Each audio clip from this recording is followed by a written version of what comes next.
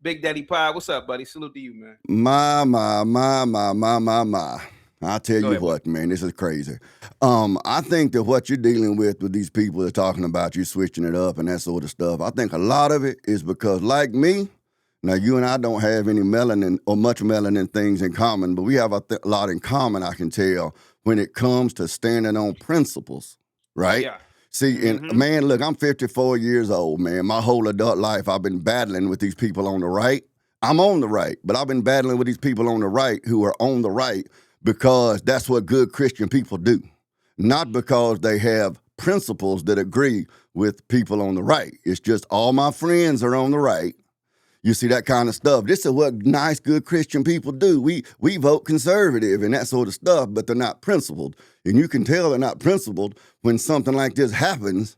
And next thing you know, they're using the same arguments and talking points as the people that are in the center, on the left, or whatever other anti-persuasion to the people that are on the right. And I mean, the left does it too. That's human nature. So we look at something like this, and all of a sudden, these people who are saying Carmelo Anthony needs to go to prison, they're using the same basic formatted arguments as the people that were saying George Floyd was a victim. It's the same format. In this case, man, because, I sent in a super chat earlier about Scotch Irish. Man, the word cracker comes from the English and Dutch and Germans that did not like the Scotch Irish when they moved into their towns because we'd stay up all night partying and we had a lot of sexual license and we were very brutal and violent. A lot of what people would think of as ghetto culture today, we didn't go to bed at a decent time. So they called us crackers because we made a lot of noise. See? So in this situation here, you're not really dealing, I don't think, with a black-white issue. It's being made into a black-white issue, but it's not a black-white issue. It's an economic class issue. Because when the Metcalf guy got killed, what was all over the news? Oh, he was a track star. He was an aspiring athlete. He had all of this bright future ahead of him. Now, I grew up, my personality just like it is now. A little abrasive, not very socially accepted. So when I was in high school, that class of student, they were the big men on campus. Their parents went to the country club, or they were in business partnerships with the teachers' husbands, all that kind of stuff. So those guys could be just as thuggish or just as antisocial as we might have been, but somehow or another, they always, got the lesser a punishment or whatever. And that carries on out through adult life a lot of times. So what I saw when this first happened, and I'm an old guy, man. I'm 54 years old. So I used to do all of my arguing over on Facebook because that's where old people hang out, right? Facebook. And see, I would post on Facebook about it. Man, so many of my conservative compatriots, they was all over me because I was betraying the cause, I guess. But I said, look, you got this black kid.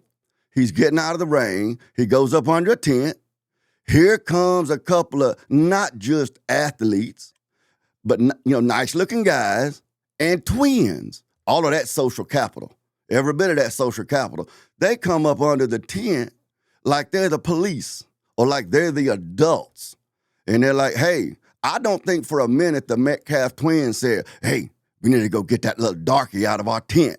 No, I don't think he was saying that. I think it was just a kid that was in a lesser social status. They would have done the same thing to me at that age because, I wasn't in that class. So, hey, I'm going to go get this outsider. So they went over there, and I guess when Carmelo didn't say, oh, yes, sir, yep, well, you're the big man on camera. You're popular. I can tell what social status you're in, so I better scurry away. Then they're the security guard. So what the boys should have done if Carmelo legitimately was breaking a rule was go get an adult. See, but these kids that are in that social class, they get treated their whole little old blessed life like they're somewhere between the groundlings, like me, and adults. They're like an assistant adult. So then they just gonna take it on themselves. Why? Because they've been doing that stuff their whole educational career. See? And so they put their hands on him. Here's what I think Carmelo's biggest mistake was. The dude shouldn't have had a knife at a school event. The dude should not have had a lethal weapon I mean, that's against the rules. So, and then he overreacted. Like if I'm going down the road and somebody cuts me off and nearly runs over me and my temper pops and I follow them to the parking lot, I'm overreacting. But so Carmelo overreacted. He shouldn't have stabbed the kid. This is why whenever I am in a situation with other men and there's a potential of violence, I'm trying to de-escalate. Yeah. Not because I'm afraid. I had a guy on a stream just yesterday. It was a black dude. That's irrelevant. On a stream, tell me, if I ever see you, I'm going to fuck you up. See what I'm saying? If I'm ever in that position in person, I'm going to try to de-escalate. Because it's like that Chris Stapleton song that you're saying, once the bullet leaves, the devil owns you, once the bullet leaves the gun. You know, once you ball up this hay baler and you pop him, you could kill that man with one blow if he falls wrong. And then the judge ain't going to want to hear, well, I was just defending my manhood. No, you killed him. You guilty of killing that man in an act of violence. So I'm going to de-escalate it, see? And so that's what Carmelo should have done, but he was a kid. I mean, I don't know how old he was, 17, 18 years old. He's still 17 at the time, yeah. Yeah, still a kid. I know some men, 30 years old, they still control themselves and their impulses like children. But he was a kid, so what's he do? He stabs the guy, probably wasn't thinking he was going to kill him, killed the guy. So here he is. I mean, I think at the very most we're looking at manslaughter, but at the same time, people use these words assault as if they know what it means. Assault means you make someone feel unsafe. Battery is when you put your hands on them. Yeah. Well, the Metcalf kid committed both. He had no authority to go run that dude out from underneath the tent. So they're trying to intimidate him. And one thing I brought up back when it first hit the news was, why did both twins go over there? Why'd they go together? It's intimidation.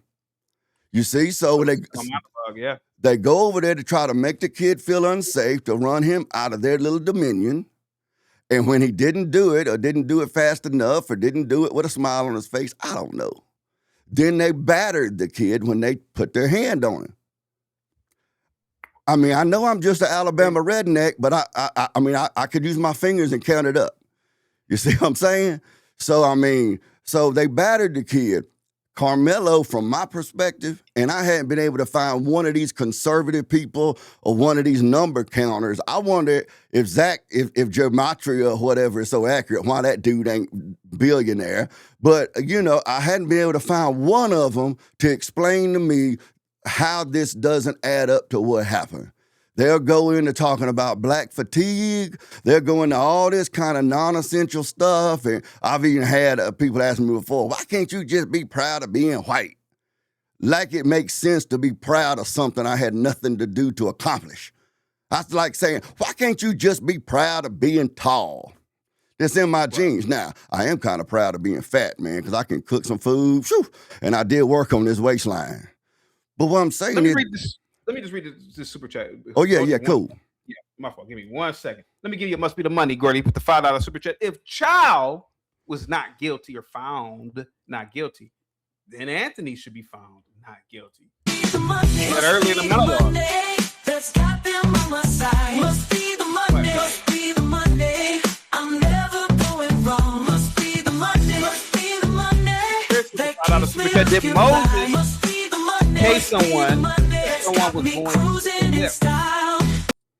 Well, according to biblical history, Moses definitely K-worded I believe it was an Egyptian guard or something. Right. Yeah. Buried him in the sand. Yeah. And then he left town. But yeah. So that's my thing, is like people, they see this, it amazes me. And look, I voted for Mr. Trump in his last election. I didn't in the first two, his last election.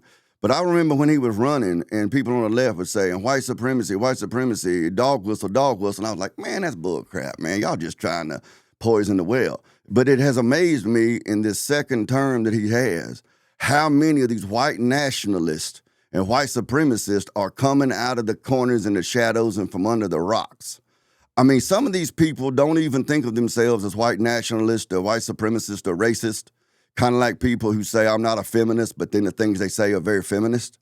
But it amazes me how many people see this black kid v. white kid, and they're automatically going to stand with the white kid. And then when you try to engage with them of what we know of the facts of the case, well, then they start moving goalposts. They start doing ad hominems. They want to straw man your argument, this sort of stuff. All we know is what we've seen in the news. So kind of like old Zach said, it could be one big psyop. I wonder how much of this isn't just a psyop with a whole bunch of these different incidents. But granting that it's real, if you remove the race, if you reverse the races, if you make Carmelo white, that's one thing people on my side of the spectrum love doing. Well, what if it was the other way? Yeah, it wasn't that too. I said that earlier. I said, what would happen if everything was reversed? Yeah, if everything was reversed, I'm pretty sure the same people saying, "Oh, Carmelo's guilty." They'll say, "Oh, it's a white kid protecting himself." If Carmelo was a white kid, oh yeah, you without a doubt. And they talk about the knockout game and what they got going on now with the teens that are invading the beaches and, wreaking havoc. And they talk about all of that because they're not interested in living a principled life. They're interested in winning and being right in their own mind. But as far as working out the logic of truth and then basing their principles on that, regardless of all the little ancillary details, what color, what gender, what nation of origin, what religion, instead of ignoring all of that and looking at their principles and standing on that, they're not going to do that. So situation like this, it doesn't matter. If it was the other way around, they would have a different stance because they don't have an anchor. They don't have a philosophical anchor to their worldview. It's just whatever serves me today, like cockroaches. Cockroaches wake up in the morning. I guess they wake up. I don't know if they go to sleep. What would a sleeping cockroach look like? But they wake up in the morning. They want to find something to fill their belly. They want to reproduce, make more cockroaches, go to sleep at night. That's their life. So these people, they don't have principles. They just wake up in the morning. They want to do whatever they can do to get something to eat. They want to do whatever they can do to have sex and go to sleep at night, and that's their whole life, man. They don't have any actual deep principles in their life to anchor them beyond their own, needs like eating and that sort of stuff. So that's me. The jury makeup is all non-black jurors. All the male jurors are white. 3 Asian women, 1 Middle Eastern woman, and 1 other woman of color. I wonder what she is. So purple. What do you think about? Oh, we're rolling for 1 second, real quick. DC with the $10 super chat. Salute to you, buddy. Positivity is definitely coming your way. Guys, get the likes up, guys. Share the video. Positivity is definitely coming your way.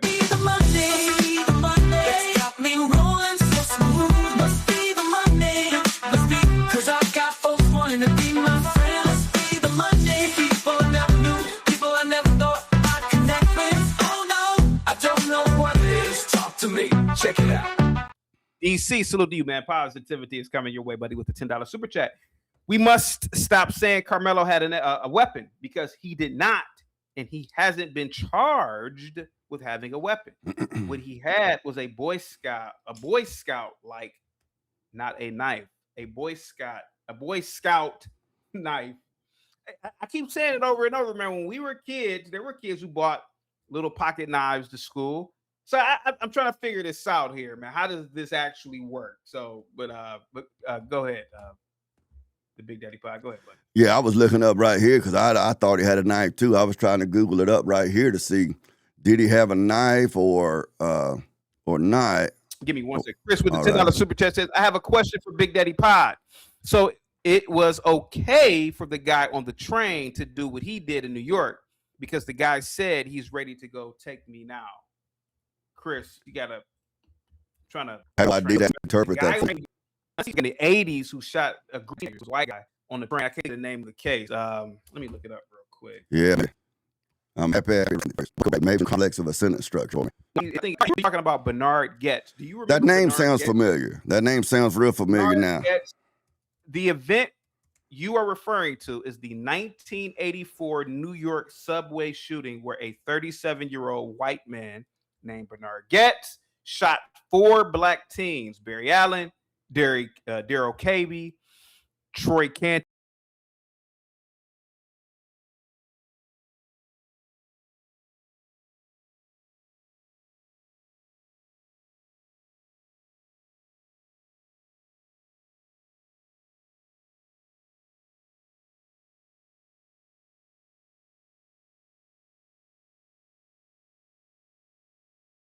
Vigilante and James Remar on a Manhattan subway.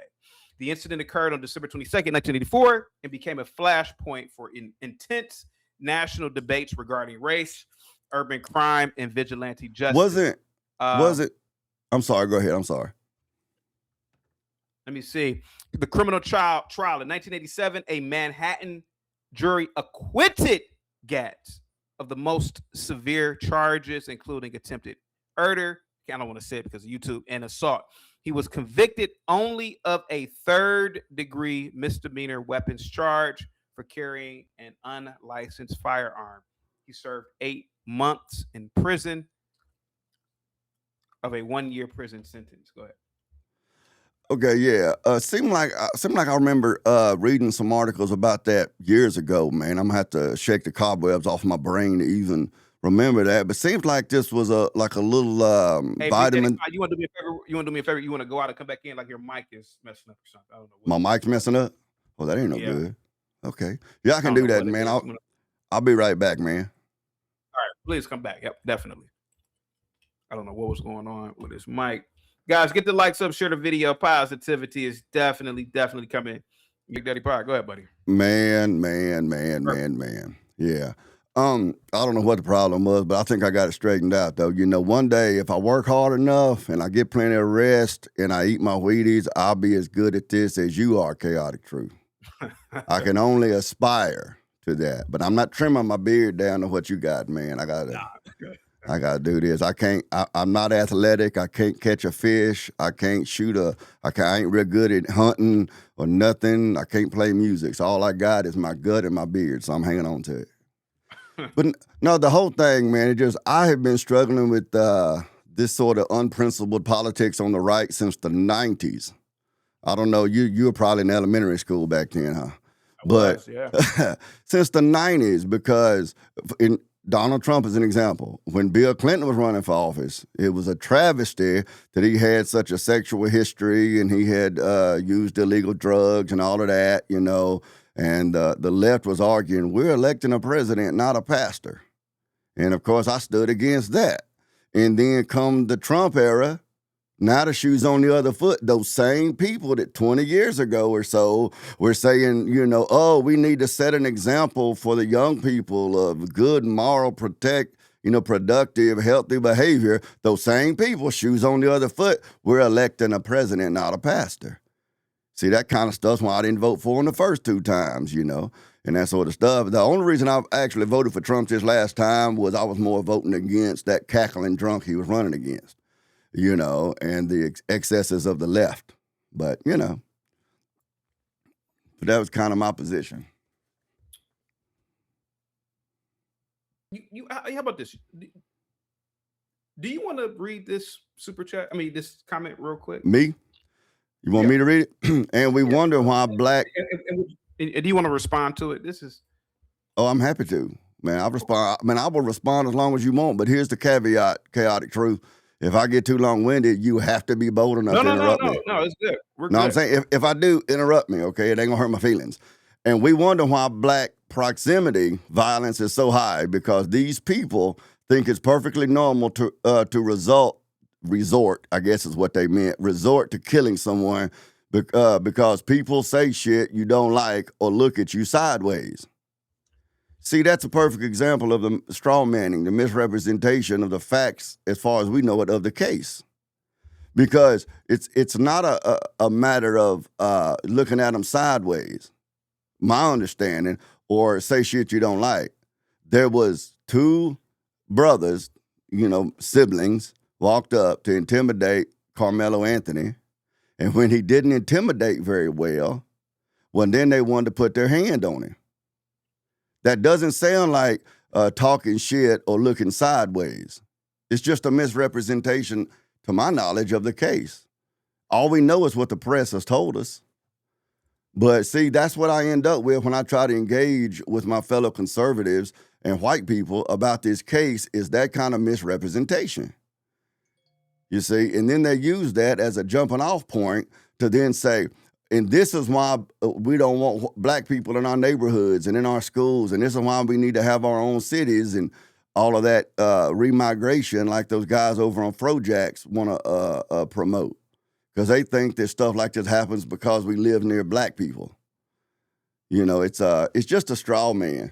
They use the quote of the 13% of the population is black, and they make up like 40% of the prison population, and they use that to try to say that black people are by nature more violent. But they really don't do the math very well. What they need to do is look at how many black people are in the country, and then how many of them are in prison. And when they do that, they find out that it's 1 to 2% of the black population is in prison, which is a lot more than the white population. You see, so I'm not saying that the numbers don't bear out some of that, but the idea, see, when we see the 1 to 2% on the news, and we see them out there picking up the trash on the side of the highway, we label the 98 to 99% based on that. You see, that's the illogical implication we come up with. We say, well, we look at the road gang out there, and there's 10 guys, and let's say 8 of them's black, because black people are more criminal.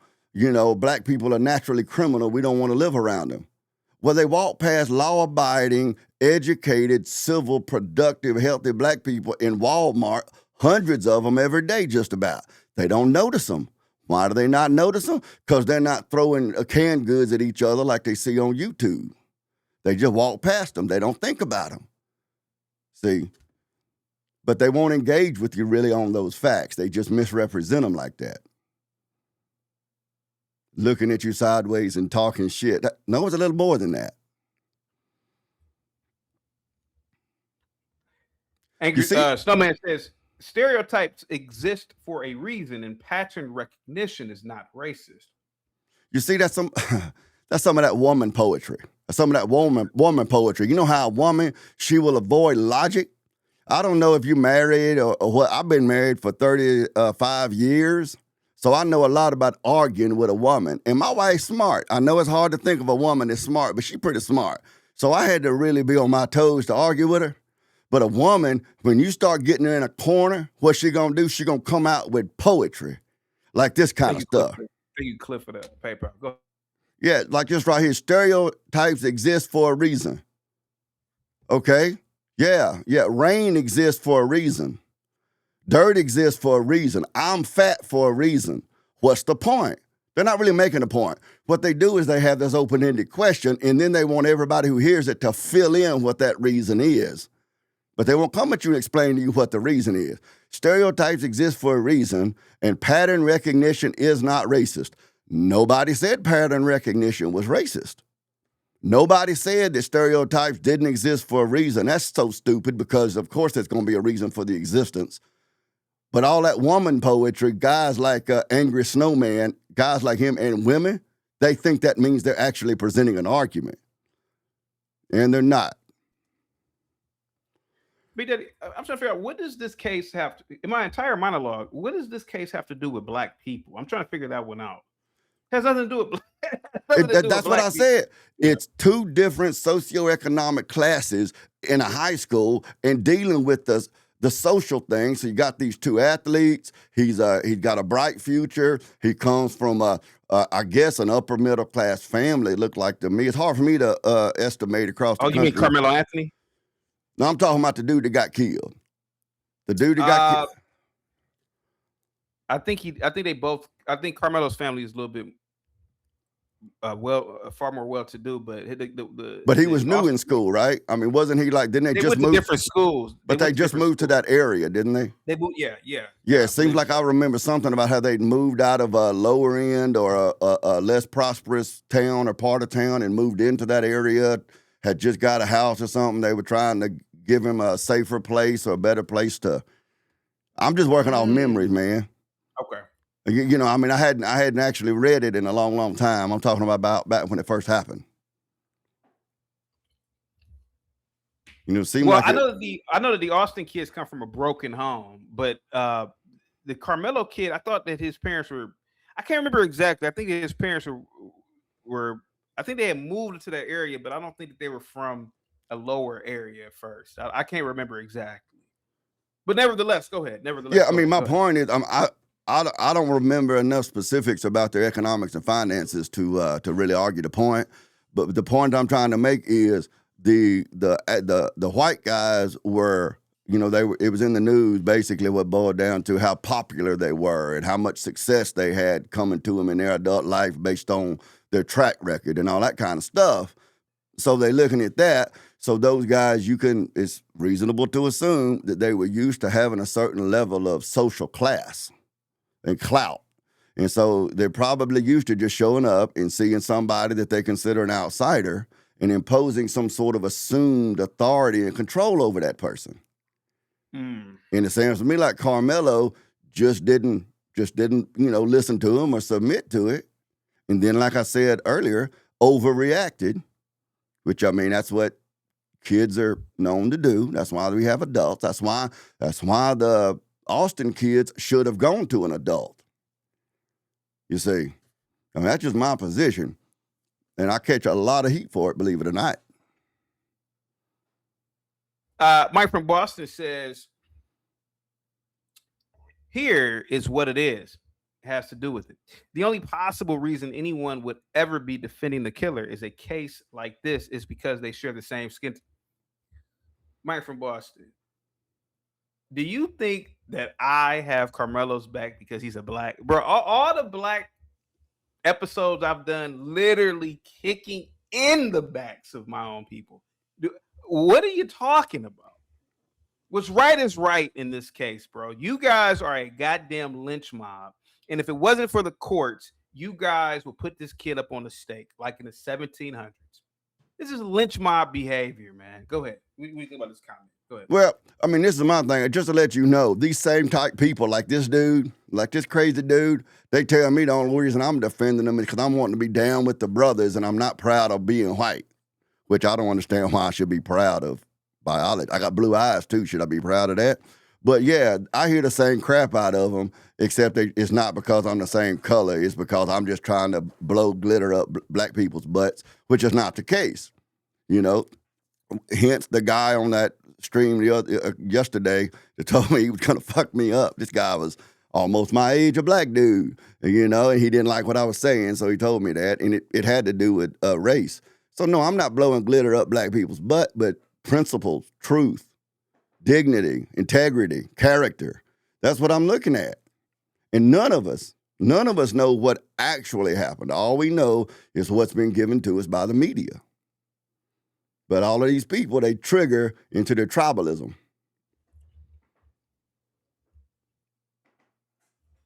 These people.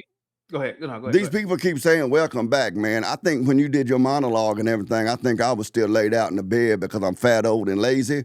And by the time I got up and saw you were on stream, you were already into the Carmelo Anthony thing. Where have you been? I take a little break. Oh, okay. I didn't know if it was a YouTube issue or if you had to, if the IRS, you had to go tell them where you were hiding all of your millions or what, man. But yeah. Just take a little break, man. Thank you so much. Let me read some more of these comments real quick. Let me see. Angry Somebody says, the problem is no matter how white people respond to blacks, it's always racist based on racism or pushing white supremacy, even when blacks are in the commission of committing crimes. No, not this time. No. Go ahead.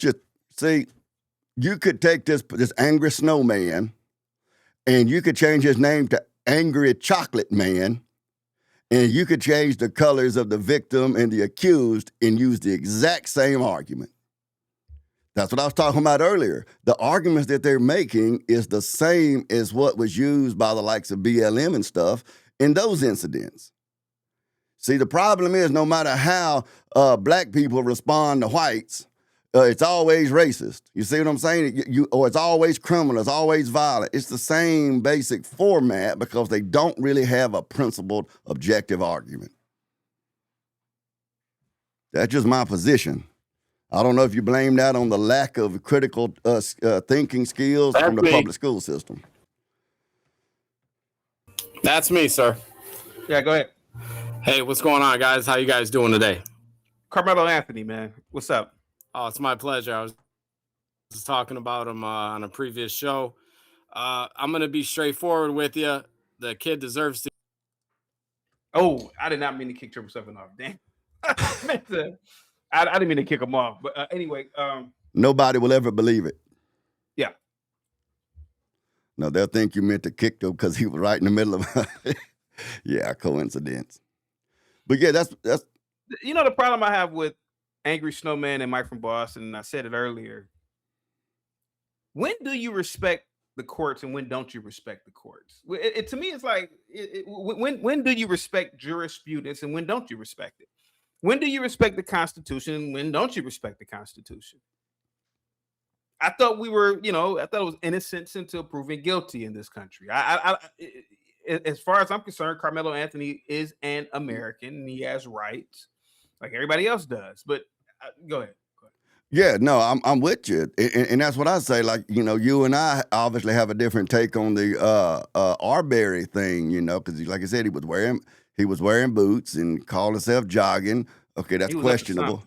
Yeah, that's questionable. But my whole point, kind of like with these two athletes, my whole point is, why were the McMichaels even and I might even see if they shout to him from their front yard and get a description and call the police. But why are they chasing him down the road armed?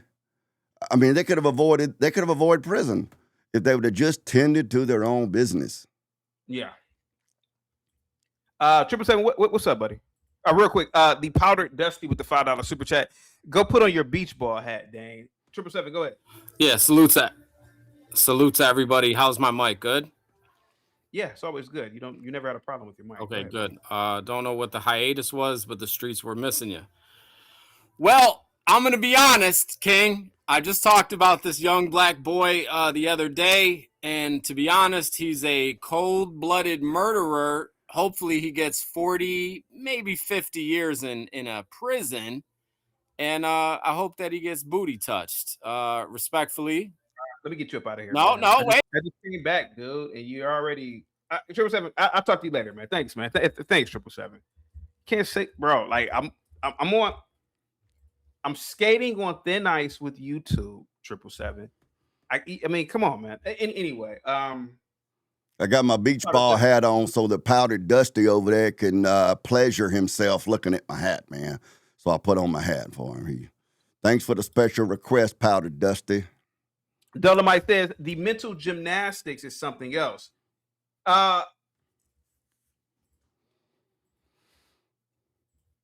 There's no video footage of this boy getting up and randomly, I guess we could say, I think we could say stabbing on YouTube, stabbing the Metcalf boy randomly. Okay. So you can take out first degree murder. You can take out first degree. This, who is this in the back? Hang tight, guys. Give me a second. 777, come back later, man. You're doing too much. Unless somebody pays a bounty, it got to be it's like a 250 bounty for you to come back, bro. Bro, I literally just came back to YouTube. I'm skating on thin ice with YouTube. So we can take out first degree. He didn't plan on meeting up with this kid to assassinate this kid. Like you said, manslaughter probably at the worst. Mm-hmm. He was minding his business and a group of kids came over. They threatened to put their hands on him and he said, touch me and sees what happens. Now people are saying, oh, that right there initiates a fair fight. No, it's basically somebody, it doesn't. So this is what I'm trying to figure out. When is it, since people want to bring up race, do black teenage boys have a right to defend themselves or not in self-defense? Go ahead. Well, I mean, as far as fair fight, initiate a fair fight, I am of the mindset that a fair fight is the one that you walk away from, especially if you want it. These people talking about a fair fight. I don't even know what that is. I mean, a fair fight is winning, so I don't even know what that standard comes from. But when the guy said, if the guy said, touch me and see what happens, okay. I mean, in my mind, okay, then the twins, I mean, they messed around, found out. I mean, but they're the ones that put their hands on him when what they should have done was just gone and gotten an adult. Yeah. I mean, basically, if you look at it on a high school kid level, the twins were trying to exact some vigilante justice. You see, they were like, well, this is our tent, and we're the big men on campus, and we're the star athletes, and we have this bright social future in front of us, and this guy's a nobody, so we're going to put our hands on him. We're going to let him know who we are.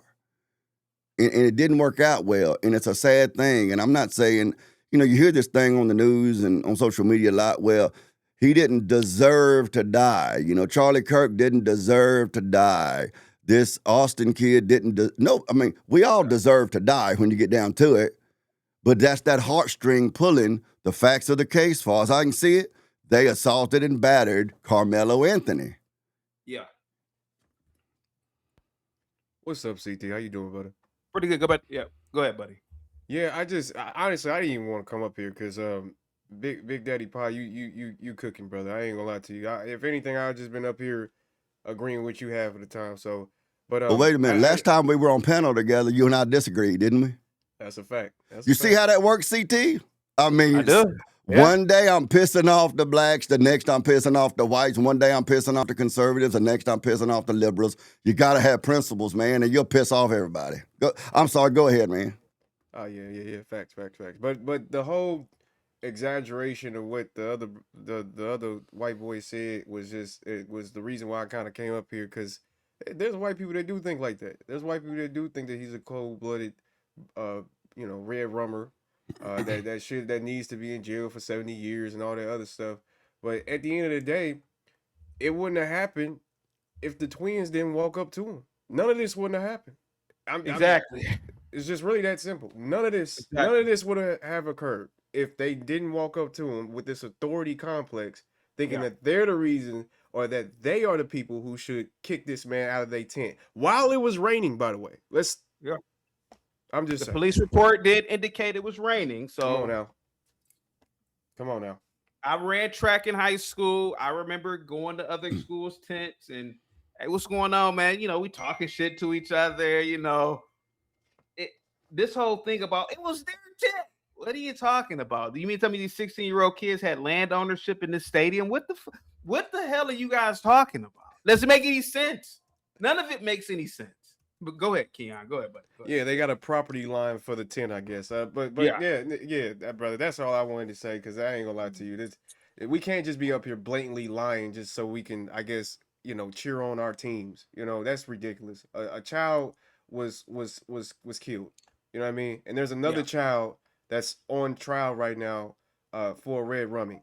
So can we please? I just hate this whole team stuff. Let's stop it. Let's just be real people, and let's just take it for its face value and just go from there. That's all. That's basically all I wanted to say, brother. If I could say this real quick, though, it was their tent. See, that supports my claim that they were used to having that star athlete social clout around their school, to where it was their school, like they had some sort of a personal dominion over the facilities and the resources and that little social group. See, it was their tent. No, it wasn't. They were a student just like every other student. They were a child. You got to be one of the dumbest white men I've ever heard speak. Easy. You obviously have not met very many white people. Hold on. Seriously, YouTube, dude, hold on, Michael. brain damage, dude. You got brain damage. You obviously haven't met very many white people, because they get a lot dumber. Dude, now, why? Now, how about this? What has he said that leads you to believe his argument is dumb, not his race? Hold on. So where is any of this evidence coming from? Go ahead. The news? I mean, have you not been updated, brother? What do you? Okay, what evidence is there? What evidence is there? What evidence is there? What? I'm sorry, my wife was asking me to give her my shoes out of my. What evidence is there that supports this not being absolute first-degree murder? I've already gone through that, man. You must be the deafest white man I've ever met.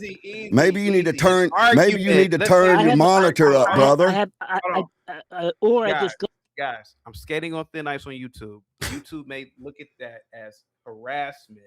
Let's say his argument is the dumbest argument. How about that? My bad. It definitely was harassment, though, but my bad. Can I respond to you? Can I respond to you? I'll break it down for you. Can I respond to you? Okay, I'm going to ask you a series of Socratic questions, okay? No, explain it to me without asking me questions. I am going to. I'm going to. So you don't get to tell me how I can answer your question. I'm going to answer your Just question. like Carmelo didn't, he didn't get to. You can't tell him how to respond, right? I have no idea what you're even trying to say, man. Can you try to stick with the topic? Go ahead. Okay, thank you. Carmelo Anthony, was he under a tent that belonged to the school system?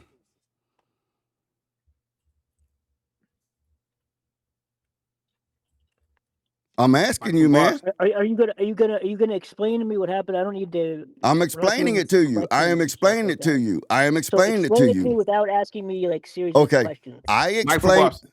explained it about an hour ago when I first came up, and that didn't work for you. I guess I used too complex of sentences. So I'm taking you by the hand and I'm walking you through it. I was not here. I was not here. Do you understand that part? Okay. Well, I'll do it. Okay, then I'll go ahead. Just give me a brief. I'm going to. I'll go ahead and state it for you again because thinking to answer a question obviously overloads your synapses. Okay. Right. He was under a tent that belonged to the school system, did not belong to these twins, minding his own business. These twins, it's reasonable to assume, saw him sitting there. And then they approached him because he was an outsider. So when the twins walk up, they're assuming a position of authority to police who gets to come under the tent. So they go over to him and they tell him, you don't belong here, you need to go. I guess Carmelo did not respond as the twins were used to underlings responding to them. So then they go to put their hands on him. When they walked up to him and made him feel unsafe, that is assault. When they put their hands on him, that is battery.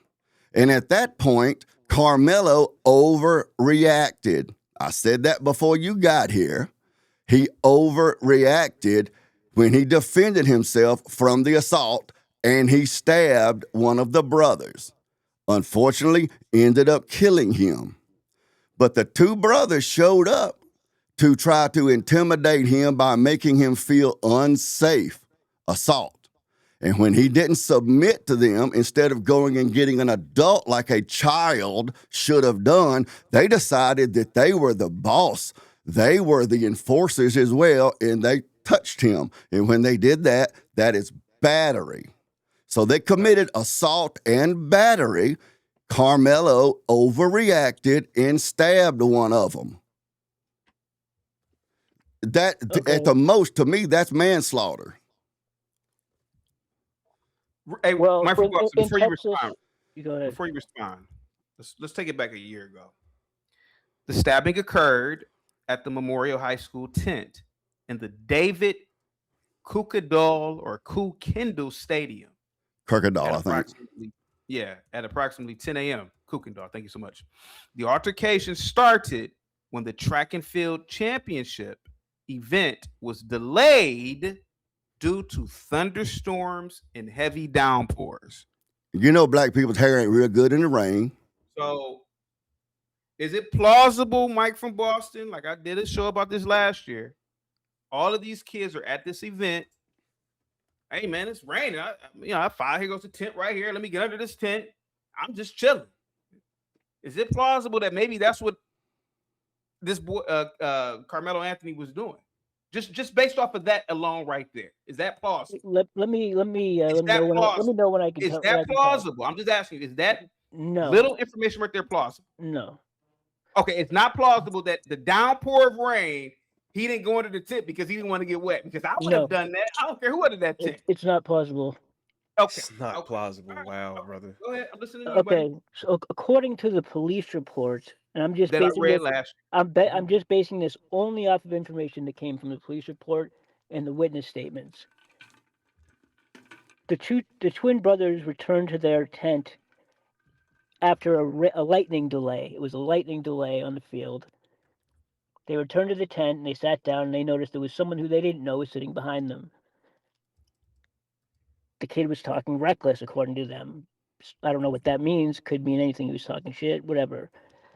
So they asked him who he was, and they asked him to please leave the area. His response to that was to put his hand inside his backpack, reach for a knife, and say, "Touch me and see what happens." Austin proceeded to touch him, and he escalated and said, "Punch me and see what happens." As Austin was trying to remove him from the tent physically, he Assaulting, stabbed battery, Austin in the heart. battery. Hold on, So- don't interrupt. I'm He just stabbed him pointing it once in out the- to you. Hold Battery. Hold on. Just wait. I let you talk. Let Michael Boston finish. Hold on, let He him finish. stabbed Go him ahead. one time in the heart, and It's unfortunate. he ran away. That right there, according to Texas law, is murder. Murder in state of Texas, they don't have degrees. They have murder, capital murder, and then manslaughter below that. But the definition of murder in Texas is intentionally and knowingly causing the death or serious bodily injury to a person. Mike from Boston. Yeah, can you hear me? Did the boys have a right to put their fingers on Carmelo Anthony first? Yes or no? Maybe not. Maybe not. Oh, Okay. maybe No, not. okay. That's all I'm asking. So, Okay. Can I ask you that doesn't another mean question? anything, though. That I doesn't guess mean it anything. depends. I didn't. Hold on. I didn't say that it meant anything. I am just asking you one question. Now I would like to ask you a second question. Who is the owner of the David Koo Kendall Stadium? I have no idea. You don't have so you don't know who owns the stadium. Okay. So it could be the city, it could be the unified school district that both of these schools are under. So you don't know who owns it, right? What is You that? could just- What is the relevance, though? We know who don't own it. We know who don't own it. because well, it goes to Big Daddy Pop. We know if we know who owns it, then we know who does not own it. Yes?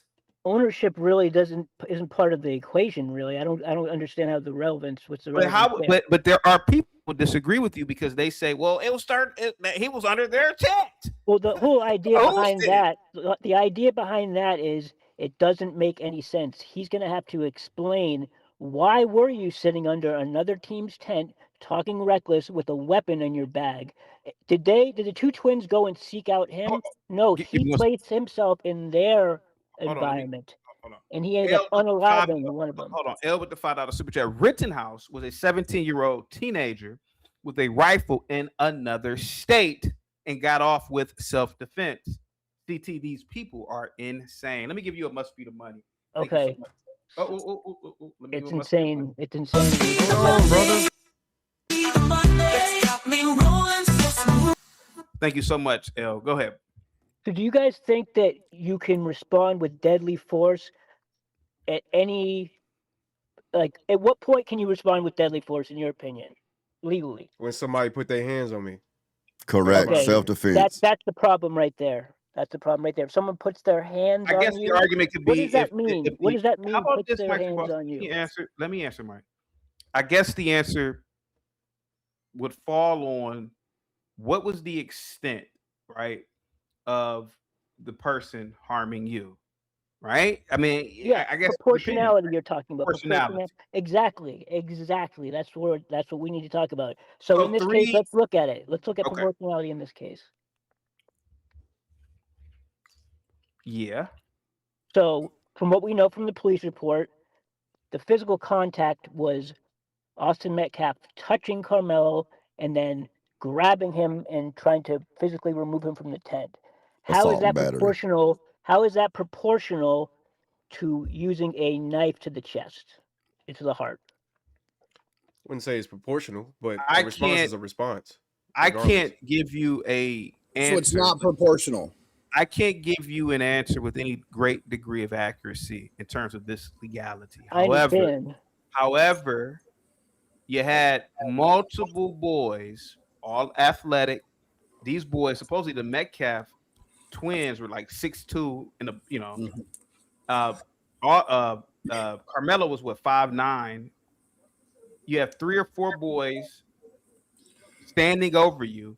You could argue that is proportional. His response. Let me ask you something. CT, hold on. Let me say this. I'm just saying because I gotta get going, right? Oh, yeah, go ahead. Where did you get the idea that keep there was saying multiple this- people? There was only one yes. person. You keep saying this twins thing, right? No, it was, Show me in Carmelo Anthony's statements to the police, he was worried about more than one person. Show me where he said they instead of him. I told him not to. He put his hands on me. You were asking me the very same question that I've been asking since the monologue. Where is any of the video evidence? We don't It will come on the trial and it'll be released right afterwards. We have 3 witnesses. No, but the evidence we do have, sir, the evidence we do have is in that police report. Hold on, let me get this straight. So witnesses, according to history, they've always been reliable. So what you're doing now is always been you're reliable. assuming. I didn't say that, sir. Especially the witness is saying- connected to the person. No, dude. All I'm saying is the evidence we actually have is the police report, and he never references anything more than one person. What difference does that make? Twins came What after him difference? narrative What has been difference? created. What difference does that make? It has been created, just like, remember the cleat sharpener? It wasn't a knife, it was a cleat sharpener bullshit. What difference does that make to the point at It hand? makes a huge difference in proportionality. I'm because asking you one to makes you a explain more to me. evil or black man than the other one. It makes it look like he was getting jumped by a group of people when it was two Nobody said he. individuals Nobody having a said he was disagreement. getting jumped by a group of people. Nobody you, on you the. literally keep saying the twins No, sir. attacked him. If That's you will, two people. if That's you a will, group. if you will reach down to your testicles and squeeze out some testosterone and calm the hell down and stop spurging out like a woman, we can have a conversation. Hold on, let me read this super chat. Good conversation. Cobra with the $5 super chat. We have a legal system that must do its job. We might not like the decision, but it's the system that we use. And you'd be correct, man. Respect the process. Pro Bowler Lefty says Chips gotta relax. I think he's talking about all of us. Go ahead. The issue is, though, CT, when you start saying witnesses are lying, then you're going out of your way. See that? That's straw manning. I didn't say that. But you're saying, your response was, okay, what did you say? You are saying that witnesses said this, that, and the other, which I'm going to read the police report again. What I'm saying is, oh, that's funny because according to history, witnesses have always been reliable in these trials. Are you crazy? Okay, so if once you make a statement like that, though, then we have nothing more to go on. If we're not going to believe the evidence that we have, then we're just making stuff up. CT, if I could mention something, I got 4 words that I bet both of these guys right here will all of a sudden change their mind. Hands up, don't shoot. Witnesses. I know. Really Witnesses said it happened, no boy. Witnesses said it happened. So we got to trust the witness testimony. We got to trust the witnesses. Witnesses said, Michael Brown had his hands up and said, don't shoot. And that launched riots. And then it comes out when Obama and Eric Holder went to that town and did the investigation, they couldn't even prove his hands were up. But witnesses swore his hands were up. So know your role and shut your mouth. Let me ask you this question: I'm literally talking about the only evidence we have, which is the police report. That we have, then what are we going to do? I got him going. I got him going. You see him? You see him? I got him going. They're chimping out now. You see? No, you don't, dude. You keep lying. Dude. You say you never said a group attacked him. Clutch your pearls, man. Clutch your pearls. You mentioned the twins. Clutch them harder. Sir. Stand by your fucking argument. I'm standing by my argument. Y'all say that we should trust the witness statements in the Metcalf killing. No, the witnesses I didn't say trust the witness statements. Can I finish what I'm saying? Can I finish what I'm saying? Yeah, can you take yourself some Midol? Take yourself some Midol for your PMS, and we can have an actual adult conversation here. The claim, that's not an ad hominem. You need to go back to logic school. I'm not saying my argument's correct because y'all are dumbasses. I'm just saying y'all are dumbasses. Easy. Ad hominem. That's not an ad hominem, butt monkey. Literally, show me in the evidence we have where any group of people, even the brother, is referenced as being involved in the conversation. Keep moving the goalpost. Keep running. No, he didn't. That's not moving the goalpost. Run, run, run, run, run, run, run, run. That's not moving the goalpost, sir. Listen, Legitimate. the it's a claim legitimate was that CT over here was questioning eyewitness testimony. Y'all were defending eyewitness testimony. Let's apply that to the Michael Brown killing. No, we were- hands we up, were don't down hands by up, the don't process. shoot. Hands up, don't shoot was shown but to be a lie, but cities burned because We of have- eyewitness how about this? testimony. Literally, the What Have a evidence seat. we have Hold on. is what I mentioned it as, right? Hold on. Because it's Hold on. not. It's literally. Do we have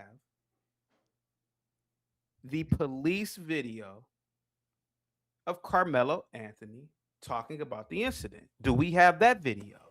No, we don't have it. So we have a police report of witnesses who really were there after the fact. We right? have the initial No, arrest report, right? and it Wait, hold on, contains CT. statements of what Carmelo said to the officers. Where did that come right? from? They were there after. Where did you get that from, sir? Oh, brother. They At were the there end of the after. day, Okay. Real quick. I agree 100%. CT Dane is cooking these pink toes. He's cooking these pink toes. Okay. How about this? Okay, yeah, How about this? I'm getting I'm cooked. looking at the police. Hold on. Male Monkey, can you share his testimony in the police report? Can you share that?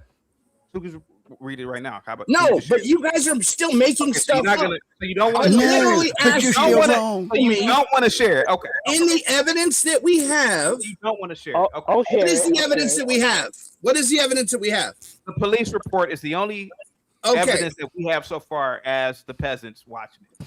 Yes. Right. What was your question, CT? You wanted us to share what? Where is the police? Where in the police report is Carmelo Anthony being interviewed, and he's giving his account of what happened? From Not the police arguing report- with anybody. He's not being interviewed. These are Hold on, let me- statements he made to Not the an officers. interview? Okay, a No, statement. but these are according to statements he Carmelo- still made to the officers at the Okay. time. Can you provide that? Yes.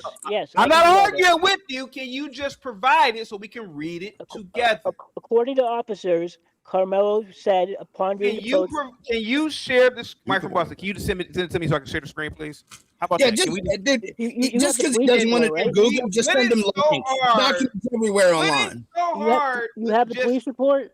I'm Michael at work, Boston, dude. I can't. I get from my Okay, phone. You're at work. How about this? To be fair, can anybody send me the police report where Carmelo Anthony is giving his statement? I'm sorry, not interview, about what happened. I'm not arguing. I just want to know. According to the police report, sir. I According to just the want to police read it report, verbatim. he said, upon being approached, the officer Mike from said, Boston. "Dude, you think I'm gonna lie? I know it's in the damn I police didn't report." say Yeah, that. and CT, I'm looking for the link right now. And I'll send Oh it to my. you. Mike from Boston. We know each other for years. I never said you're a liar. I just want to know. Can somebody just give me the document? Okay, you can pull it up probably yourself, though, couldn't you? I mean, I could Okay. go I'm find it gonna for pull you. up what I have so far. How about this? Let's do it together. Yeah, just pull Here the is police the police. report. Here is the police report. You ready? facts. Let's get it. Okay. So where is Carmelo Anthony's statement? Okay. Let's see. Okay. Let's look at it. I'm trying to find this. I want to be fair here because I am actually a righteous person. I want to be fair here. This ain't about race with me. Okay. Okay. Can you search that document for he said? Yeah. Give me a second. I don't know, man. Let me see. Search for alleged. The word is alleged. Yeah, because that's where it starts. I'm not alleged. I did it. Yeah. All right, give me a second. I alleged. All right, let me see.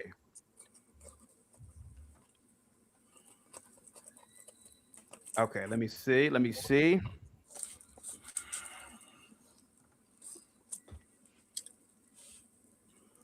I wish somebody could just.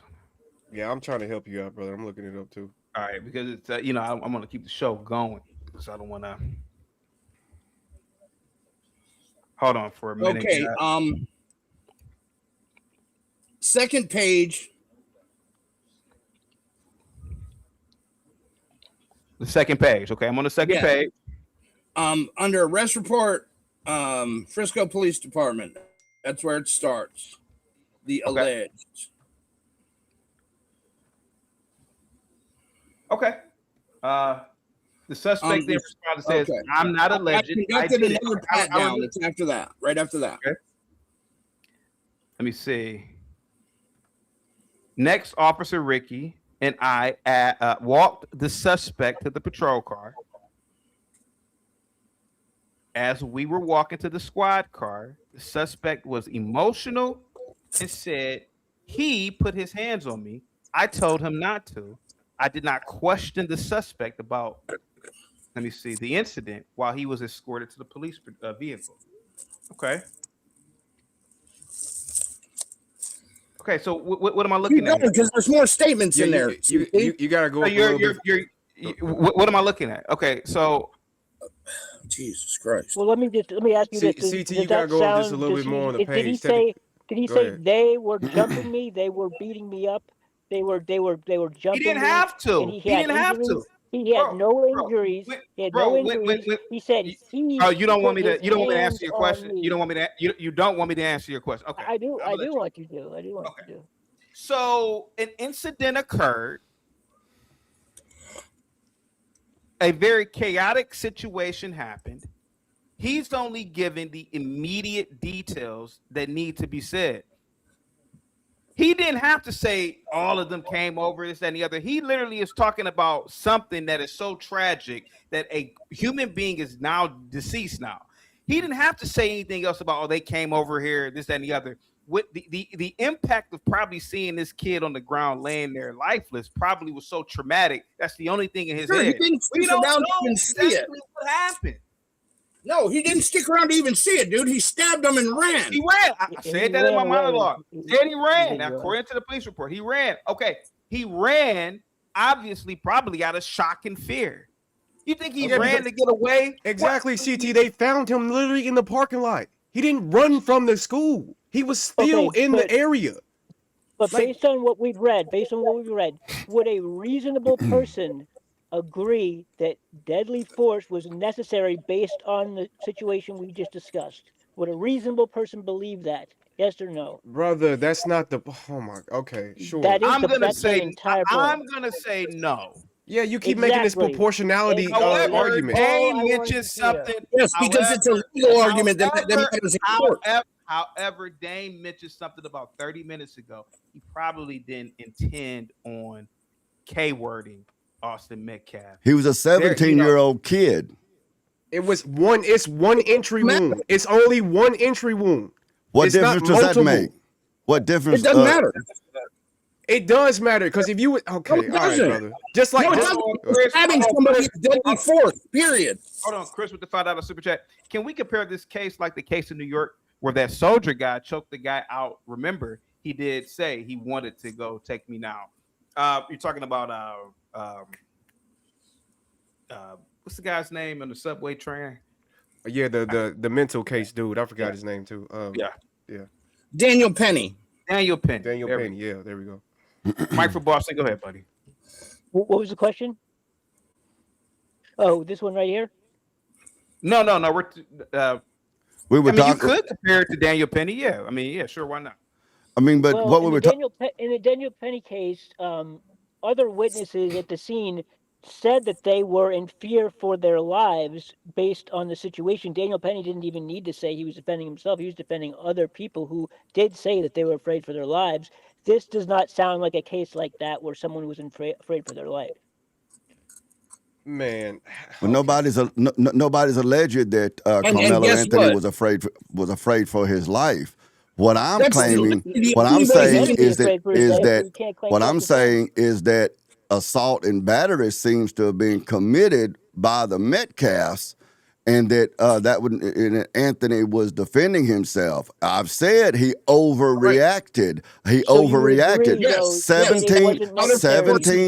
17-year-old young men are very well known for overreacting in their testosterone impulses. Nobody's claiming. We're in agreement. We're in agreement then. I think we're in agreement then. It was what, according to the statute, that was murder according to Texas law. Yes? We're not in agreement on that part. No. Knowingly, it's intentionally or knowingly. cause Was of it death. premeditated? Can you prove premeditation? Because that's part of it. Is not part of the situation. Sir. Yes. Premeditation is a part of first degree red rummy. Not I can Yes. Texas, suppose sir. premeditation, and I can tell you why. Because before any hands got put on anybody, he reached into his bag and grabbed the knife. Yeah, you guys think he didn't plan to? How do use you that knife? How are you premeditating on a situation that was towards He you? knew he was going to use that knife on somebody, sir. They that day. came and started the situation. So how in the hell can I premeditate something with a He went situation and that started put from the himself in opposite their party? tent and started talking shit to them. They were not in his tent talking shit to him. Had Austin Metcalf and his brother tended to their own business or gone to the people who actually held authority, then Austin Metcalf would probably be in university by now. Come on now. What I'm hearing is it's wrong. It's wrong to sit. It's wrong to sit on a bench and talk shit. Now it's wrong to do that. Boy. It's crazy. Am I wrong? Freedom of speech is wrong. Freedom of sitting where you want to, and freedom of speech is wrong now. It shows no fear. Yeah, he Man, was you not are afraid for ridiculous. his life. Y'all are No, ridiculous. it's just reasonable stuff we're saying. It's not. It's nothing crazy. So is it we're saying. reasonable to It's say that none of this would happen and Austin Metcalf would have set his ass down and wouldn't be worried about Carmelo Anthony? Is that reasonable? Maybe, maybe not. Maybe not. But you know what I can say for sure? You see that Carmelo dodge? Anthony That's was called a not dodge. there that day.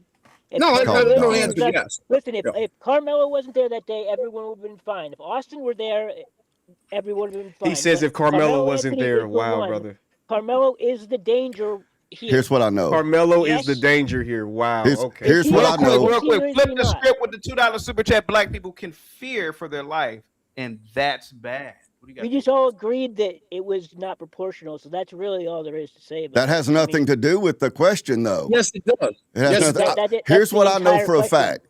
Here's what I know for a fact. If it had been DJ under that tent instead of Austin Metcalf, DJ would have survived because this argument proves he's much better at dodging than Austin Metcalf was. How? Excuse me? Dodging what? Dodging what? Is it too soon? Is it too soon to make that joke? Hey, Mike from Boston, real quick. Who I didn't get the Mike from Boston. That doesn't shock me at all. Who approached who first? They don't want to talk about that. Now we're getting into questions that don't. Oh my God. You don't want to answer. No, we already established this. What are we trying to establish by this though? Yes or no, bro? Or just give us a straight up answer. So if you can get me to say yes to a question, then you've proven a point somehow, I guess. Right? Stop arguing like a woman and just answer the question. Stop running. Insults around is you, man, because you're dumb. Now I've thrown an insult, I admit. You don't have any idea how dumb I am, but I need you to step up in the argument and show me how dumb I am, and you won't do that. You keep running. I think I've showed that already. You keep running. Run. I think I've showed that, sir. Mike from Boston. Who owned the tent? Again, man, I got no idea who owned the tent. That's never been part of my argument. The school likely owned the tent. Perfect. Who owned the stadium? Again, who owns the stadium? I have no idea. You have to look up the land records or some shit. The school board. The school board. Okay, thank you. If it was pouring rain or raining, and this kid happened to go under this tent, then what law did he break? The problem is it wasn't Nobody's saying he broke a law. We never made that claim. If he broke a law, I'm not saying that he broke a law. It didn't start raining until afterwards, guys. Guys, it didn't start raining though until afterwards. You have to understand that. When the rain started is irrelevant. There was a lightning warning. There was a lightning warning. Exactly, there was a lightning warning. But correct. The rain did not start falling. That's irrelevant. You can that's irrelevant. That's a fact. Lightning. It probably never snows there either, but that's irrelevant as well. It doesn't matter when it started raining. There was a weather warning. They were under the tents. They were under the tents because of a lightning warning. What's your point? You just said it was raining. Who cares? Hold on. Lindsay with the $2 super chat. Wait until people realize it was 5 people circling. Based on what? 5 people based on who? Who said it was 5 people? See, this is more that made up bullshit that he was surrounded by people and felt It's for his just you life. I mean, guys are just y'all doing made up some whatever you bullshit too. can. Y'all said that he said Whatever you please. can to Where in the justify police report did it say that he the said death of this please, and child, then all of a man. sudden that's where he put his hands in the backpack? Where does it say that at? Why do you guys made want to that up. justify this Think about killing so please. bad? Why Like can't you just say it was a bad responds guy? who He's a responds to bad can kid, you he's leave violent. please with let me put my hand in my bag and grab my knife? What common sense person would respond to can you please leave like that? Like Do you made that 17-year-olds up. always react in common sense? A killer. Do 17-year-olds always react with common sense? Oh, y'all, Let me tell boy. you this. Y'all is crazy. If he were got the chance, he would kill again, too. Y'all trying to make Guaranteed. Austin Why in the Metcalf world look would like you an say angel, that? bro. Why in the world would you say I that? already did. He's walking in there for a reason. If he would have never approached him, none of this would have ever happened. Hold on, let's You're listen. treating Hold on. him like he's a wild animal. You can't Hold on. approach him. He says he was there to be around friends. He was there because he saw some people who were friends with his girlfriend, and he was sitting there chatting and talking. That was surprising to me, Al. I had not heard that. I didn't see it in the police report. It seemed like from the police report, he just sat down and all of this happened. But the defense shared that he actually was there for some time talking to his friends when he was then approached by the Metcalf twins. Does that change anything? Yo, who's that? Oh, Mayo. Okay, there we go. You know how them monkeys that are. was taken from the opening statement. Significant, but I don't know where that came from because I also have been studying this and I have not seen anything that said that before. I mean, that makes sort of a nice little fitting aspect of it. But then you're saying to yourself, okay, so he went in there to have a chat in enemy territory, but he brought a knife. If he's in there for the purposes of being social and hanging out with friends of his girlfriend, why has he got a knife? And he has a knife because high school kids historically have carried pocket knives. Let's just be honest about. I carried a pocket knife here and there occasionally. It wasn't a K-word anybody. It was just some cool stuff we like doing. Every bit of those questions are just non sequiturs, irrelevant details to try to make the kid look more violent. That's all it is. But the clear-cut facts that the two brothers walked up on him or turned around while he was sitting in the stadium. See, none of that actually, those little petty details don't matter. They accosted him in some way to try to control his behavior. And when he didn't submit to their intimidation, they put hands on him. Why did he put his hand in his backpack? Maybe he felt unsafe. That is what assault is. When they put their hands on him, that is battery. And I've conceded many times that Carmelo overreacted. That's what 17-year-old boys do. That's why they're considered minors, is because they still need adults, which the Austin boys should have gone and gotten. They need adults to meter them, especially males, because that testosterone drives aggression and violence in us, rightfully so when it's in its proper place. He overreacted and he stabbed the boy. I can't imagine a 17-year-old kid was intending to commit murder. He was obviously intending to teach that dude a lesson. He went too far. He took too high a risk. The boy died. He killed him. There's no question about that. The question is whether, from my perspective, is whether or not the Metcalf kid was some perfect little angel who was just doing the Lord's work, and this demon came along and extinguished him. That's the bullshit you people are talking.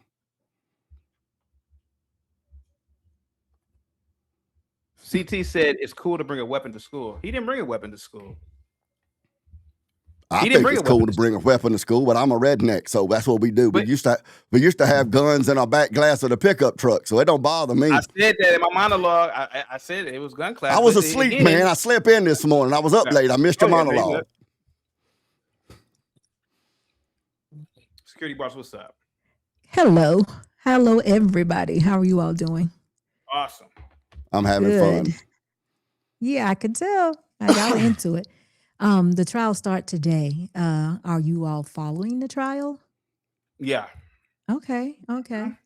So update me. I recall this, if you don't mind. Update me a bit. I recall.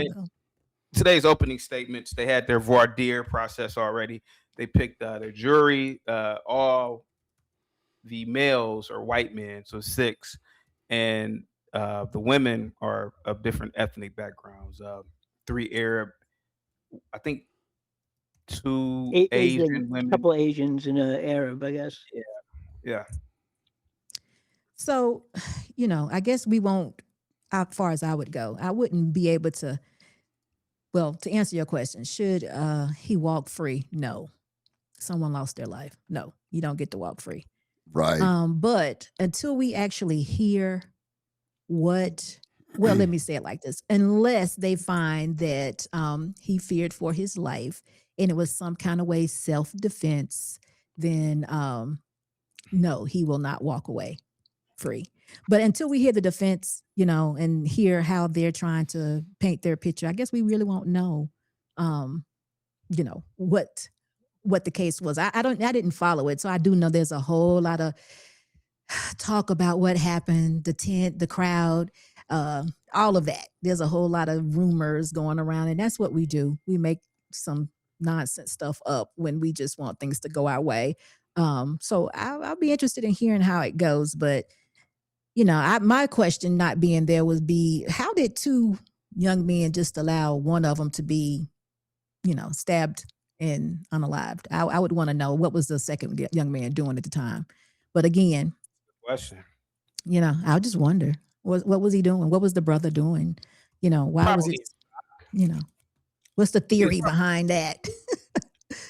So according to what I've heard, the brother wasn't really involved. It was just the one brother who had the altercation. The other one was in the background somewhere. And I guess according to him, he didn't even see the actual stab. And then I guess it happened very quickly. It was an argument between those 2 guys, and then stabbing happened, and then it was over, and dude died very quickly. Oh wow.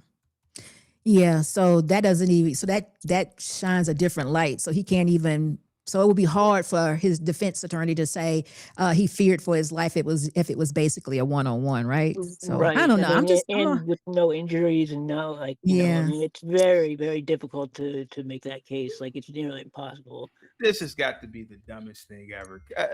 Mike from Boston, come on, bro.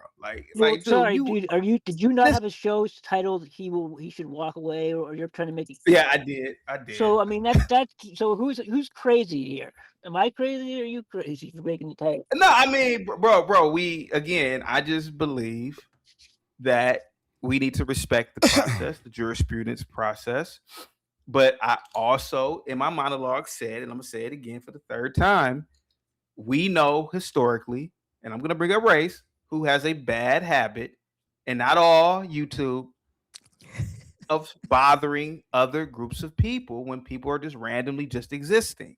And I believe Carmelo Anthony was just chilling under that tent, whether it was raining at the time or there was a thunderstorm advisory. I believe he was under that tent.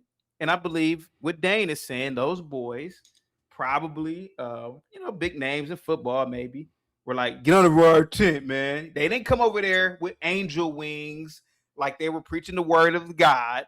They came over there aggressively, more than likely, and an argument ensued. And they probably put their fingers on him first. And he feared for his life. See, that's the part at the very end there that is not true. He did not fear for his life. How do you know that? How do we know that?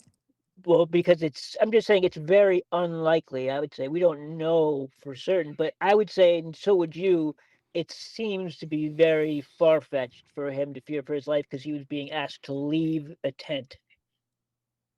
No, I would, if it was one-on-one, I would say that. But if 2 people, 2 brothers, twin brothers or whatever, if they approached him and, well, you know what? It takes a certain amount of confidence to ask someone to leave an environment already. So they had to be coming with the chest out. Okay. So let's just be honest about that. So, because the next thing is when I say no, then what happens? You have to actually consider that too. So if Carmelo says, no, I'm not going anywhere, now what? So, what he said was his first reaction was to say, touch me and see what happens, while at the same time putting his hand in his bag on the knife, which makes me think he wanted to use that knife and he needed an excuse, so he said, "Touch me and see what happens." So I then can use this and then claim self-defense. I mean, that's what it sounds like, at least to me. So they gave him the reason. So they touched him. They touched him. I mean, but that is not going to be enough to justify that type of force. You have to No, be I don't proportional. think anybody on this panel is justifying. I've said several times, I don't know if you just keep missing it, he overreacted. Yeah. But that doesn't Right, change the fact that the he was in the Metcalf wrong. boys showed up. They showed up to try to intimidate him and bully him around and exact some sort of a high school level vigilante justice on Carmelo Anthony. He just did not intimidate very well, and it didn't turn out well. Again, according to the witnesses in the police report, it was just one person who, and even according to Carmelo's own words, he put his hands on me. I told him not to. He didn't say they. So it sounds like it What's was the point one there? person. What's the Because it point sounds there? like it wasn't a group of people. It was one person I who didn't was say that. unarmed. Nobody He was said that. unarmed, Nobody too. said that. I don't know. Maybe you need to get some better headphones or something. You can hear what I'm saying. Sir, I didn't no. say. You I just didn't said these say. two I didn't boys. say Yes, you did. that the Metcalf twins both put their hands on him. I said But you they said that both they went. approached him, right? I said they went to. Both of them went to him and tried to get him to do what they wanted him to do. They Why do both you did. think that? Why do you think that though? Because that's not what the witnesses say. Were both brothers there? Both brothers where? I don't know, in St. Louis playing jazz music on the river. Walmart. Were both brothers in the Walmart bathroom? I mean, what the hell, man? Try to stick with it. Try to keep up with the conversation. All of a sudden, your argument gets shown to be bullshit, and all of a sudden, Danger Will Robinson. Were both brothers where? Were both brothers where? Come on, man, stop being dumb. I'm not making it really an argument other than it's not proportional self-defense. That's the only Nobody's making the argument that he didn't overreact. So why are you even here talking? If you agree with me that he did not overreact, I mean that he overreacted, if you agree that he overreacted, what's the argument here? I have no idea, man. I got no idea. Hey, that is not a shock to me that you don't have any idea. Who am I? What am I doing here? What's my argument? You're dumb, man. You're dumb. Your mama's dumb. Your mammy. Your stanky grandmammy dumb. Your arguments are dumb. Your greasy granny is dumb too. Easy.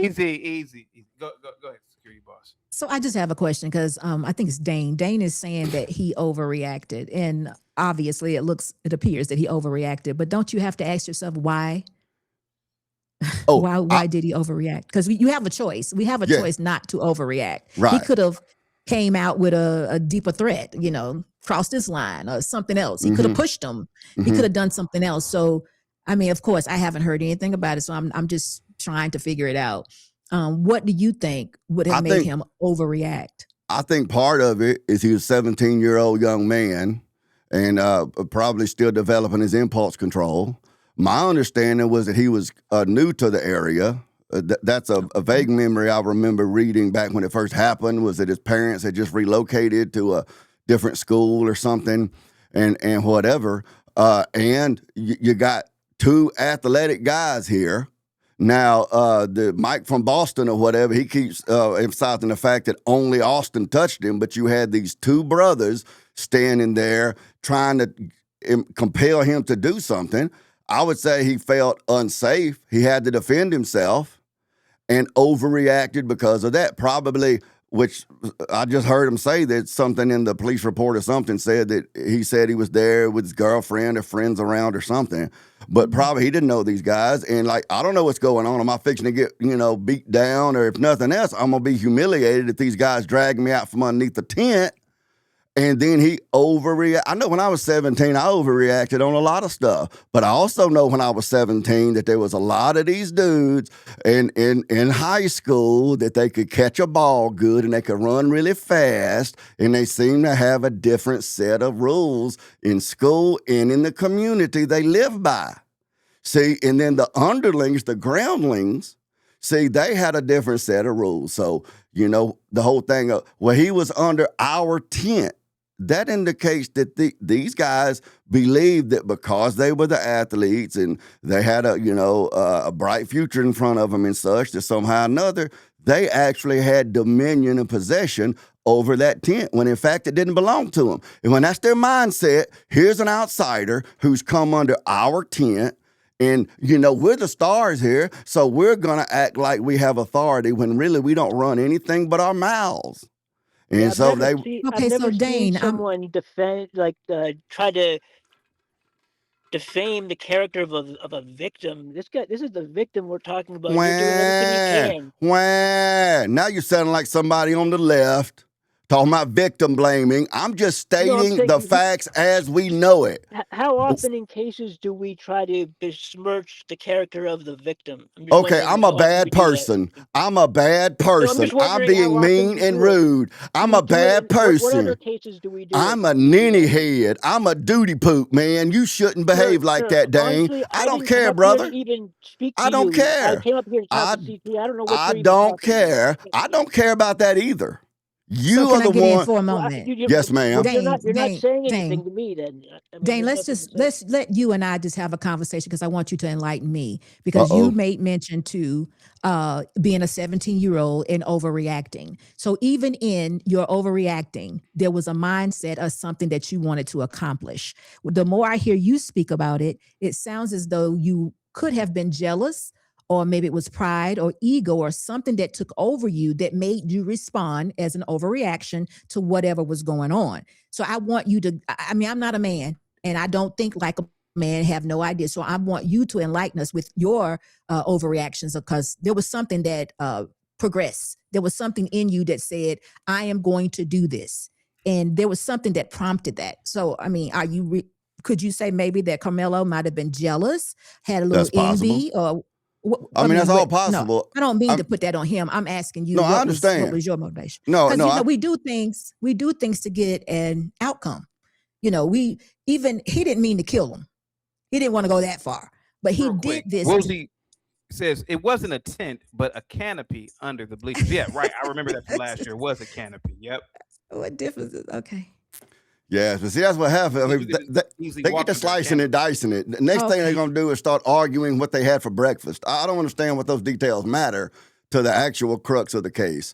Well, little boys are born in this world knowing that they have to produce in order to get any kind of social clout or any influence in society. Unlike little girls are born because they're born with their values. So from the time they're little girls, when they show up in the room, it's don't hurt the little girl, don't make her feel bad. Run slower, boys, so she can feel like she's part of it. It's two different worlds. So you have this guy, he's 17. He's got 1 foot in manhood, 1 foot still in boyhood. He's still learning how to control his impulses, but he understands if I just let these guys just drag me out from underneath the tent or canopy or whatever, that's going to have social ramifications. And if I don't deal with this bully, which is what the kid was doing, if I don't deal with this bully, I'm going to have to deal with all of his friends.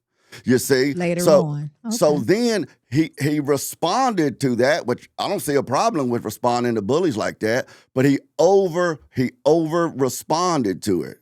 What was it? Jealousy? Possibly. Was it fear? Possibly. Was it envy? Possibly. But all of that is the emotional impulses that adolescents will have, especially when when they're still in the throes of dealing with that testosterone drive for aggression and violence and that sort of stuff. That's why we have laws to where you have to be committing a capital crime like murder in order for a minor to be tried as an adult. Charleston White went to prison, but it was a juvenile prison because he was present with a group that ended up killing somebody. He didn't actually commit the crime, but, done by one, done by all. And one of these guys a minute ago tried to say, well, if you don't send him to prison, he'll kill again. Well, look at Charleston White. He learned his lesson and he came out and he's lived a fairly productive life. You see? But dumb kids do dumb stuff. A friend of mine. Good analogy. A friend, I don't care if you like my analogy or not. If you can defeat it, defeat it. But I had a friend back in the 90s, and her 19-year-old son, good kid, was over in Biloxi, Mississippi at a Mardi Gras parade. After the parade, he was on the beach, and there was a group walked up. There was a confrontation between my friend's son and the one guy in the group. There was some licks passed. Carl punched the other guy one time in the head, and he dropped dead right there on the sand, and Carl went to prison. And his mama basically mortgaged her whole life and eventually was able to get him out early or whatever. Now, why did Carl punch that guy in the head? He was a 19-year-old guy. It was testosterone. There were friends around. Ain't nobody pushing me around. Those types of interactions, are training for that man, theoretically speaking, to grow up and defend his own family. You see? 1 second, Dang. Well, let me just say this. Must be the money, got to be, 'cause I got what's wanting to be my friend. Must be the money, people I never knew, people I never thought I'd connect with. Oh no, I don't know what it is. Talk to me, check it out. Ryan with the $50 super chat. He says, welcome back, CT. Extend the show. Guys, get the likes up, guys. Share the video. Free Carmelo Anthony. I think he's already free right now, if I'm not mistaken, on bond. Hopefully he will be at Morehouse in the fall.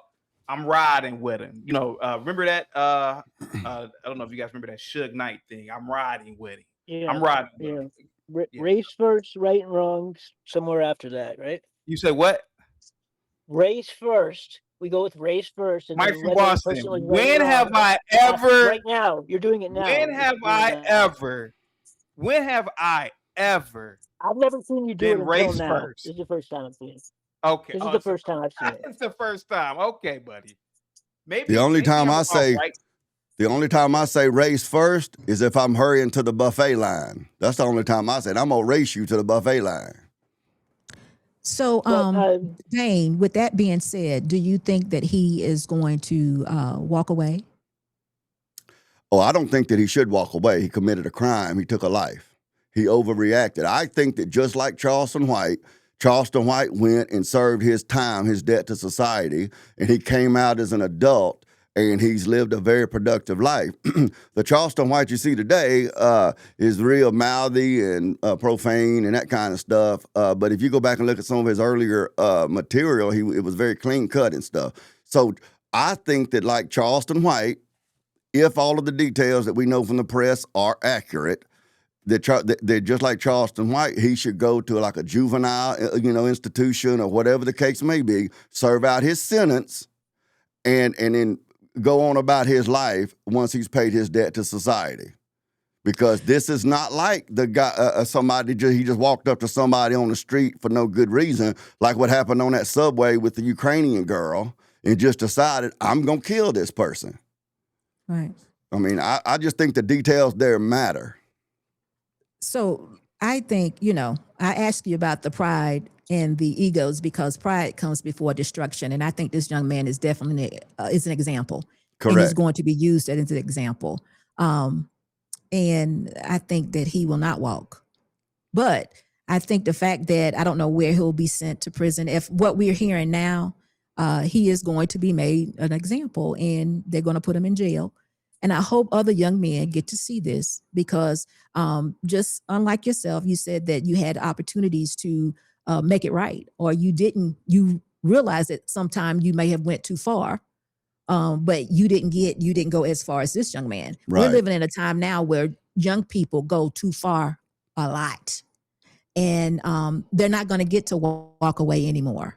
So I hope that many young people, black and white, see this young man as an example and note that I can't just pull out a knife. I can't use a knife for someone disrespecting me. In order for me to defend myself, I need to be defending myself. That other young man, I can't think of the young man who he murdered, unalived. I don't think he had a weapon. And if you're scared, say you're scared. Sometimes it's okay to run away. But right, I definitely think that he may go to prison. I hate that for him because he shouldn't be going to prison. But what happened. And I actually think he's going to have to pay for it. And we definitely need to remember and recall God's words about pride and ego, and how it comes before destruction. And that's where this young man is now, as he's in destruction. And this is in Proverbs. So just take that to note, and that's just it. And I don't think it has much to do. It may have something, maybe himself felt, Carmelo himself might have felt it was a black and white thing. But either way, the devil has sifted him and he's going to use him. And Well, that's the way the culture is set up right now, everything becomes a black and white thing. It's like a black man and a white man cannot have conflict just based on being two men. It seems like everywhere you look, it's made into a black-white thing. Yeah, we're getting holy now. We should stay holy. I bet you $1 million if Carmelo could have remembered the scripture about Proverbs, he wouldn't have pulled the knife and we wouldn't be in this situation. So remember that things are all spiritual and we should try to be holy because life is important. Everybody's life. It's important. So, and I was just commenting on a comment that was in the comment section. Oh, I see.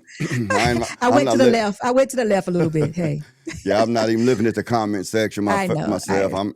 I'm in OBS, but yeah, that's the thing to me. These two guys down here, Mike and Mayo Monkey or whatever. I mean, they're going to like this extreme to that extreme, and they act like when somebody, especially someone who's as pink as I am, doesn't toe that line that, oh, you're just trying to defend the black kid and like I'm some white liberal or something that's saying black people can do no wrong. I'm looking at the details of the case as best I know it, and I'm trying to draw a conclusion. Sir, don't say that, sir. I never once said that. I'll say whatever I want to say. I said as if. I said as if. I didn't say you were. I said as if they think. So I'll say what I want to say, okay? Okay, well, just it's not true, but... Okay, that's cool. Then you have the opportunity to clarify. Okay? I did. Okay, that's fine, man. Good for you. Give you a cookie. But I mean... Thank you. But I'm gonna say and do what I want to say and do. You see? Sure. I mean, hopefully all the facts in the case, come out, and maybe I'm wrong. And if that's the case, then good for him. He has another chance to go on with his life and become a very productive young man or father, husband, or what have you. But I hope so.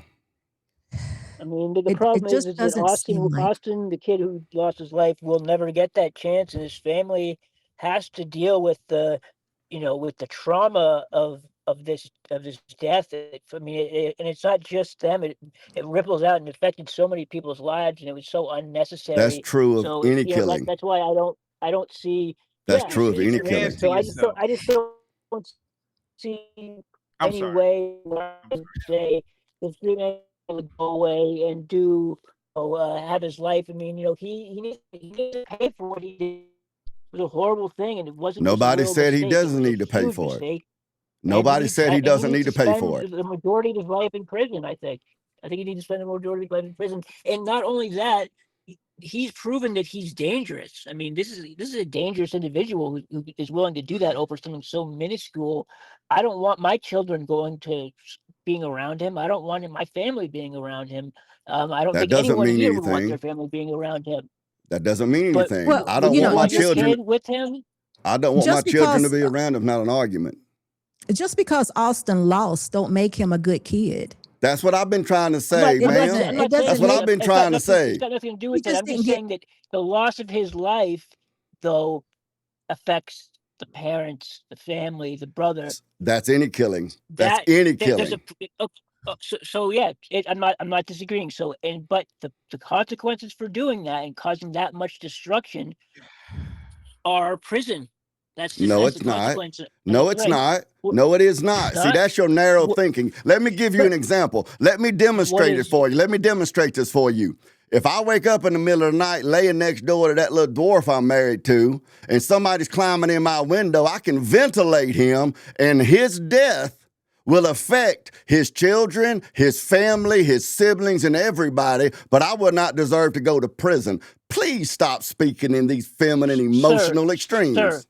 Sir, what you just described was a self-defense situation. No, what We're I'm not doing is talking about that responding here. to your dumb argument that, oh, it affects these other families and all these other people and creates so much destruction, and so they deserve to go to prison. No, they don't. Just because they killed someone does not mean they Sir, go to prison. I'm responding to your words, man. The difference is someone who does it out of malice versus You didn't someone say who does it that. out of You protecting didn't say himself. that. You did not say that. I cannot respond to what you meant to say. Dude, I can only respond to what you really annoying actually to even said. have on this panel. I'm You're just annoying. responding to what you actually said.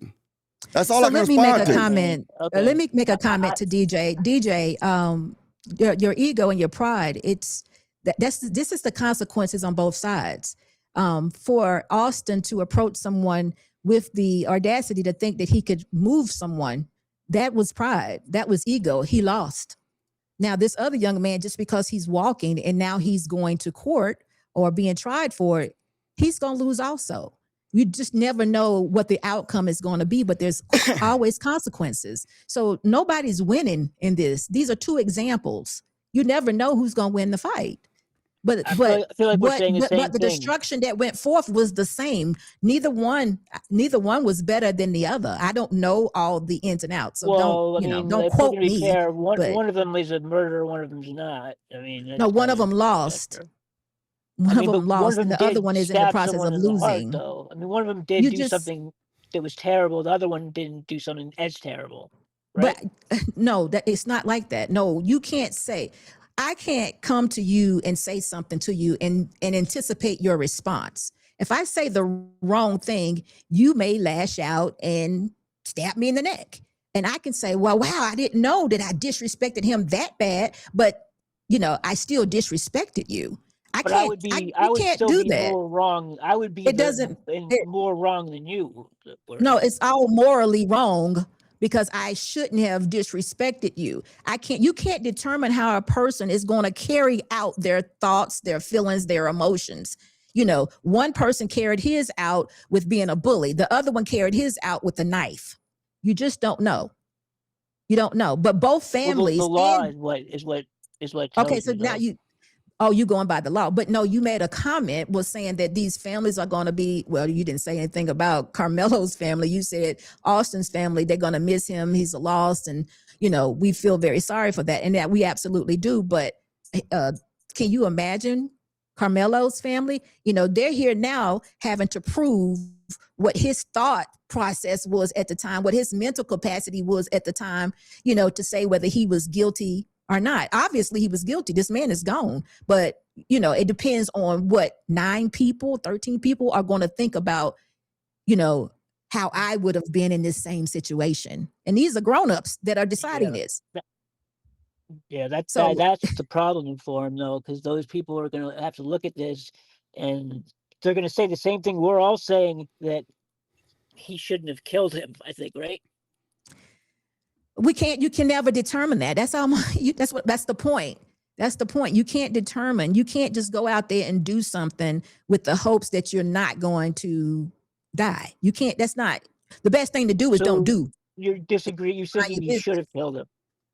No, he probably didn't want to kill him. I'm almost sure he didn't want to kill him, but you never know. I don't think I don't know what he did exactly, but whatever knife he used, I don't think he intended for this young man not to be able to walk away. But guess what? He may be all those things that you're saying. He may have hate in his heart. He may have a lot of malice. He may be all of that. I don't know. Okay. So we're in agreement that he shouldn't have done. We're in agreement that he shouldn't have done what he did, right? He shouldn't have what? Stabbed him? He shouldn't have stabbed him in the heart. Oh, he stabbed him in the heart. I can say not. No, he shouldn't have. But again, we can also say Austin shouldn't have approached him. They can't say. Sure, you can say that. And then guess what? We can sit here and say this victim, the man who's not alive anymore, was the procuring cause of his death. No, we can't. I'm sorry, we can't do that. So if he wouldn't have approached him, would we be here? Would we be having this conversation? Carmelo didn't bring a knife to it. No. That happened. No, that's after the fact. No, we have to walk it out in sequence. You approached me first. If you wouldn't have approached me, it's almost like a man and a woman getting together having a baby. It's almost the same. If he didn't deposit his sperm, the baby wouldn't be there. by that logic, though, you're kind of saying that Carmelo has no responsibility. That if you Nobody get said too that. close to him, he'll Nobody kill said you. that. I That's a mean, straw man. No, but even really, if he hadn't brought the knife to the track meet, then no one would be dead. I mean, that's If he did the if first the thing. Metcalf brothers had tended to their own business as nothing more than students, then Carmelo Anthony would have taken that knife home with him, and we wouldn't have this problem. Bringing the knife to the track meet is not what killed Austin Metcalf. right. See, that's Yeah, like saying that if it I did. don't have a It did. gun, that nobody will die because the gun caused whatever. No, people caused the You problem. sound ridiculous. I don't care, man. I don't care what your opinion of me is. If you can contend with my argument, then do For that. some reason, you have you identify with this kid for some reason. I don't know if you were picked on or something Yeah, like go football ahead. players. I'm a But bad you have some person. reason. I'm a You have bad some reason person. that you're I'm identifying with the uneducated. killer. I'm ignorant. I have a very small penis. Let's go ahead and All cover I all of them. The all I fact of the said matter was, hey, is, those are your words, man. the Those are your fact. words. Sorry, ma'am. I didn't mean to disrespect you like that, but I'm just making the point that that's all the argument You this didn't guy's disrespect got me. is You that didn't I'm a disrespect me. dummy. You're just a dummy. Contend with my argument, man, or go clutch Because your what you're pearls. But what you said was kind of stupid, though, man. You gotta admit, man, it's kind of stupid. No, I think he's agreeing that the young man shouldn't have stabbed him, and we should have two young men I mean, I think going you on know with what, their I think lives. But the something argument. happened, I think the and I don't argument think we of understand. who did what first. I think is kind of pointless because like it really doesn't change anything. Like there's no point in arguing in who did what first. I could say he sat down There under is a their point tent in that. first, and There then is a point. we could go Well, back and forth, and there's really no point to it. There is a point well, to no, it. You there's think there's going to not be a a What is point the to it point? because it What is the disproves point? your position. The point is No, it doesn't. It doesn't who disprove my position. initiated the hostilities and aggression. That's I would say that important Carmelo did. I would say that Carmelo initiated it. Oh, by sitting well, under a tent.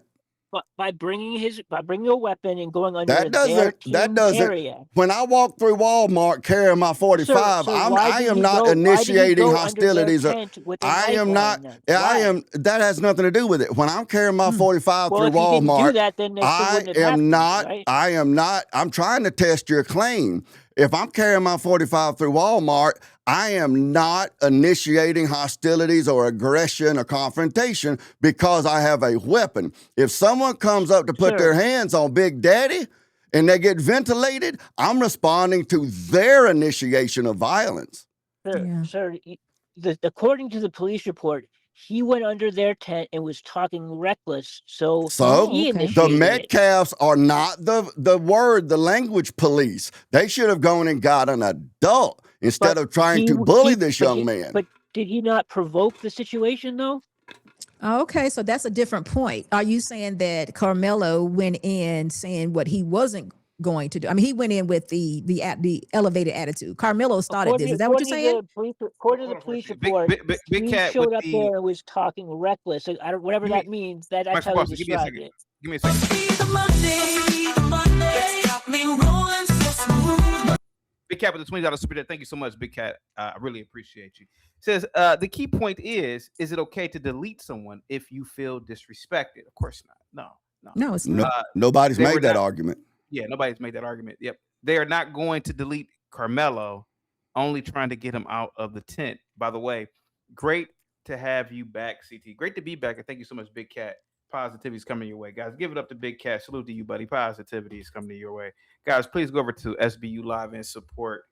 Real quick, before we get this guy in below me. Hey, Mike from Boston, what if I told you the state of Texas allows for teenagers to have weapons? I'm sorry, knives under 5.5 inches. Under 5. What if I were to tell you that? Yeah, I've been arguing that point for a year now, sir. Okay. All right. Now, whether the schools can do an outright ban. It's school though. It's on school. Well, it really, honestly, that honestly. No, wait a minute. You said you don't know who owned it. You said you don't know who owned the property. I don't know who owned what. I said on school property, you cannot bring a weapon. So now you know who owns it. Hold on, let me finish. But again, and I want to call. I think I called last year. I didn't get an answer. Was that stadium technically school property at the time? Okay. It was. Okay. All right. I'm taking your word for it. I'm taking your word for it. How about this? Can we let this guy come call in? David Martez, go ahead. David Murtis. Martez, go ahead. I'm sorry. I don't speak French. I'm sorry. Go ahead, buddy. I don't want to argue. I just want to remain calm, like have a calm argument, because I completely disagree with you three. Listen, if Carmelo, I personally believe Carmelo is going to be found guilty of first-degree murder, but if he's going to, but if that's not going to go the way, he's probably going to get manslaughter. Personally, I think that's probably the way they're going to go. It's probably going to be manslaughter, but I just want to get this in the way. So when you're I read David, the police report. can you just hold your thought real quick? I gotta get these super yeah. chats. I'm a little behind. Just hold that thought. Big Dog Sports with the $5 super chat. So you guys are not being realistic in real life. If a person enters your personal space with aggression, the response will likely be aggressive. Yes, that is definitely true, and I agree with you, Big Dog Sports. American Millennial says for the $5 super chat, flip the races, and all these blacks will be hollering murder in the maximum sentence. This is racial idolatry at its finest. Thank you so much, American Millennial. Thank you so much, Big Dog Sports. Salute to you guys. And I disagree with you. American. David, go ahead, buddy. Go ahead. Go ahead, buddy. Also to let you guys know, I have tick problems. So if I blink my eyes a zillion times, just to know that's just tick problems. So I'm just letting you know. Sir, all the stuff that goes on in this channel, man, anyways, you're totally fine over here. Yeah, We've seen worse. Yeah, we've seen worse than that. I just mentioned. Yeah. Okay. Yeah. David, I just said on panel that I have a small penis. I don't think your blinking is going to be offensive. I got it, man. Yeah, okay. All right. Okay. So, like I said, I want to have a respectful argument. Like I disagree with you, but that's okay. We're entitled with our opinions, and I'm fine with that. You think he's innocent, okay? But I think he's guilty because no, I didn't. No, nobody said he's innocent. Nobody said he's innocent. Who you disagreeing with, and what are you disagreeing with? Because it seemed like I think it was CT. He believes that Carmelo should walk free. I completely disagree. Okay. People are saying death penalty. I'm personally against the death penalty, but that's not the point. But he brought a knife to a track meet, which is pretty much already illegal. But like you said, doesn't really matter because you're saying Austin Metcalf aggressively went towards him. And listen, I agree. Austin Metcalf shouldn't have touched him. I agree. He should have went an adult. I agree. But the point I'm trying to make is that just because he touches Carmelo or even shoves him, that doesn't excuse Carmelo like pulling out a knife and just stabbing him in the chest. But I don't know. I don't really know. That's just my opinion. But David, I think we agree. If I could interrupt, David. Yeah. I'm dying to hear the part of my argument you disagree with, because everything you said thus far is exactly what we've been arguing. Where do we disagree, man?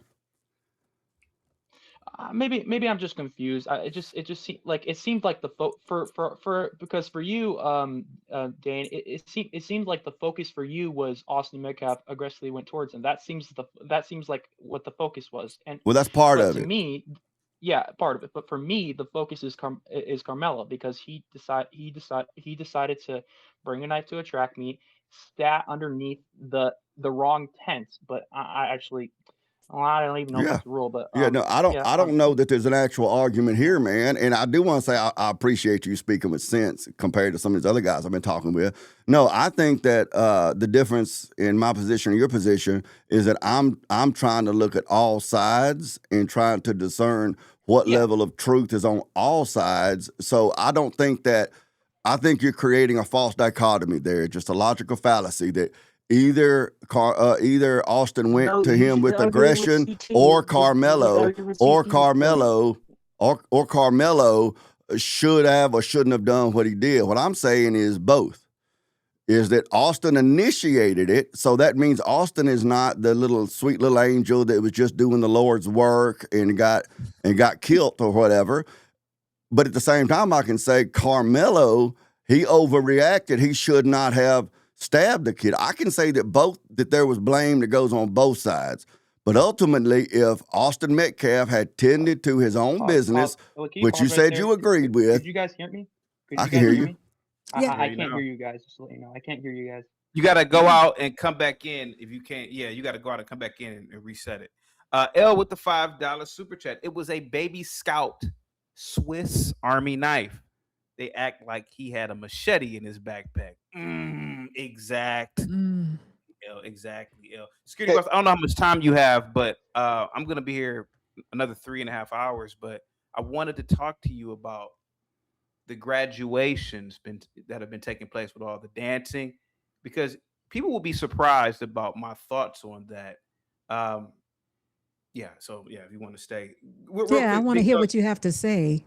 Yeah, Big Dog, salute to you real quick. Let's get Afro Nerd in. He was waiting. Sure, he was before me anyway, so I'll wait. Yeah. What's up, folks?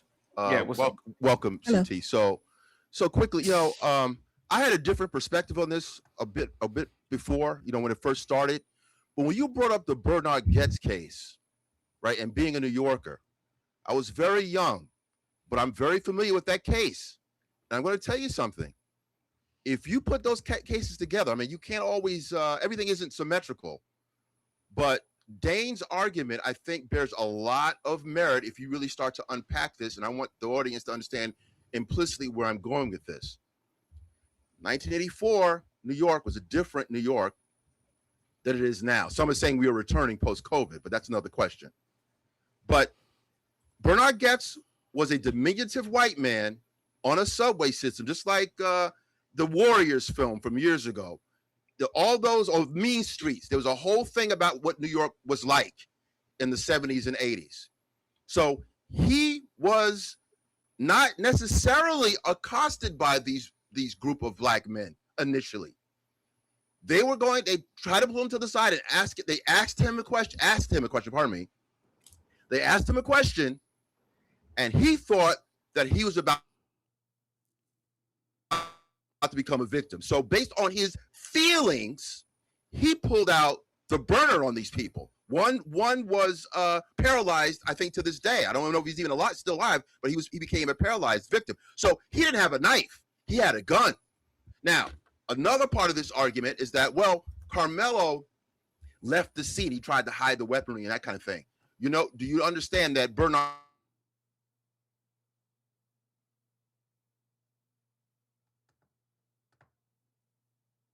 for a few weeks? So he left it. He blasted 4 or 5 young black males because he felt that he was under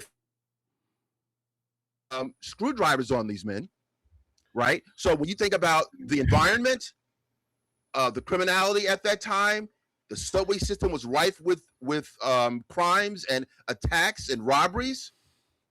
He, on a feeling, felt threatened and shot a number of people. And when the smoke cleared, even when he was on the run, he was acquitted. I think he had a gun charge. He was maybe a year in jail because of the gun.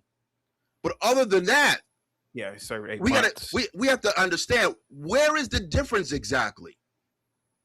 Everyone has a different metric for threat. So I mean, if this is a young black male in an environment with athletes, and depending on how this other young man approached him, he must have felt. You can make an argument. He must have really felt threatened. He didn't think he had the gift of gab to get out of that situation. Now, I don't agree. I would have reacted that way, but maybe my threat level is different than his threat level. What makes this case so distinct from the Bernard Getz case with a gun and a feeling?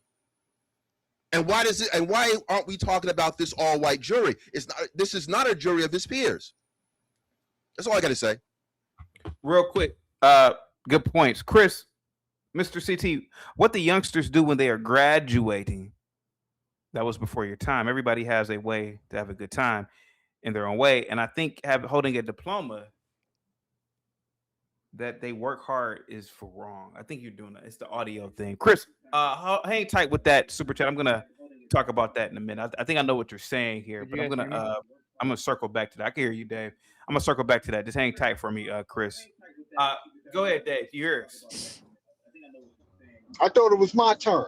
Oh yeah, BD. Yeah, go ahead, big dog. Go ahead. Sorry. Yeah, go ahead.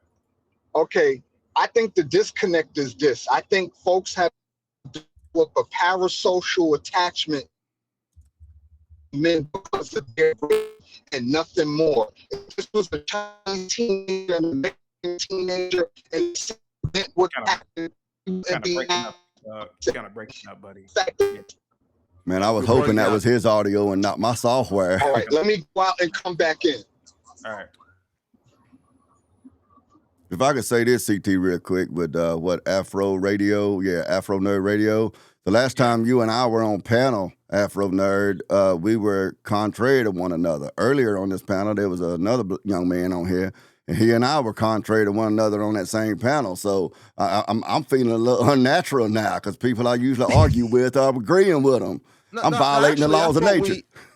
Actually, Dane, I think before we were in alignment. I never really had too much of a problem with it. Yeah, man, because you make your arguments out pretty clear. So I don't have a problem with you. I just have a problem when we go against, we're contrary to data. Yeah. When we start pulling out facts and then all of a sudden the facts have to be different. The facts are the facts, but I think there's something here. I don't approve of what this young man did, by the way. Right. But he's 17. He doesn't have the thought processes that someone older, but there's a lot of people screwing up nowadays. And whatever their pigment is, the facts are what the facts are. Correct. I just want someone to answer. I'm sorry to interrupt you. That's I just want somebody to answer. They got to make the distinction. What exactly is the distinction between Bernard Goetz and Carmelo Anthony? To me, they seem very analogous. That's all I have to say. I don't think that the incident was race related can you myself. Hear me now? I think the response in the public is race related myself. I get you now, big dog. Go ahead, buddy. You can hear me now. Okay, I was saying, I think folks have developed a parasocial attachment to both of these teenagers because of their race. If this was a Chinese teenager and a Mexican teenager and the same events would have unfolded in the exact same way, we wouldn't even be having this conversation. It's the fact that this is a black teenager and a white teenager is why we having this conversation, nothing more. This wasn't about race, people. This was just two teens who were based on adrenaline, and they just got into it, and one overreacted, and he got to go down for his crime. He committed a crime at the end of the day. And we're only arguing back and forth because it's a black and white person. Again, if this was a Chinese person and a Mexican person, we wouldn't be having this conversation. We wouldn't even care. But because folks are parasocially attached to these people because of their race, this is why we're having this argument right now. And I'll land there. I agree. I don't, something, I'm not so sure about that. I'm not so sure, but I'll tell you why, because you have a case in the UK right now that's really a big one with the Henry Nowak killing by a Sikh, right? And they're connecting that to George Floyd, where it was a white male that was stabbed. He said he couldn't breathe. That was his last words. And the police didn't believe that he had been stabbed. And they believed the word of the young Sikh man. And I'm just finding out, I was unaware of this, that Sikhs are allowed to carry knives because of their religion. Oh, are you talking about the situation outside the Starbucks? No, this is you say Canada, right? He's talking about Great Britain. United this Kingdom. is in England. I think United Kingdom, is it? Yeah, it's the UK. Okay. Yeah, it's the UK he talking about. So what you are starting to see is that when there are other races, your race becomes a proxy for the other race. So now the brown man becomes the black man, because when I'm seeing these arguments, even on, I think Piers Morgan had a show on this, and it was constantly going back to the black and white.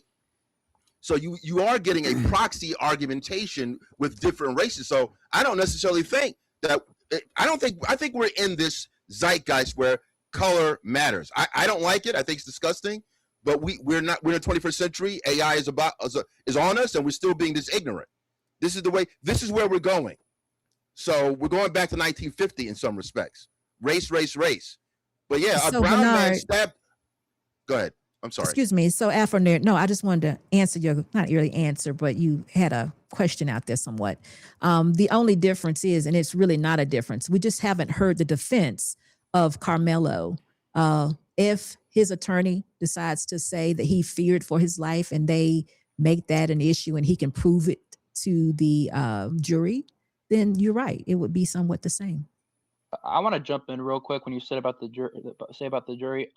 Yeah, I've been seeing a bunch of outrage lately from the black community saying that they don't think it's going to be a fair trial because it's all white jurors. That's what I'm hearing from the black community. So I think they actually have a point. Maybe they might not be a fair trial, but maybe it will be a fair trial. Maybe I could be wrong. That's where. I just wanted to point that out there.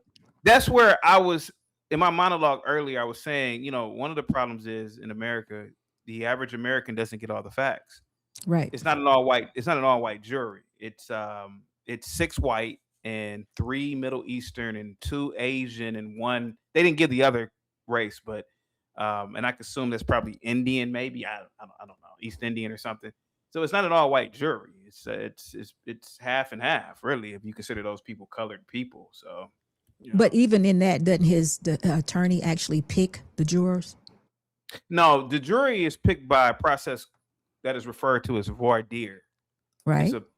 Voir dire. But but you're saying that the attorneys they have input. They get a certain number of rejects. Yeah. They can object to a certain number of times to a certain number of people. Yeah. So, SB, to change the topic, and I'm starting to notice this too.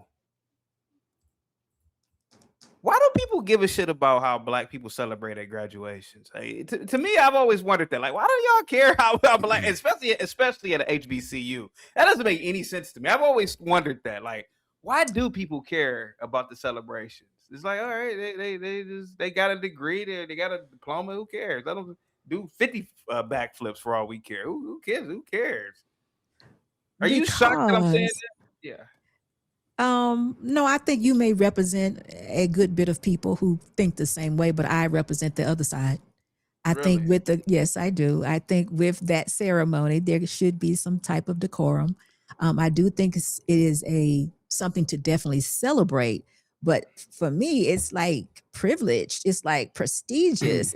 It's not, it's embarrassing for you to shake your moneymaker. Shake your moneymaker on the stage with your legs all split and cut flips, and your mama and daddy up there, and your estranged father and your mom up in the stands fighting and rolling down the steps. Did she say estranged father? Did she say estranged father? Come on now. That's racist. Hey, y'all understand what I'm saying? Hey, look. It's embarrassing to me. Sometimes behaviors that I see are embarrassing to me. Now, I do understand that, it's almost like they're like saying, I never thought I could do it. And I would think at that point in time, it would be like, I did it more so, a little more classy moment. But it's like you're saying, there are so many different type of people. So I don't understand it, but I get that it goes on and I understand it happens. But if the faculty, have said, we're going to do this and this way, and this is how we're going to perform, and this is how it's going to be. I expect everyone there that is receiving a diploma to go along with that plan.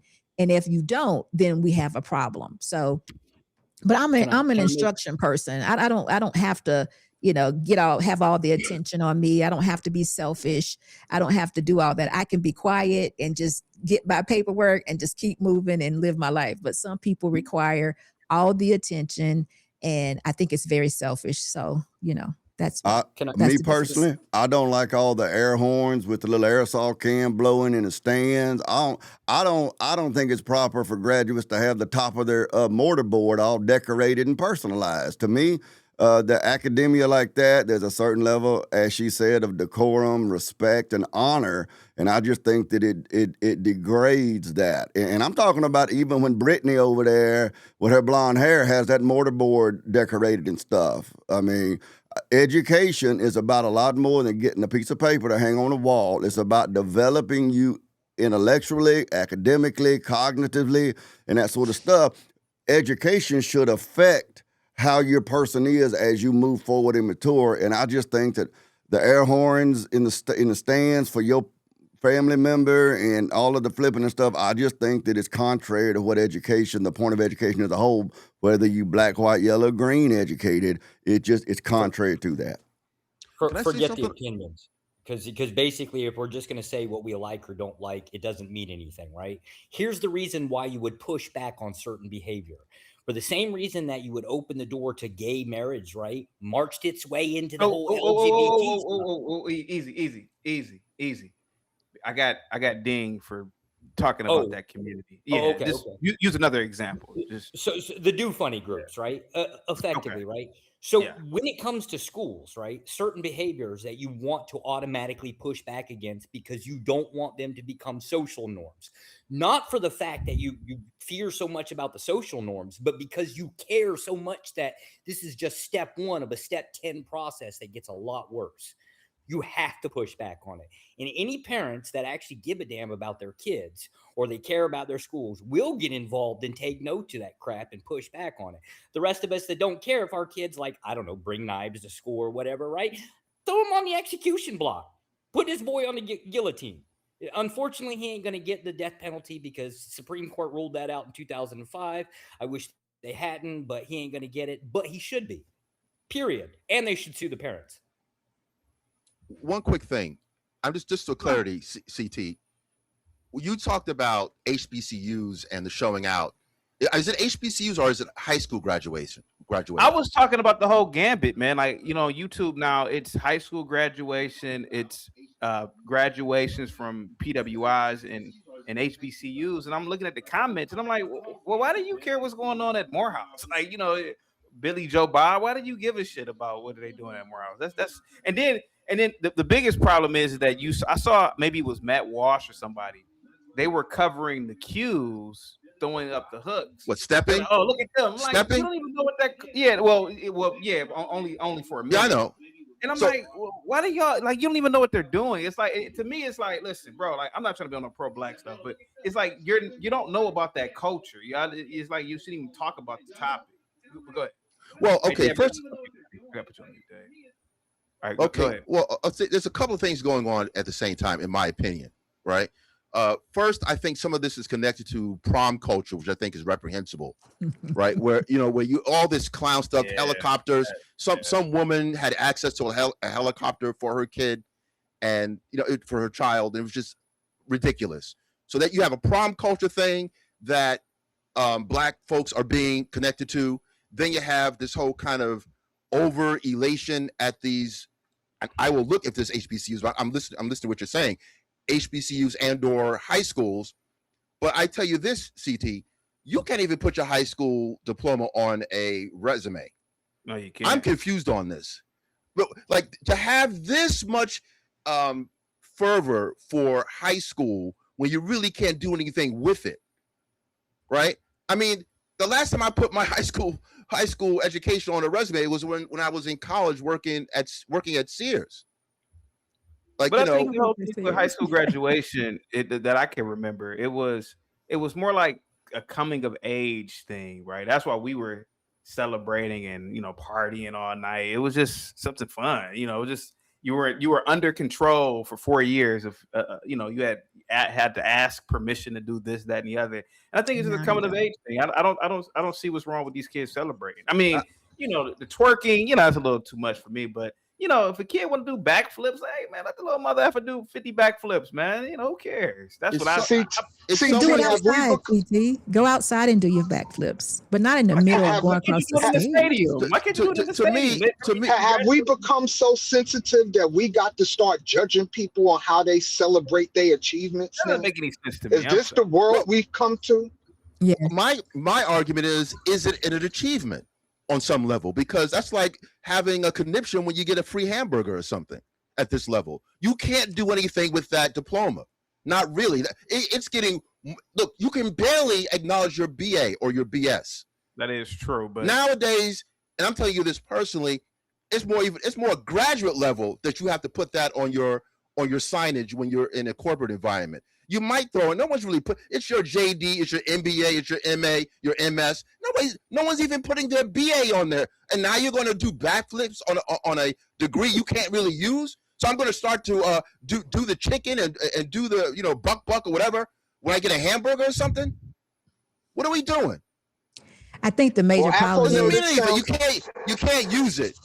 Yeah, I think the problem is you don't mind. We would say okay to some celebration, but you just can't control it. You like it's you would say okay, it's okay to do the backflip, but then guess what? The next person is gonna do a backflip, a cartwheel. They're gonna twerk. They're gonna do a whole lot. They're gonna have a whole rage party on stage. So you can't control it. So you say no because everybody is not going to do it. It's not a group effort. That would be CT. It would be different if the whole graduating party put together some type of dance that they would do in celebration. And at the end of the graduation, everybody's name is called. They got the diplomas. Then they would entertain the people in the audience. That would be so acceptable. Everybody would love it. And they would be like, yeah, go ahead, whatever. But it's not like that. It's just a bunch of individual stuff, people throwing things. There's no discipline to it at all. And it just all of which higher education is supposed to do. It kind of reminds me of this. It's like somebody scoring a goal in soccer and doing a backflip after they celebrate. Y'all gonna get mad at that because he did a backflip? Or somebody catching a touchdown pass in the NFL, he spikes the football. Now that's the thing? Oh, you can't spike the football now? That's what this sounds like to me. This is well, what does the NFL say? The NFL gives out fines all the time for excessive celebration. So that's what. Yeah, and also there's such a thing as reading the room. I think everything isn't symmetrical. You can't talk about what's going on a soccer field or a football field or on a basketball court versus being on a podium on a stage in some kind of. I mean, come on, we got to be real and connect things accurately. My issue is, look, there's certain things. It's still celebrating Afro nerd. At the end of the day, it's celebrating. Since when did we become sensitive to just people celebrating and to everything? There's a season. To everything, there's a season. There's a difference between celebrating at a wedding, right, or a bar mitzvah versus celebrating at a football game versus celebrating at a graduation. I think there's some decorum. Look, there's certain things I'm very sensitive about when it comes to Black culture, like what we really know to be authentic Black culture. When CT talked about, because I went to an HBCU, so I know about this. When you talk about how bands play, when you talk about stepping, when you talk about Black Greek culture, and you're talking to an alpha who's running the show, that's a specific codified thing. We know what we know as Black people and people who are in the know. They know what the alphas represent. They know what the noops, aka the Kappas, represent. Now, if Matt Walsh is critiquing something he doesn't know about, that's like me critiquing Chinese New Year or something. Why do they have paper mache dragons? What does that mean? What is all that about? That's exactly what he's doing.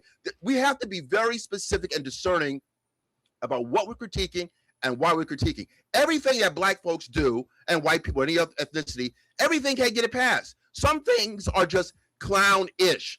And you're getting a degree, not even a degree, you're getting a diploma, for Christ's sake, to work at Burger King. You're doing backflips to work at Home Depot? Come on, now let's get real. But when did twerking and doing a full split in your cap and gown, how can you consider that, celebrating? What is that celebrating? Or Black culture, even. Like I said, there's a difference between No.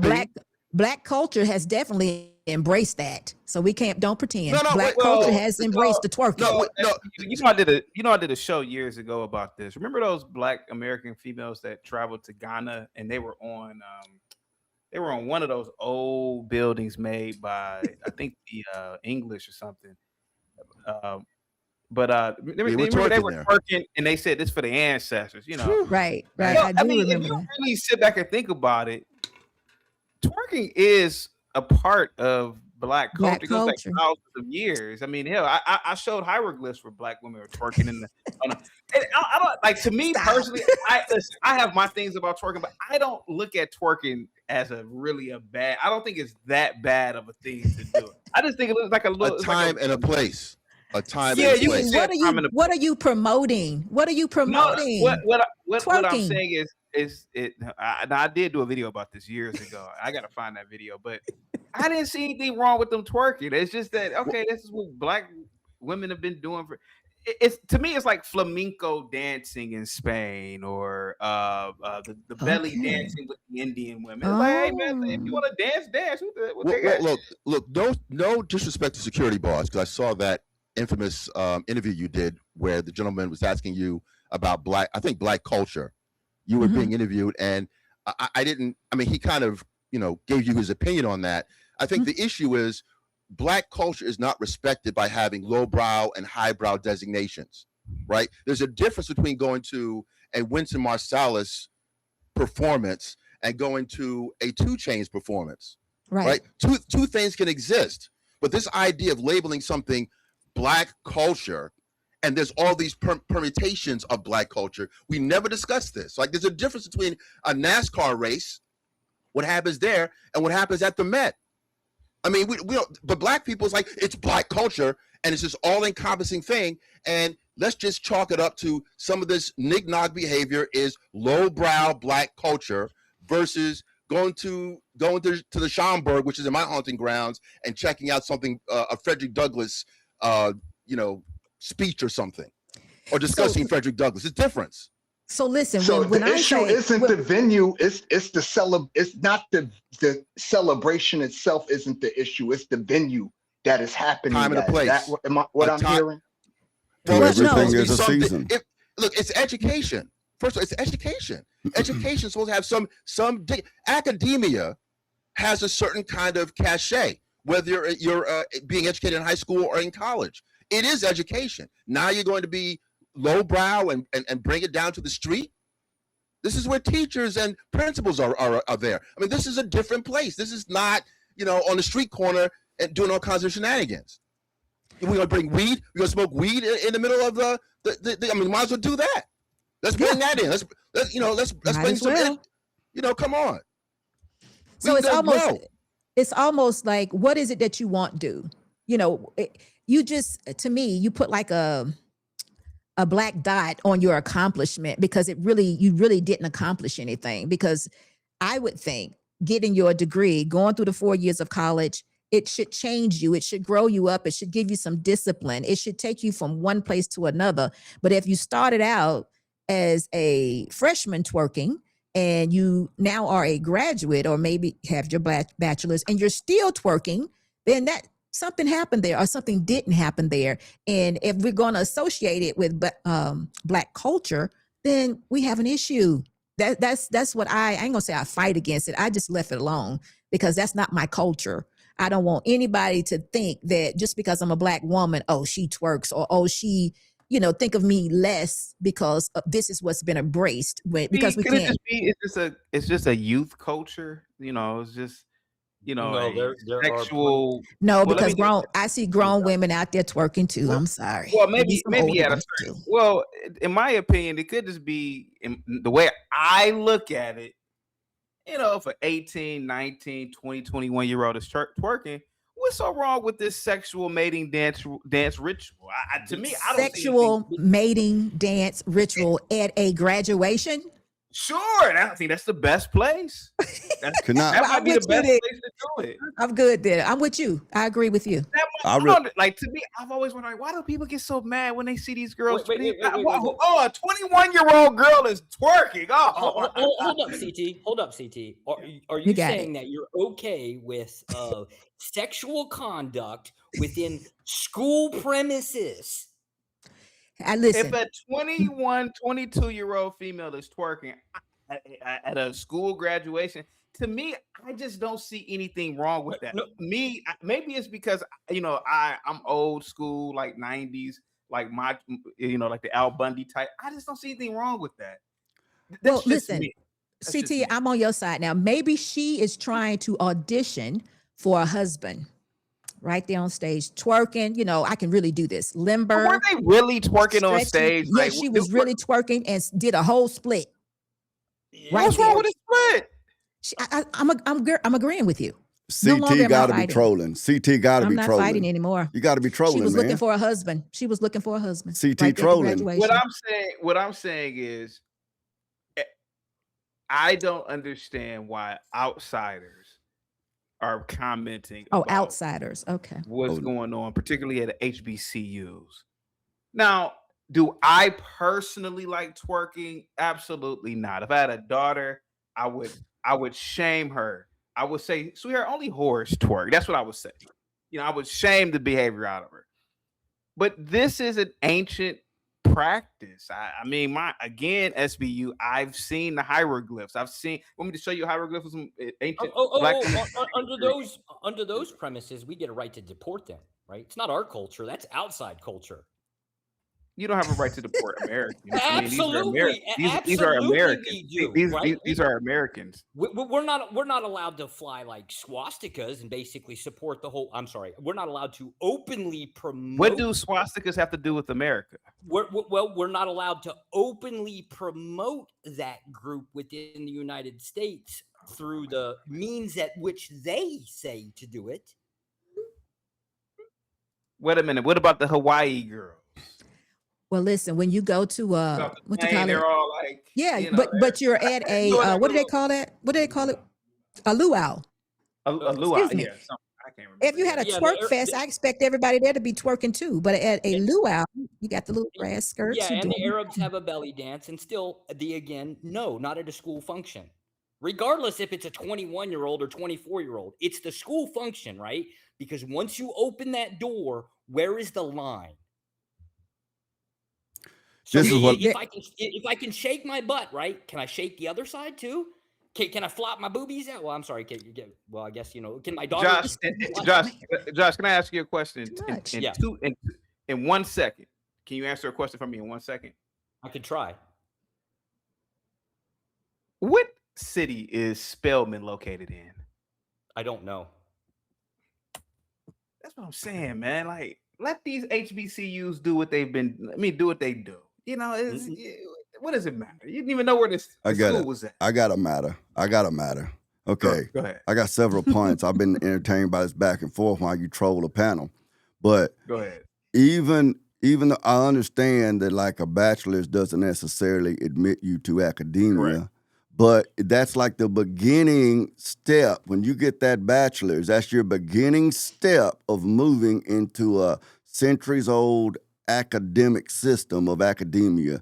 And I know this doesn't always work with everybody. They just don't get it. But you're being admitted and accepted into a very ancient system of academia that in our culture goes all the way back to the Greeks and the Romans.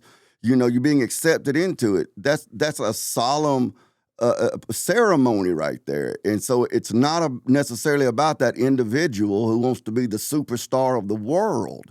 It's about academia and the importance of academia, what academia has done to develop Western civilization, and they're bringing that person in. So that's why it's out of place. Number two, I did a video here last week or so where it was a ballroom dancing class, and there was these two women ballroom dancing. They looked like they were probably in their 40s.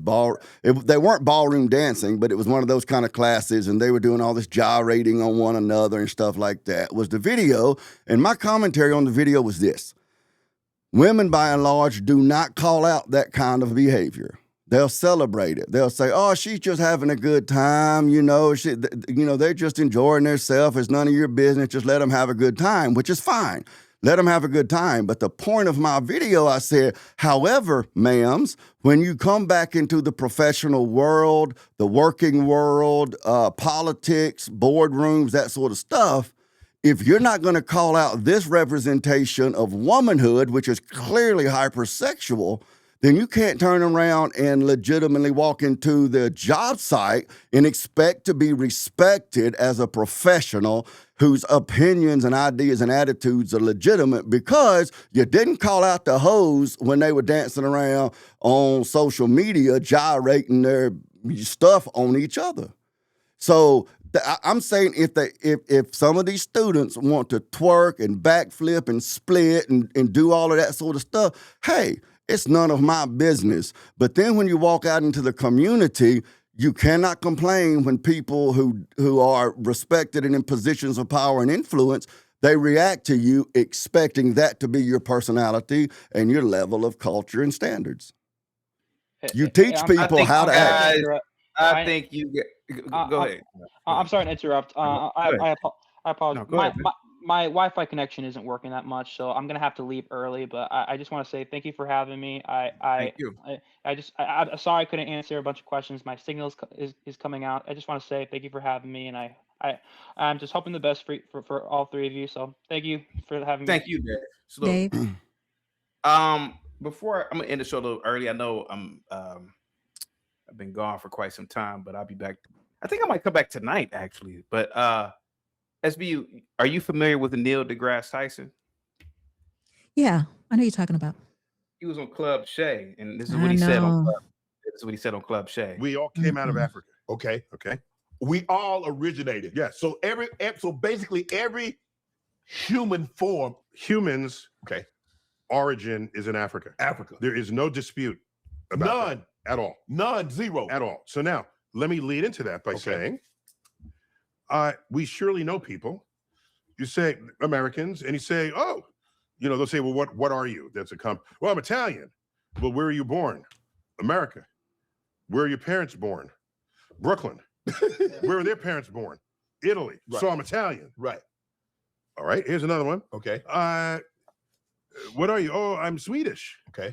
Well, where were you born? I'm born in New York. Where were your parents born? New York. Where are their parents? Because that's the immigrant. Right. Where were their parents born? No, I get it right. So we'll come through. Where are their parents born? Minnesota. Okay. Where are their parents born? Minnesota. Where are their parents born? Sweden. So I'm Swedish. Right. You see what they're doing? Yeah. They're going back their tree, finding the place that fits, that soothes their need to have some kind of an association, even if they've never been to that place. And they stop there. Okay. Okay. What I tell them all is, why don't you keep going? Just keep going. No, I just want to be from Sweden. I'm Swedish. Okay, keep going. And if you keep going, we're all African. Oh.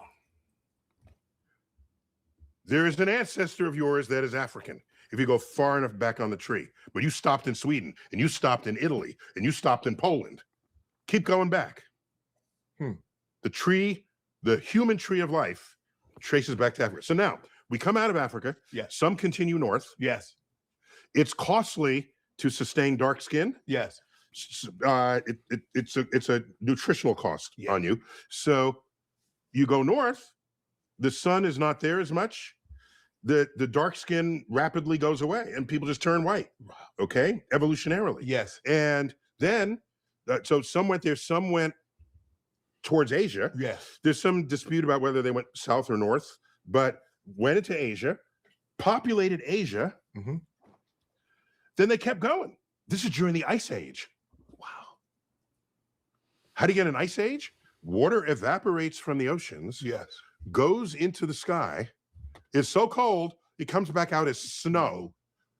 The snowflake lands on the countryside. Yeah. And never goes away. Because the world is below freezing. So the snowflake is just there. Right. Had it been rain, the water would have just worked its way back to the ocean, and you'd have this circulation of water. But during the Ice Age, you drain the ocean of its water, deposit the water on land, it never returns to the ocean. The ocean levels drop, exposing a land bridge between Asia and North America. Okay. That's the famous Bering Strait. Right. And so the migrating human ancestors, it was just land. They just walked across the Bering Strait. Then the Ice Age ended. The waters melt back into the ocean. The ocean levels rise, closes off the Bering Strait, stranding an entire branch of the human species in North and South America. And Europe has no memory of this. Wow. That's why it's called the New World. There it was. And the rest of the world had wars, they interbred, they did whatever. And there it is. So, even though Columbus was a dick, okay? Okay. The most important thing he did was reconnect two branches of the human species that had been separated for 10,000 years. Wow. Okay? Had that never reconnected, that's the precise setup for biological evolution to have a branch separate away from the branch that got it there. That's why Australia's animals are so weird. Yes. Because Australia separated from the mainland long ago. Yes. On an evolutionary time scale. Yes. So they got kangaroos and their snakes are so deadly. They got the most. They got venom. Yeah. Up the inland taipan, the coastal taipan, and the common brown. Okay, they got stuff the rest of the world never seen or heard of. And keep it over there because it got isolated. Yeah. So you will evolve if you're subject to your own environmental forcing. Okay. And you're not interbreeding with the rest of the world. Okay. Help me understand this. But right Neil now, deGrasse Tyson bores everybody's me, interbreeding with bores me everybody. terribly. Airplanes enable this. He's a perfect example. everybody, that being highly educated does not prevent you from being Wright stupid, brothers. and it doesn't add up to wisdom. Help me understand this. Wait, the Wright brothers. Wait, don't blame them because they. Yes. Do you realize? Yes. The Boeing 707 jet, the first ever commercial jet. It came from the military. Yes. First ever commercial jet came out in 1958. Its wingspan is the distance that the Wright brothers first flew. We went from the Wright brothers flight to a Boeing 707 plane in 55 years. With a wingspan is the distance they flew. Damn. That wasn't very far. It wasn't very far, but we made great advances. And people who were in denial that we have smart humans among us, they just say aliens helped. We reverse engineered the aliens. That's Coach Shannon. That was Neil deGrasse Tyson, security boss on. I know who you're Club talking about. J Show. Yeah. What do you think about what he said about Africa? I think you should stick to the scriptures and figure out where all this stuff started and came from. I believe God created all of this, heaven and earth. Y'all know the story. So, but there is some. I think he was more on the science side. But with that being said, I have heard before that the farther you live away from the sun, the pigment in your skin, so that does have some truth to it. But do I agree that God created us all? I absolutely do. And I think that's probably the basis of what he's saying. All of us being in Africa, that's not the way the story was actually told, because if you all remember, there was Noah on the ark and, Sodom and Gomorrah that was destroyed. So a lot of things happened. So just out of curiosity, help me a little bit. Do you think that any biblical aspect of it goes against most of, let's just say, like the concept of Pangea, right? Like if it was just a one super continent, right, that slowly broke off, and do you oppose those concepts just based on is that a direct conflict with what you would consider to be biblical? No, because when God created, the heavens and the earth, and then he put man here, when you start, you put man here in his image, and then they started being fruitful and multiplying. They went out amongst the earth and they claimed certain land. So certain things were going to happen. So the more that time evolved, things were going to take place, just like the young man said. You're going to have.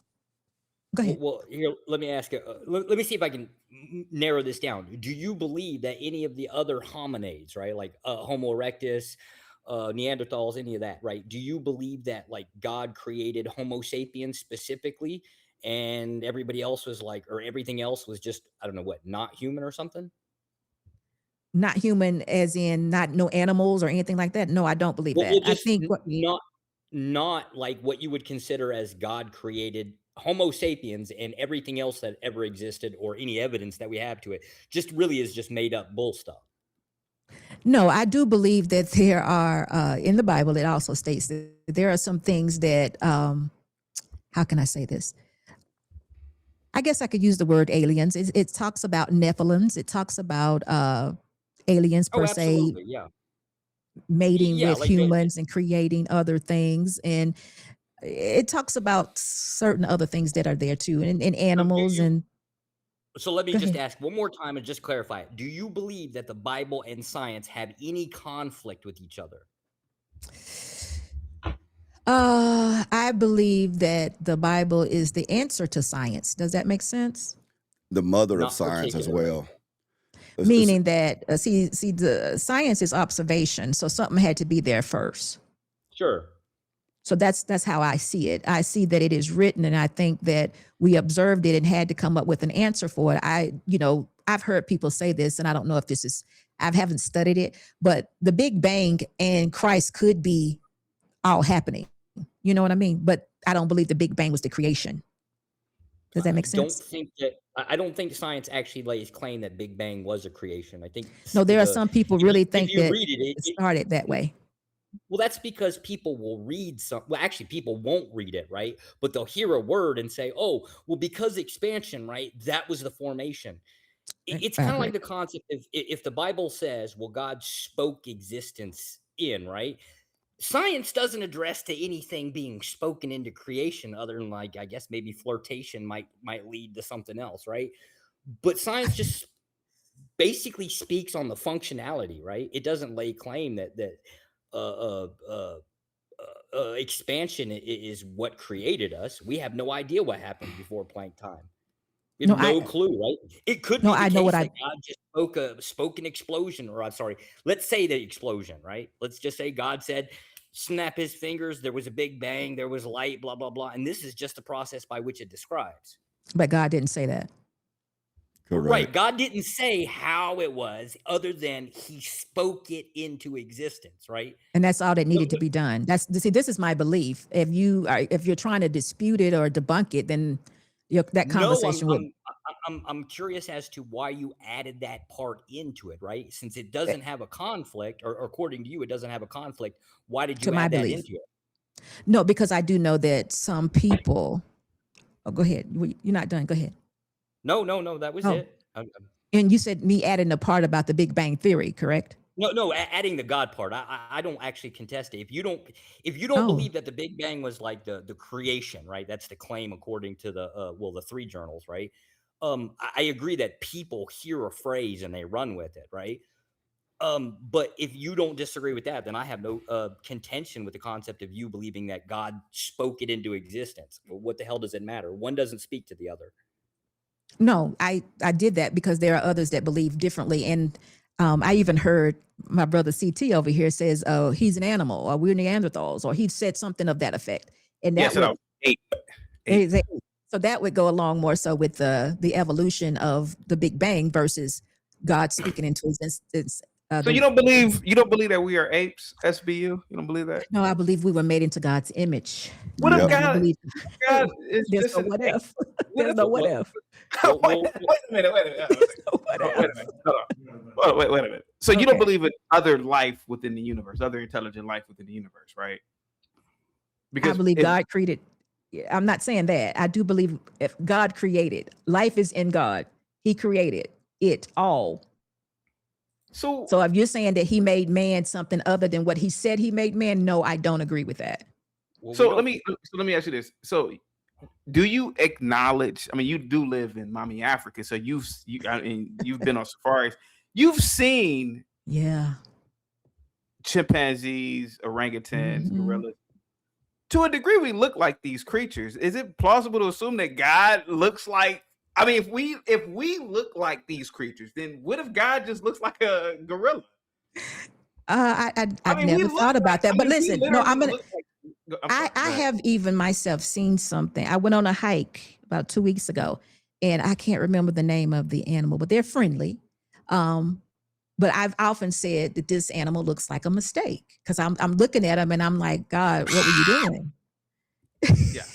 I'm like, what were you doing? So I understand what you're saying, and I do, but I don't know. I don't have the answer to all things that God did, but I do know He's the creator of it all. You definitely don't believe that we are apes. No, I don't believe Okay, that's that all we I are want. Okay, apes. okay, that's fine. All right, that's fine. I mean, I certainly believe it, but okay. Yeah. But Evolution listen, doesn't believe. I'm gonna tell you something else Evolution though. doesn't believe we're apes either. So just to be fair, What'd you say? apes would have been according to existing theory, right? We weren't apes. Apes are effectively like basically a distant cousin. If you're going down the evolutionary chain, So what is a human they being? claim. You mean to tell me We we have are no not? idea.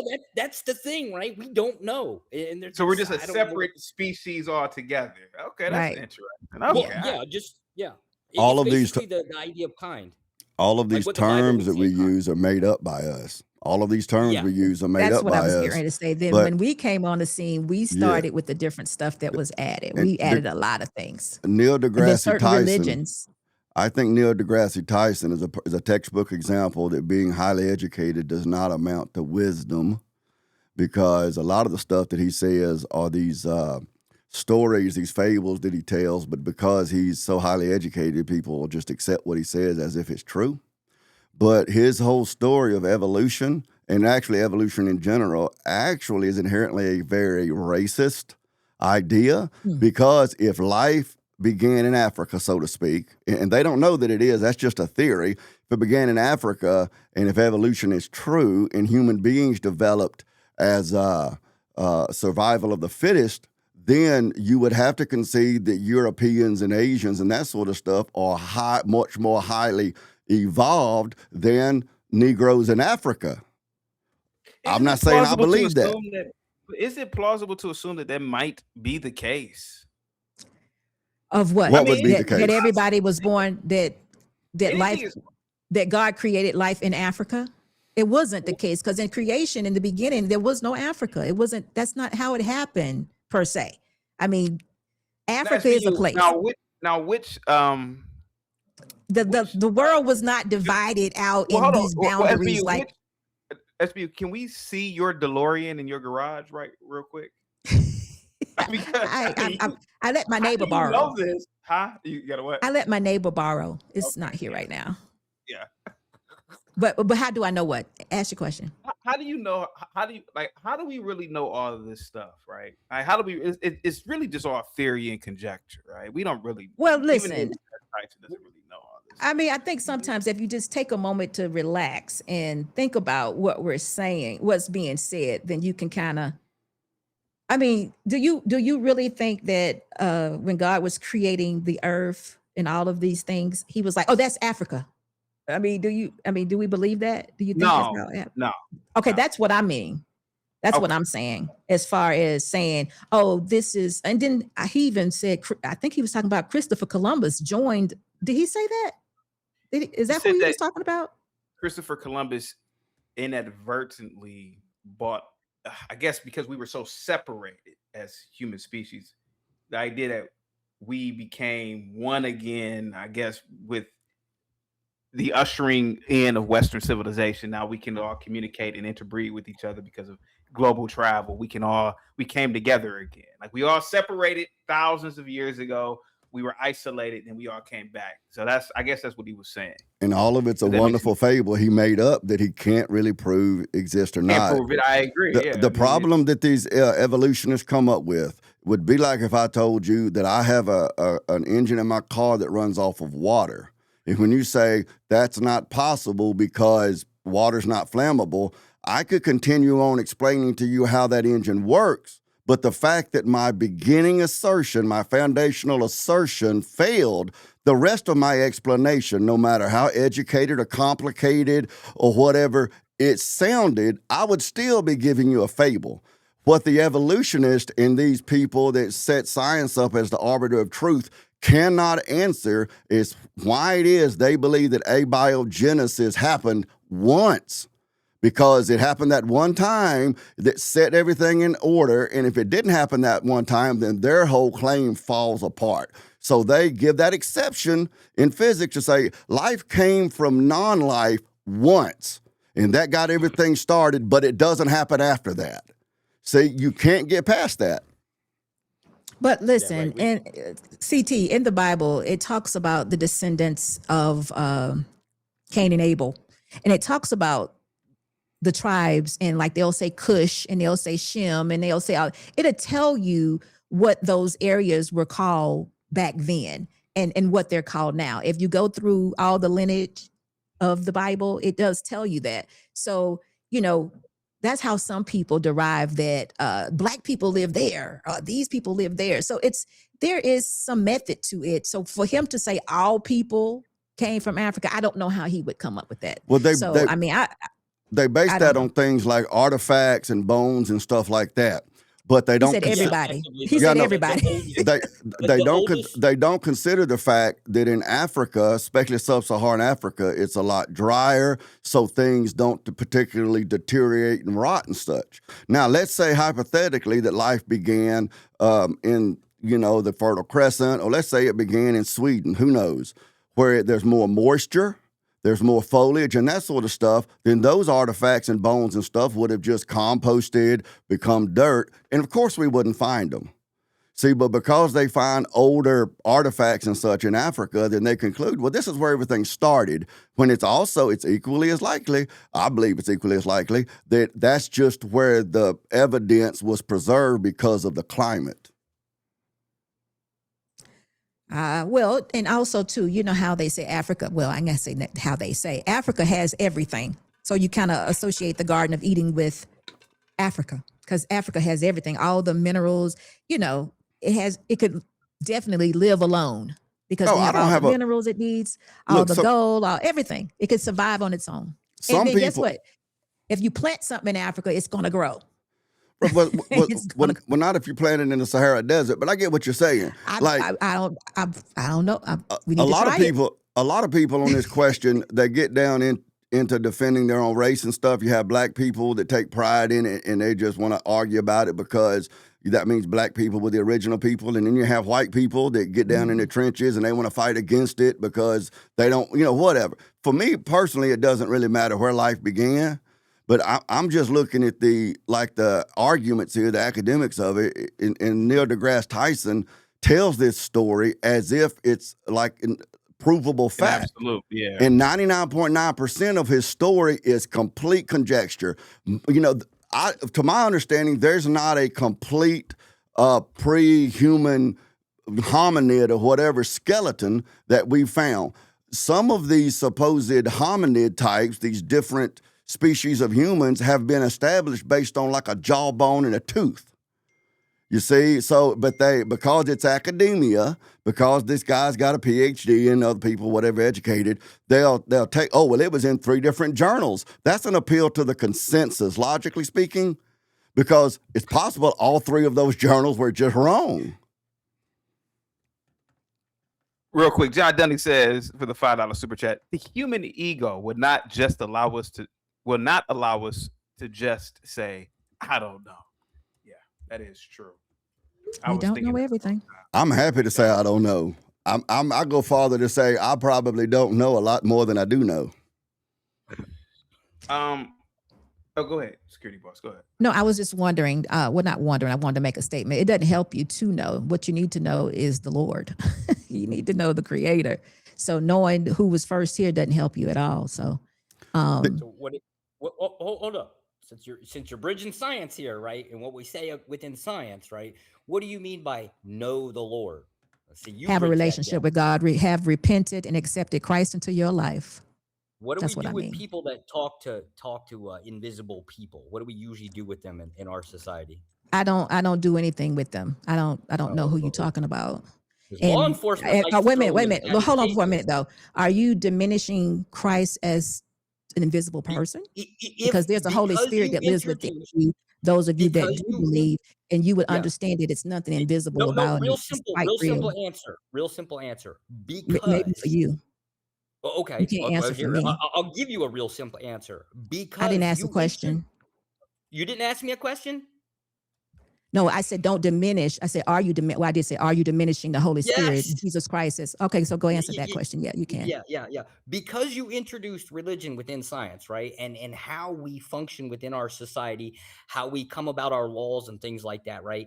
That's the thing that we do. We try our best. I'm not saying that we get to it 100% of the time, but we try our best to basically demand some type of evidence to put something off of it. So the reason why we lock people in cages that talk to people when they walk down the street or in mirrors, right, is because we consider them to be some type of mental defect. We don't do that, but that's a nice insult. That's real, Eric. We don't do that. We do not. Cases. You're just pulling that out of your ass because it helps your argument. You 3 cases. Look, you can give me 3,000 cases. You can give me 3,000 cases.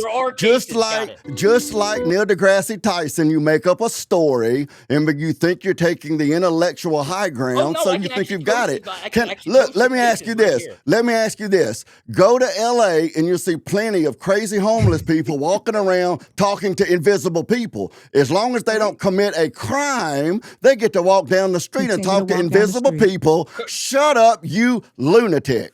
Correct. And instead of, because when they do commit a crime, right, instead of locking them up, we put them in padded cages, do we not? But we do not lock up people who talk to invisible people. What is a padded cage? We do. You lied. You pulled it out of your ass. We do not lock up people who talk to folks who aren't there. Period. Now you can move the goalpost. You can move the goalpost, my little atheistic scientific. I know more than you, fella. But we do not lock up people who talk to invisible people. Your argument is shit. We absolutely do. You can sit here and assert that it's not, but I can pull up. Then why are there so many crazy people walking around talking to themselves? Cases in the last week, I can give you.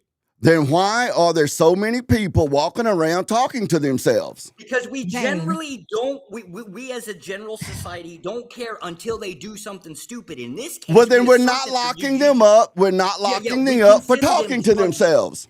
We're not locking them up for talking to themselves. Crimes, right? Dang, can you let him make his point? Can you just don't go back and forth with him? Padded rooms and give them the whole they're mentally ill, right? Because they talk to people, as opposed to locking them in a different cell because they're criminals.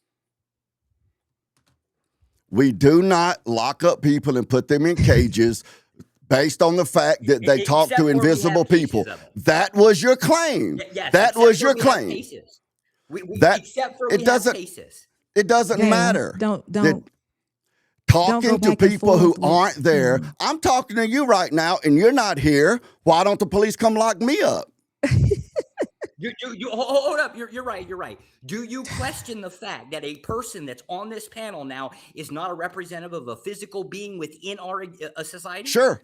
Yep, sure. Let's say that I do. Let's say that I do. What now? That's what obviously now? That's obviously not what we mean, right? I'm trying to find out what you mean. All I can do to talk about what you mean. Just make your point. No. When she used the word no, right? That's what I asked and why I asked that question, right? No, say it once more. Say it again. Your point.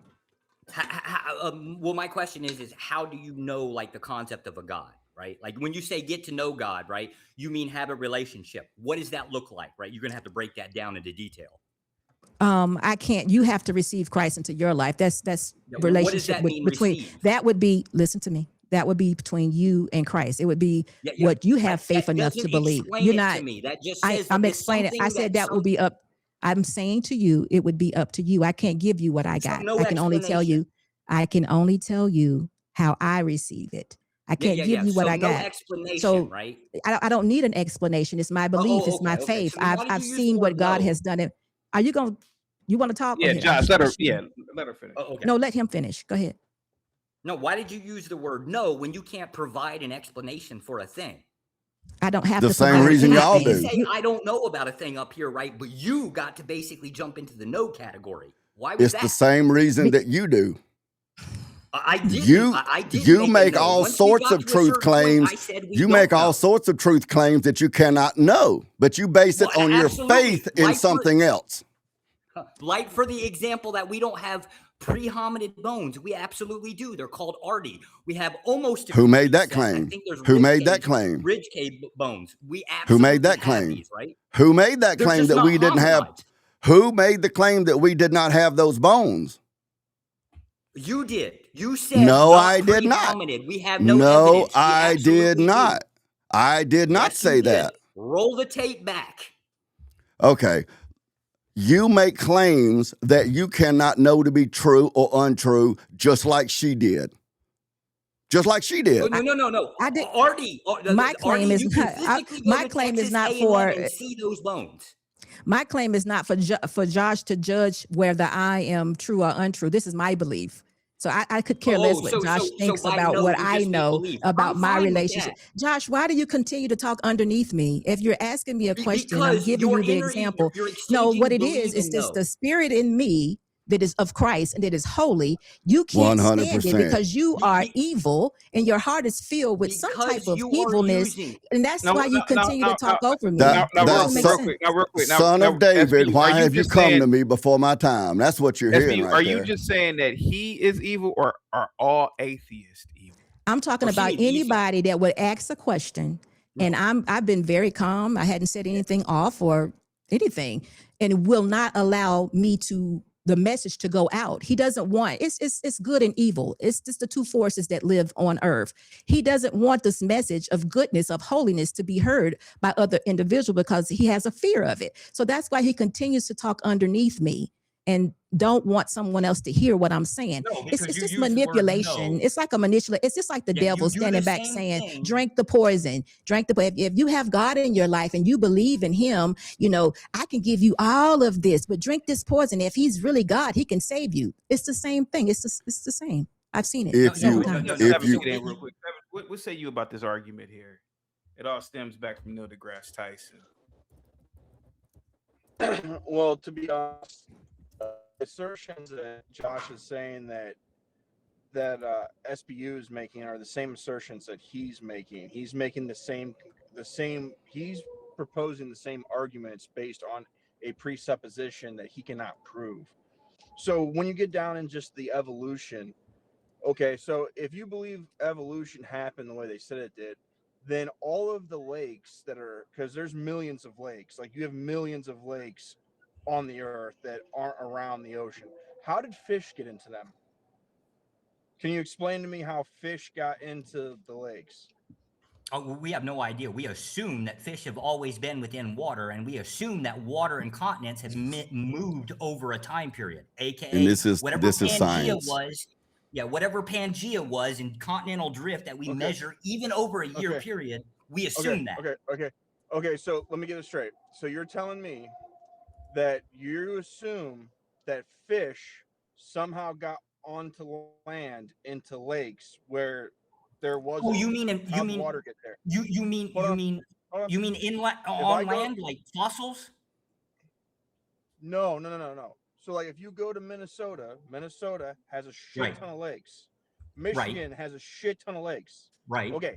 So these bodies of water are not by any, they're in the center of land. There's land everywhere.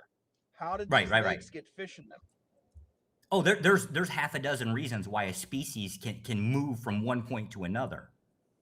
No, now, how fish come about, I wouldn't know. Explain to me with evolution how you get fish from the ocean in the center of a landmass. Oh, I wouldn't know how they would go from an ocean, a saltwater source, into a freshwater source. That part I wouldn't know. How fish can get from one water source to another, that would be easy enough. But the concept of how a species change over to something else, that I don't know. All right. So how would a freshwater fish get into a freshwater source thousands of miles away? Oh, eggs, egg travel, like basically one predator eating something and basically compiling through. There's all kinds of options that exist out there. To lay the claim to know how one specific fish, like the first fish, that we wouldn't have. So are you telling me that fish eggs, once they're eaten, they still survive?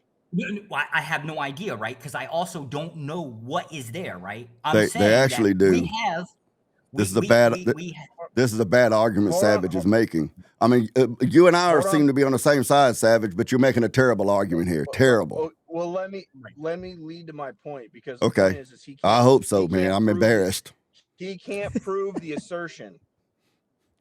That's the point. He's yeah. There's no way. The first fish, we'd have no way of proving that.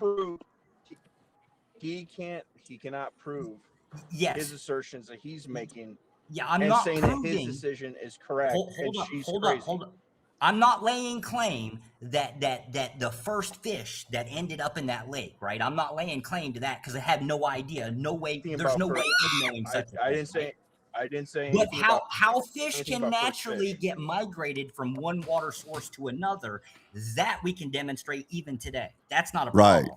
Right. It's And that's just the there's weak not part of any your one answer to that. that's the weak part of your argument, Yes, Savage. but again, but the strong part of the argument. Oh, I guess come back, Savage. his signal's migrating. Explain how a mass amount of fish. I'm not moving, so my signal should not be. Yeah, it's okay. Not Savage, can you repeat your question, please? Yes. So, but based on by your theory, there was no, and then fish evolved. So you'd have to explain, not today, where we all have seen fish, how fish work, how organisms that didn't exist, how they were created, and then how they migrate all over land. That's what I'm asking you to do. Yeah, we don't pick up a fish. I can understand that I can pick up a fish today and carry a fish to another body of water. But based on the whole idea of your evolution, there wasn't humans, there was a bunch of things that weren't around. So you would have to give cause for these things to happen, for you to have some sort of credibility to how you believe your theory is.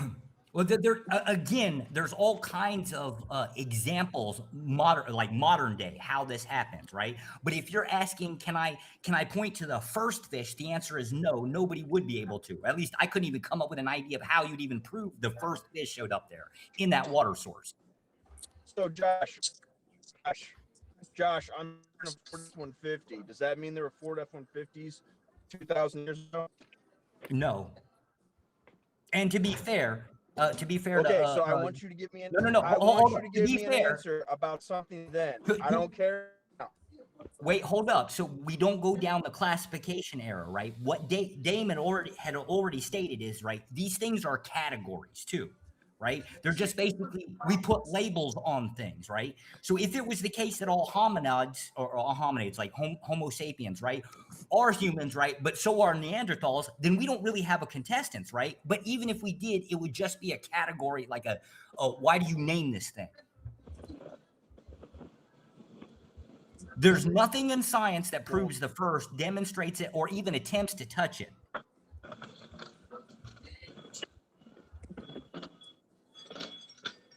That doesn't address anything that it said. Yeah, because there's no addressing it. Was a Ford F-150, aka a classification of a vehicle, existing 2,000 years ago? No. I would assume there would be wagons, though. No. You said we know based on things we have modern. I'm telling you, I want something from not modern. Argument from it being modern is not the point. The point of it is based on that. So, evolution is talking about how things got here. Not right. About how things work now that we are here. One example of fish migrating from a different water source, or from one water source to another, would be, let's see, a water migration, aka you have basically riverines, things like that basically fill up, dry. Incredibly a horrible way why we can't really, or the DEC can't control where fish end up. And that's without human intervention, right? That's just based on weather patterns, whether it rains too much in a season or every other couple of years, something like that. So CT, can you move this forward? Because they have gone off. May I ask the panel a question, CT? Yeah, that conversation could have been an email. Hold on, SBU, where did you want to go with this conversation? SBU, go ahead. I was just wanting you to move it forward. I was going to say hello to everybody, though, that came up. What did you? High security ball. Did you want to continue? Did you want to continue with the Neil deGrasse Tyson out of Africa thing, or I mean, I get. Yeah, we can. We definitely can. But Josh was trying to make a point, I think, and I think his point was, that's a woman of faith. Why do I follow Christ, and how do I prove it, or how do I know it's real to me? And that is not for him to judge. So that whole thing with him and Savage. And I think Hold on, Savage Josh, was hold on. trying to prove to him that you don't know enough. You just accept some things too, or you believe some things too. So that's the same point that she has. So Well, at that's really least- a non-point. So that was let's not just my move point. on to the next That was point. absolutely not my point at And all. he's You still completely talking underneath me like he did on, before. Josh, So Josh, he hold still on, hadn't got it. That's how them white people do. They just want to take over everything. CT, can I ask the panel a question? It pertains to everybody, so anybody can answer. And here's my question. Why do people refer to God as he or him? Because words have meaning, right? Him is a third person singular pronoun in the objective case, used to represent a male person or animal that has already been mentioned. So why do we assign God a gender? Because When that's we've what never God's seen word says. him or her. Because that's what God's word said. Can I say something? Can I say something? Well, let me answer it really quick, and then we call him father. So father is a pertaining man. to a male, right? And then we Go also ahead. call him Holy Spirit, and Jesus came in human form. So we always label him as a man, but it's a spirit entity. It's not, so that's just how it goes. And that was and like Dane said, that's what's in the Word of God. So that's why we do when it. you, if I answered tell the you, question. see, we could use the recent stuff with transgenderism and stuff, right? When they hang on. Oh, dang, don't even get out. Okay. I'll say it. I'll say it a different way. If I tell you that my name is Dane and I live in Alabama, you have no reason to not accept that my name is Dane. I live in Alabama. Okay. God in his word in both the Hebrew and the Greek. See, those are both gendered languages. God's word, his self-revelation is that he was a male, a father, and such. And I know that feminism has this, well, how do you know it wasn't a woman? God himself said through his people that he was a male. I don't see the problem. Okay, I don't have a problem with it either. I was just saying, hold on, how guys, does a spirit have a gender if it's a spirit? Bobby says, CT, why is your face so shiny? I said it earlier in my monologue today. A lot of water, a lot of vegetables, and cutting back on alcohol. The human body is absolutely incredible when it comes to recovery. So that's what it is. That's what it is. And it's genetics too. I come from a strong line of royal African people. So yeah. Go ahead. I come from a very strong line of royal pains in the butt myself. I only asked the question because you typically humans assign gender to something that's physical, not something that's spiritual. So since when do spirits, have sex? Because what I'm the saying? Spirit of God was holy. So it's the Holy Spirit is Christ, and it's the Father, it's the Lord. It's all three. And it's like Dane said, it's in the Bible as He, Father, Son. And you know what? Our little minds, our little brains cannot be and think the way that God thinks. So it may be a little difficult sometimes for have your intellectual brain to say, okay, this is why. We don't.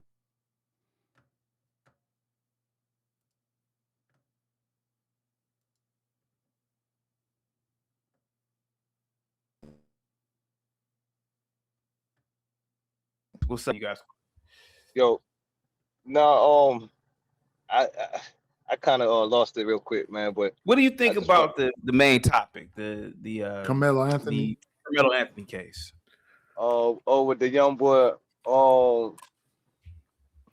I think he did the right thing. I mean, when you're getting bullied, man, you gotta protect yourself, man. I mean, the fact that he was young, he don't have time to. He's not a quick thinker, so when you that young, you gonna do what you gotta do. So I mean, I think he did the right thing. I think he need to get off on like manslaughter or something. But them boys was picking with him, man. Okay, what about you, Knight? What do you think about Carmelo Anthony? I believe the question is what that man just said. Was he necessarily being bullied? That's one, because I don't think so. Good question. And good then question. The other thing is that isn't it kind of premeditated if you bring a weapon? I mean, he already had the knife on him. I mean, he didn't wake up that day and he didn't have like a premonition that he was going to meet up with this Metcalf kid. Well, not the Metcalf, but So you supposedly being bullied because you're a smaller guy, so you leave sticks and stems and knives and things around. No, just he in just case. carrying a knife because that's what high school kids. I carried a pocket knife when I was a kid. Oh, so you was a premeditated. No, it was So I mean, according to popular opinion, he cool. was. It's like, oh man, just cool to have a pocket So knife. wait. But let me ask you this: since you said you did it too, did you think about being able to stick somebody one day if they? Never in my life did I. I have. I never in my teenage years ever thought about harming another person. To be Yeah, you honest with did. no, Well, I did. We all play it off. You that's why I did. said that's why I said when you go ahead. Teenager, no, I was real, man. My teenage years were almost like heaven, man. I kind of wish I had a time machine to go back in time and live as a teenager. How old was he? How old was he? He was 17 when he was supposedly. Yeah, come on, man. 17. CT, can I just tell you something real quick and then I'm going to go? Yeah, if man. Austin was my child, Carmelo Anthony wouldn't be having a trial right now. Know what I'm saying? If these what are you was saying? y'all kids, y'all wouldn't be feeling like how y'all feeling. I promise you that. And So are you I'll saying yield like there. when it's your child, you forget about right and wrong? That's just so exactly what he's emotional, you saying. can't handle it, and it helps you a lot to do something that is wrong and go to prison too. So I understand your child is security, dead boss. and you in prison. Hold on. I'm sorry. I didn't mean to cut you off. Continue. I'm sorry. No, I'm just asking, are you meant to saying that cut you would her off, don't become lie. so overly emotional that you would do something wrong, end up in prison, and your child be deleted? Or, I mean, you would really? You couldn't see your way with right or wrong? Because it's your child? Okay, maybe me and you just gonna have to agree to disagree, but not with none of mine. Oh, so No. you are saying that's what you're saying. That's what I'm saying. If Okay. Austin was my son, Carmelo Anthony wouldn't be going to trial. Fuck that. Not mine. Really? Real quick, mathematics. Absolutely. I ain't seen you in a while. Take this gift. Thank you Because so that's much. how I feel about mine. What about you, Beans? What say you about this Carmelo Anthony case, man? Today was the opening statement. We're not able to watch the trial. The judge won't allow us to. But what do you think about it, buddy? First of all, what's up? What's going on, man? Truth, and of course, my soul sister on another continent, security boss. What's up? Honestly, bro, I want to say something that I don't know if I actually mean, Chaotic. After seeing this Asian dude get off in South Carolina. Oh, child. Yeah, child. Yeah, I almost feel like they should just give us one on this one. People were saying that earlier, to be honest with you. And I didn't, child, hey, man, it is what it is, right? Like, I don't even want to, I'm not saying I'm thinking that, I'm saying I'm feeling it. So for anybody who's judging me, kill yourself. Because easy. God, no, Beans, easy. I'm just saying, I think I'm allowed to feel. My bad, Cat. But I think I'm allowed to feel, right? And that's why I'm admitting that it's a feeling. I'm not necessarily knowing whether it's right or wrong, or saying whether it's right or wrong. And I don't have all the facts in the Carmelo case to really make a decision about it. But I've seen when it first happened, we talked about it, and we talked about how we've seen so many times other people who don't look like us, their age, and the fact that they have their whole life ahead of them get taken into consideration as it pertains to them being judged. So like the white kid who was driving under the influence as a teenager, crashed into the van of people, killed 4 and injured 1 for a long time. And he got 10 years probation for ending 4 lives, right?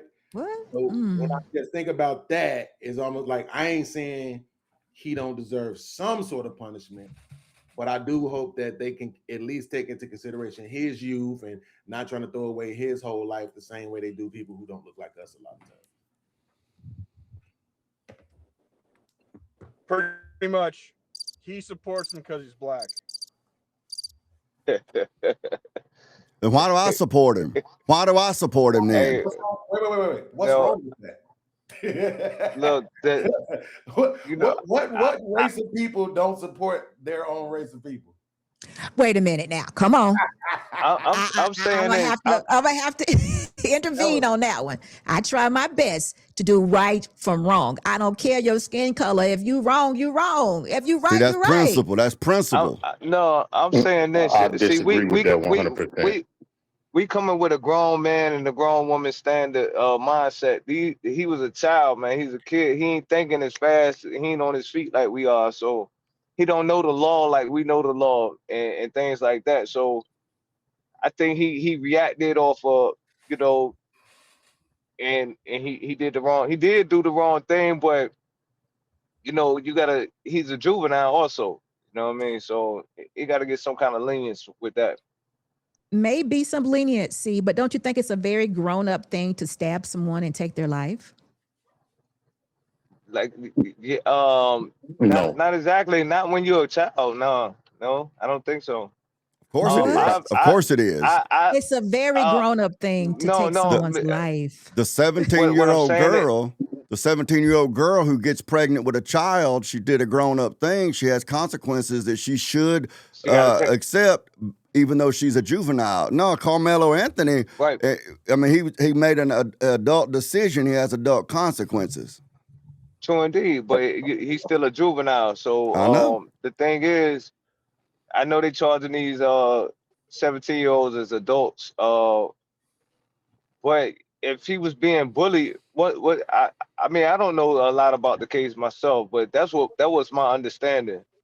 And yeah, we don't know all the facts. He wasn't. But, I mean, I think we're agreeing with you. He wasn't.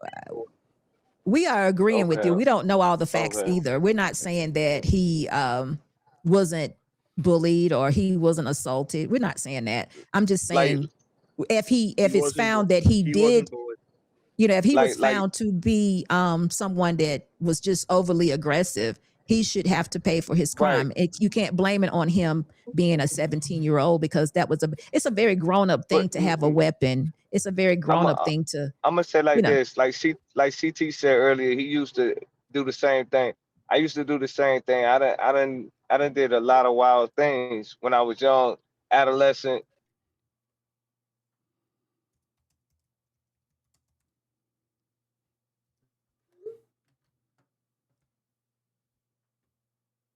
Look, I was young and dumb, you know. I agree. I think we agree this guy with was you. young and dumb. We agree. So if what he did was you want to do since you was running around with your knife or your stick or your bat or whatever else? What did you want to do? Wish somebody would? Yeah, absolutely. Yeah, that's what I would say. That's what I was on. I was on that time because all the other kids is on that same kind of time, you know. Oh, you can't use the world as your measuring stick because if that's the case, then you would definitely have to pay. You have your parents tell you, but your parents tell you what's right and wrong. You've been told. That young man was told, do not have a knife, do not fight, don't do this. His parents told him all these things. He made a choice. I'm agreeing with you. Don't think I'm not agreeing with you. But when you're not around your parents and you at school alone, you got to take care of your own self. Exactly. I've been in those same situations. Well, I disliked it. Bro, how you know he wasn't being bullied? You just going on what the white folks say, bro. When it ain't got nothing to do with white folks. It ain't got nothing to do with white folks, bro. I solely. You cannot say that you're being bullied, but being in another team's tent. So I so dislike how the way black folks stay, right? I guarantee you, if I was a 6'3" man, which I am, 250 pounds, and I'm charged at a woman, and she used a weapon to get me off her, you will be saying that she made a wrong choice. You will be advocating for her to take me out or take any man out there trying to harm her, and that's a fact.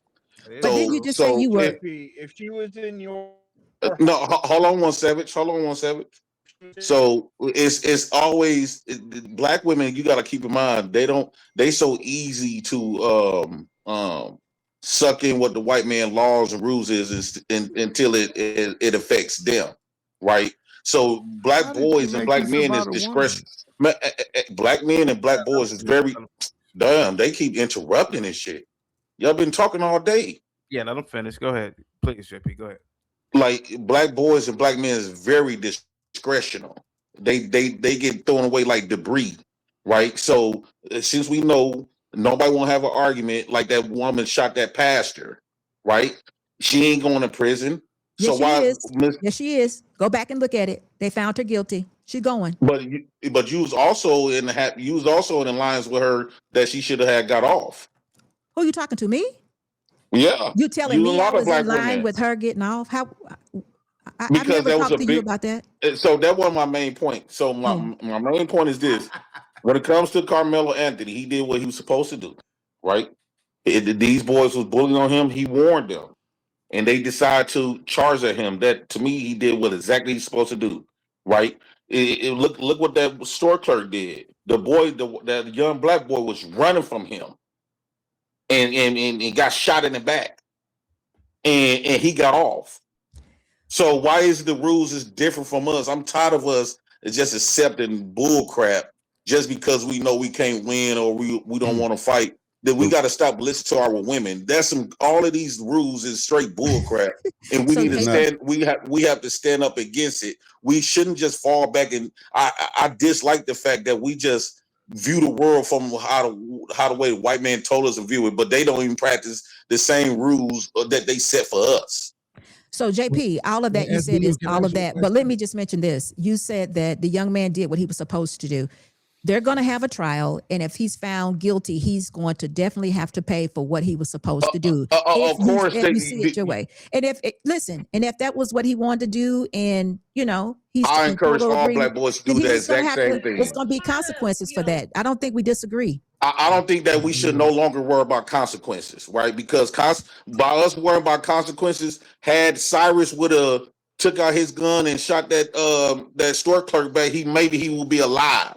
This is why you do not want to listen to women, because women gonna get you deleted, especially when it comes to standing up against other races. Had that boy had a firearm in his book bag, if he would have never been listening to his mama and them and all of the security boss and them, he probably would have used that gun and he would have been in a grave. But since right, he could have shot back. So we don't need to listen to how women tell us to listen to, because she only speaking like all women. They speak from a submissive point of view.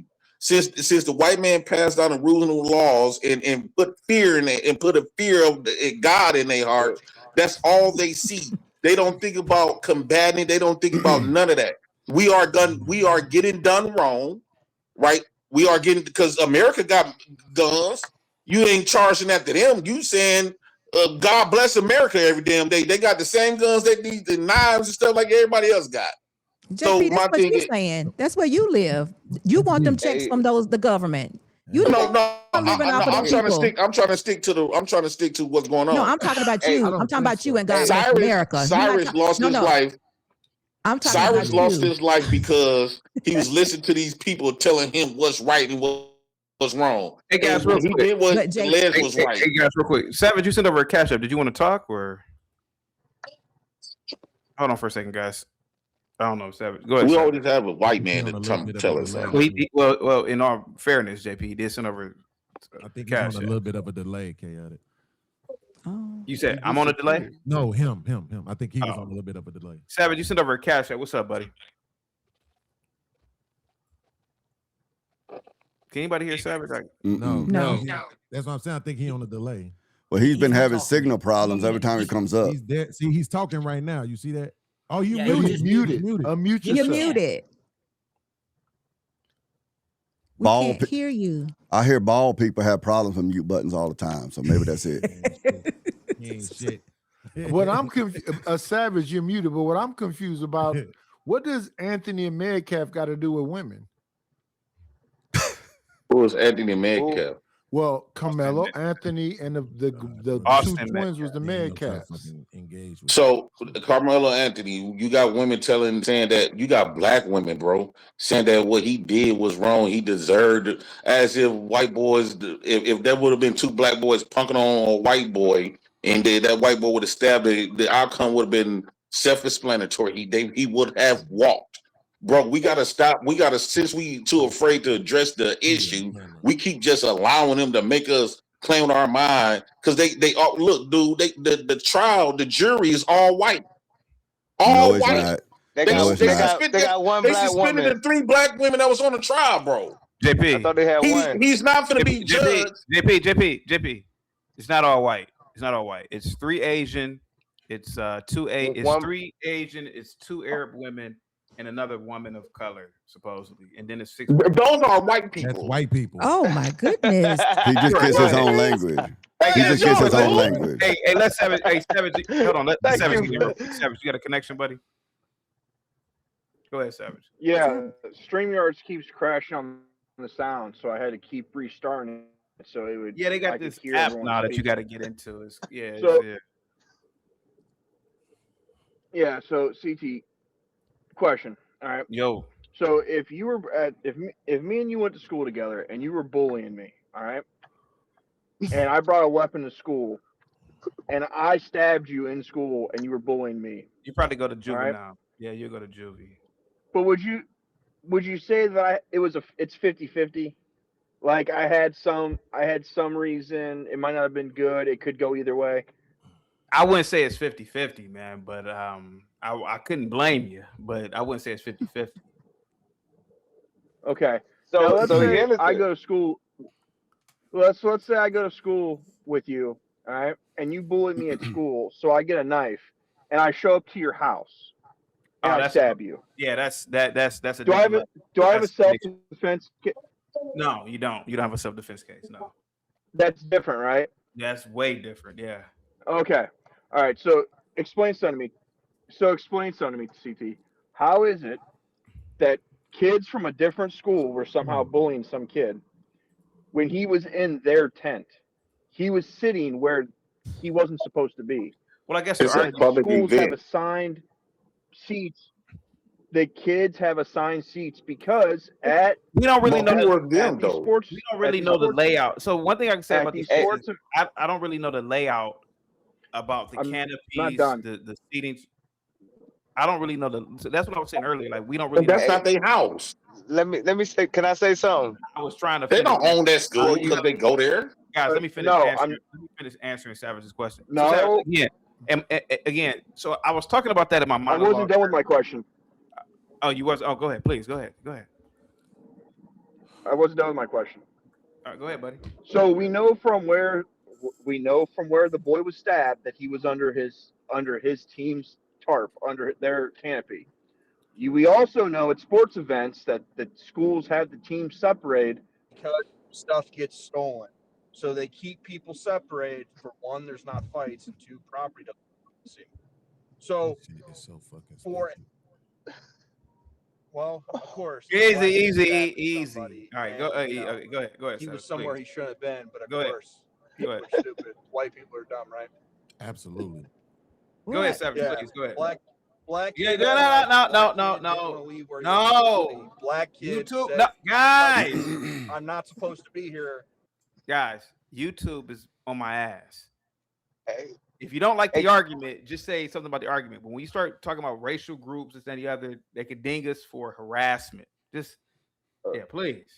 Can I say something, man? Hold on, let Savage finish. Hold on, let Savage finish. Please go ahead, Savage. Go ahead. You're on mute, buddy. It goes in bald heads again.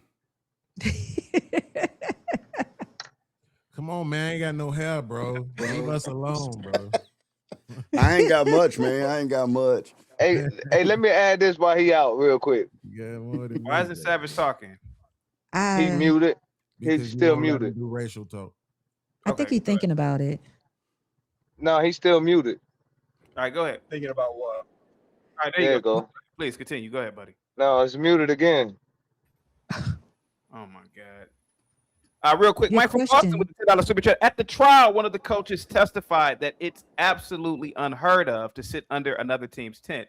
He put Austin in charge that day, down bad. Oh man. Mike from hey, Boston. look. How you know they just not just defending him? Hold on, let me address. Hold on. Let me address this non-athlete right here. Mike from Boston. When I was a kid, we went to track meets. We've sat at other teams' tables. Now, mind you, we were talking to Facts. We were talking to the girls at other schools, But I sit at other people's tables all the time. When I went to track meets and little events, Mike from Boston, why do you want this kid? Why are you condemning this kid already before trial, bro? Why? I rock with you, man. You're the line here, Mike. Go ahead, buddy. Go ahead, guys. Mike, hold on. I think Savage. Go ahead. Well, hold up. He says he killed the hall monitor of tents, aka he should be executed. Plain and simple. We all grew up with hall monitors. We don't like them. Hey, Josh, let me put you in the back real quick because I don't know what you smoked. I don't even know what you're talking about. But I'll bring you back in about 20 seconds. I don't know what you've been doing. CT. Let me just say this part. Hold on. What about Savage? He did pay his, but Savage actually paid. Yeah. Go ahead, Savage. Yes, go ahead, Savage. Your connection. This is insane. Bro, can I ask you a question, bro? Hold on, let me say that. Let me say this part about that. They let me say setting this part about that trial up for him to lose. Look, He don't get a fair trial. Look, the thing about being bullied or whatever, or thing about beef or whatever, this has been going on for a while. Obviously, you don't just stab somebody because for nothing, like because you don't know them. They knew each other somehow or something. You know what I'm saying? When detectives look into things, don't nobody get, beat up for nothing. You know what I mean? So, like I said, the man got a young mind. He juvenile. He thinking on his feet. He probably brought the knife. Like you said, we don't know if it's a butter knife or a hunting knife, whatever the kind of knife, right? So, like, the thing is, don't nobody just, commit a crime for nothing. You know what I mean? Huh?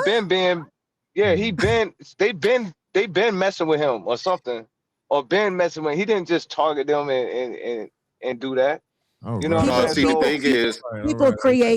People do crimes all the time for nothing. To this day, even at my big old age. Hold on, let's Savage. Go ahead. Hey, Savage, go ahead, man. Go ahead, Savage, please. They go to different schools. They went to different schools, correct. So, like, this idea that they were perpetually bullying him is just bullshit. You're right. Like, yes. CT, agreed. How many kids bullied you from another school? It didn't happen. You're right. It didn't happen. It didn't happen. You're right. It didn't happen. It didn't happen in the school. It didn't happen. What? You never had rival schools? Man, please. Hey, yo, I'm never had a bully. Come on, man. Hold on, let's Savage my finish. God, you guys are fucking retarded. No, Savage, you can't call. Hold on, Savage. Okay, again. I don't understand this man. Again, can you just say the arguments are retarded? YouTube has this thing now where it'll pick up on you calling a population of people retarded. Just never mind. Just go ahead, buddy. Please go ahead. Oh well, CT. No one. I had a reason to do it because no one would just say that without a reason, right? No, we were agreeing with you, and you still called us retarded. No, I disagree with you because y'all are though. Jay. I'm just glad. I'm just glad that now that I didn't say the word. Argument is retarded. I'm just glad to be a part of a protected class now. If I'm retarded. Mathematics. Can you smoke your drugs off camera if you don't mind? No, it's a cigarette. Cigarette. Oh, I got cigarette. Yeah, I don't smoke. I don't do drugs, bro. CT, I came back because of Savage, right? Yeah, I want Savage to answer this question. He seems to be focused on race. I'm not answering this dude's question. Can I finish speaking? We gotta listen to this white man tell us how. Hold on, Savage did pay. Let him finish. Mathematics. My apologies. I thought you were smoking weed. No, you good, bro. Hold on, Beans. Savage, please continue, buddy. Go ahead. Yeah. So the problem that Anthony is going to have is because it's a self-defense case. He already confessed to doing the act. Correct. So it's in the police report. Correct. Savage, you might have to use the StreamYard app, man, because your sound is going. Yeah, that's God. Hold on, it's not God. It's the StreamYard. You got to use the app now. CT. I don't think God cares about CT. YouTube. I disagree. CT. No, hey, CT. Here's the thing I want to say quickly before you go, Beans. Maybe God does care about the YouTube channel. I don't know. So you could be bullied. I understand where they was coming from, but you could be bullied if the teacher said they gave these white boys all of a sudden they gave them permission to boss people around. Some kids don't know how to handle authority. So he felt, and white people do that even to this day. They feel entitled, and they step their boundaries Not all and how white they people, approach but I agree with people you. But and not how all, they but I approaches agree. people. I agree. And that black boy didn't say, "You better get away from me if you try it if you want to." He didn't say that because they was coming to him with good professionalism, customer service Don't have skills. any idea why They he said it. came up there very threatening. Ain't nobody finna pull no knife on in another. If y'all willing to say that, ain't nobody finna course pull they no knife will. on you if you coming at them correct, if you coming at them respectful, if you coming at them loving and woo out the bam. Only time somebody gonna pull out a knife or a weapon is if you coming as if you trying to harm me. That's just not true, but okay. I agree. That's not true. I know that's just not true. Some people are just No, it's like the security boss. You just don't want to accept it from a black man's perspective. But Where's at the end of the where's the day, logic in arguing shit that you can't prove? Like even I just heard somebody say there's no proof that he said that. Did Carmelo make any statements about what was said under that tent? Just yes or no? Yes I or no, don't please. know. I'm begging just for I a don't yes or no. know.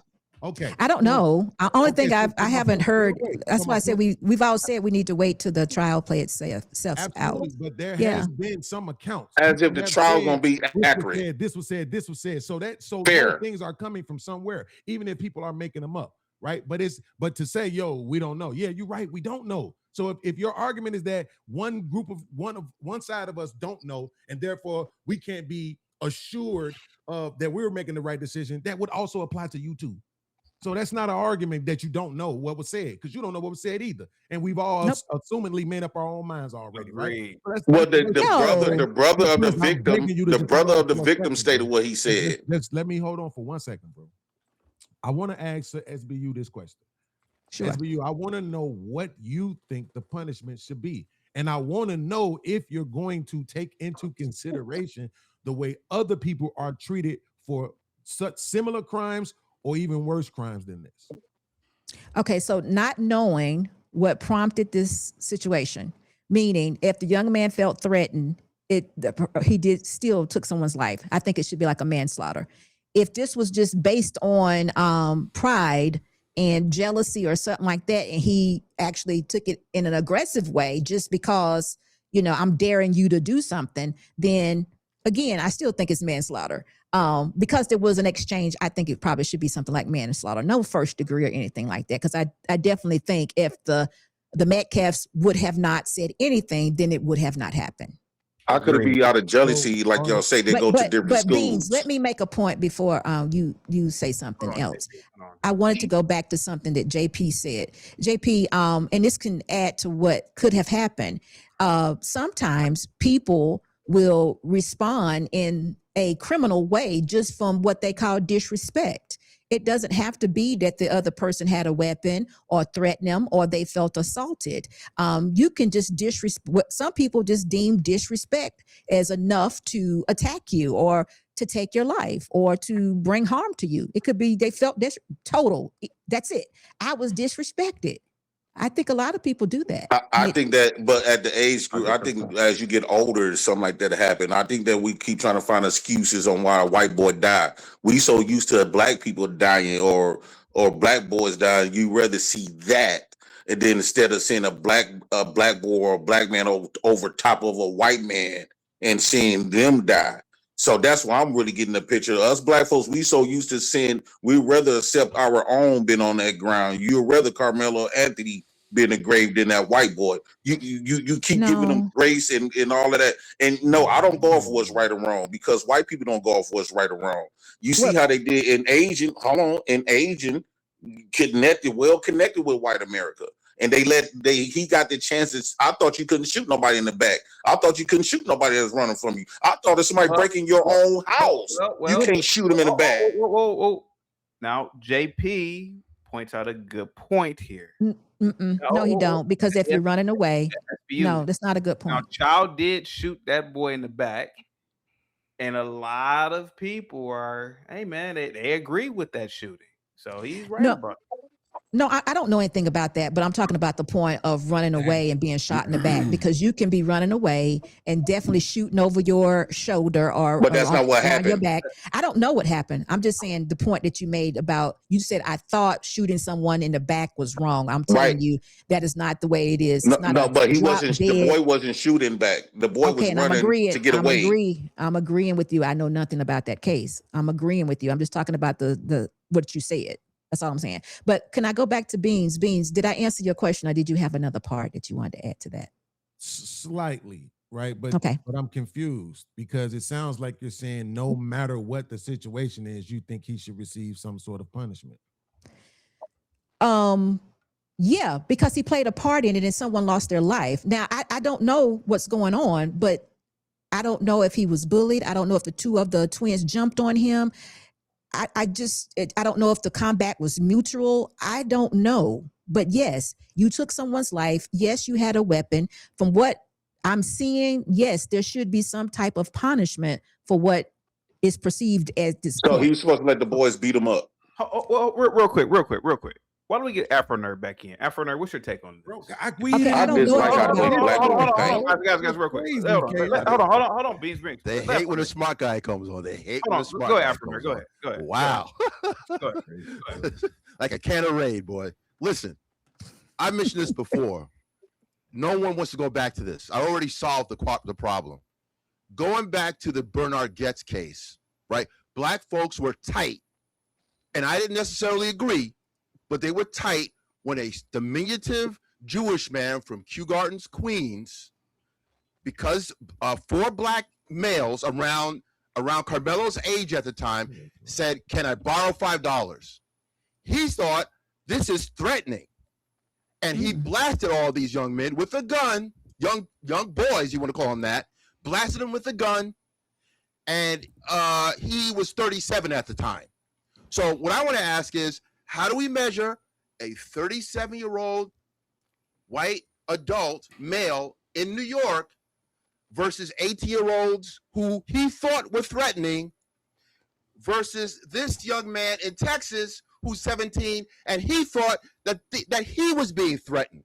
Now, I didn't necessarily agree with this in the beginning until, I will give props, CT reminded me of, in my own haunting grounds, the Bernard Goetz case. We have to use that as a litmus test because black folks, Sharpton gained his ground off of that case, right? So he and a lot of black folks were tight, just like these white people are tight about Carmelo Anthony being the killer. Now, just like I said before, there's a lot of analogies here because just as Carmelo Anthony, he ran away, tried to hide the weapon and all that kind of stuff. Well, Bernard Goetz also ran away, and he was missing. Told you that?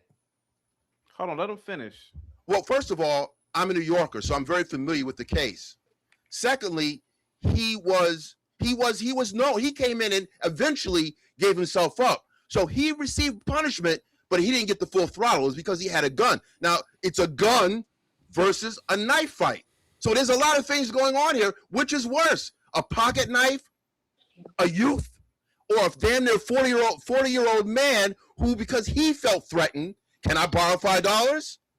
He shot, wounded young black men, and the results were a little different. There was not this kind of equivocation with this young black boy. So I think someone has to answer what makes these cases actually different with an adult and a gun and a threat level.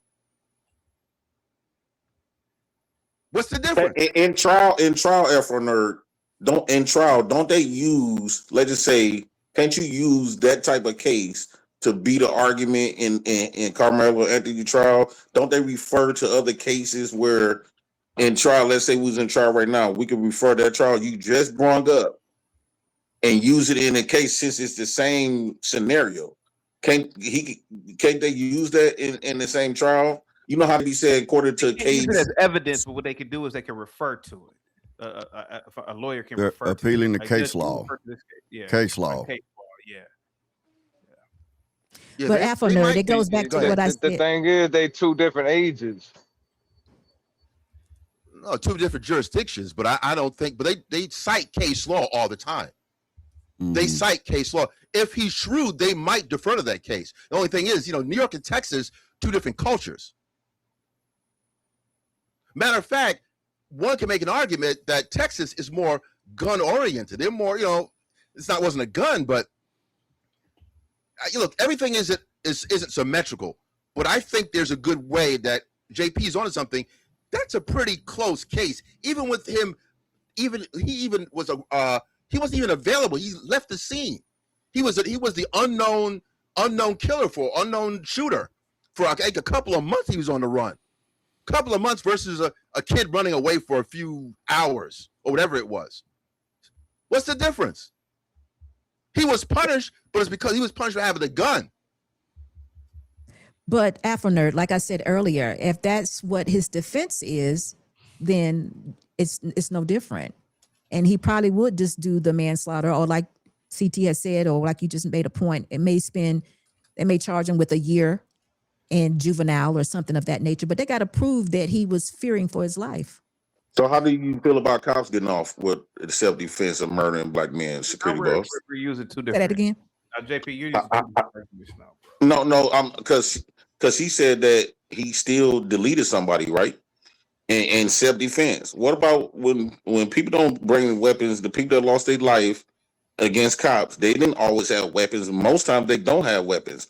How do you feel about that? Even let's say if I'm resisting the cop or I'm running from a cop or just pissing the cop off, he got the right. They had the right to just air us out because it seemed like black boys don't got self-defense. Black men, we don't have self-defense against. Only time you tell us to have self-defense, and you one of the black women wouldn't mind going to get your husband to self-defense for you, right? And you have did it on these platforms.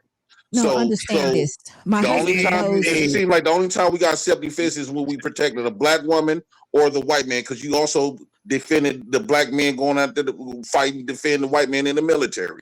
So it seems like, according to black women, is that the only time black boys and black men get the chance to defend himself with taking somebody's life is when we doing it to protect the black woman or when we doing it to protect the white man. Well, first, let me say this. My husband knows who his wife is, and he knows I'm not out there picking at men, women, or anyone, causing a ruckus. So if he has to defend me, it's because it's a valid offense. Defense. He knows that. But to get back to what you go to prison for it, get manslaughter. Does my husband?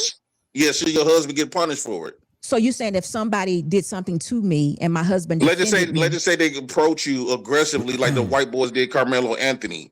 And you just sitting somewhere, and them boys did Carmelo Anthony finna get ready to mug you and jump you, and your husband step up and say, "Hold on," but now they all in full flesh, right?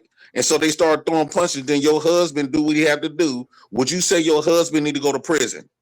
Absolutely not. Me and my husband together. Okay, then your point is in the garbage. Let her answer, JP. Let her answer. Me and my husband together go take care of that situation, because you said I was about to be. No, you said I was being mugged. I think that's what you said. That meant that someone was putting their hands on me. The threat was already there. Do you gotta wait till somebody hit you first? Because somebody put their hands on you, it really hurt you. And if you want a clear case, you definitely have to be assaulted. Now, what if they put their hands on you and you knocked out, or you bump your head and die? So you don't never want nobody put or shoot or stab or hit you first. You don't want that. Then my husband can definitely come to my defense. You know that. Anytime, anybody. Should he go to prison for my husband. It could be anybody. I found something. Okay, go ahead. Let it go. Let it go. Go ahead, security boss. Cook.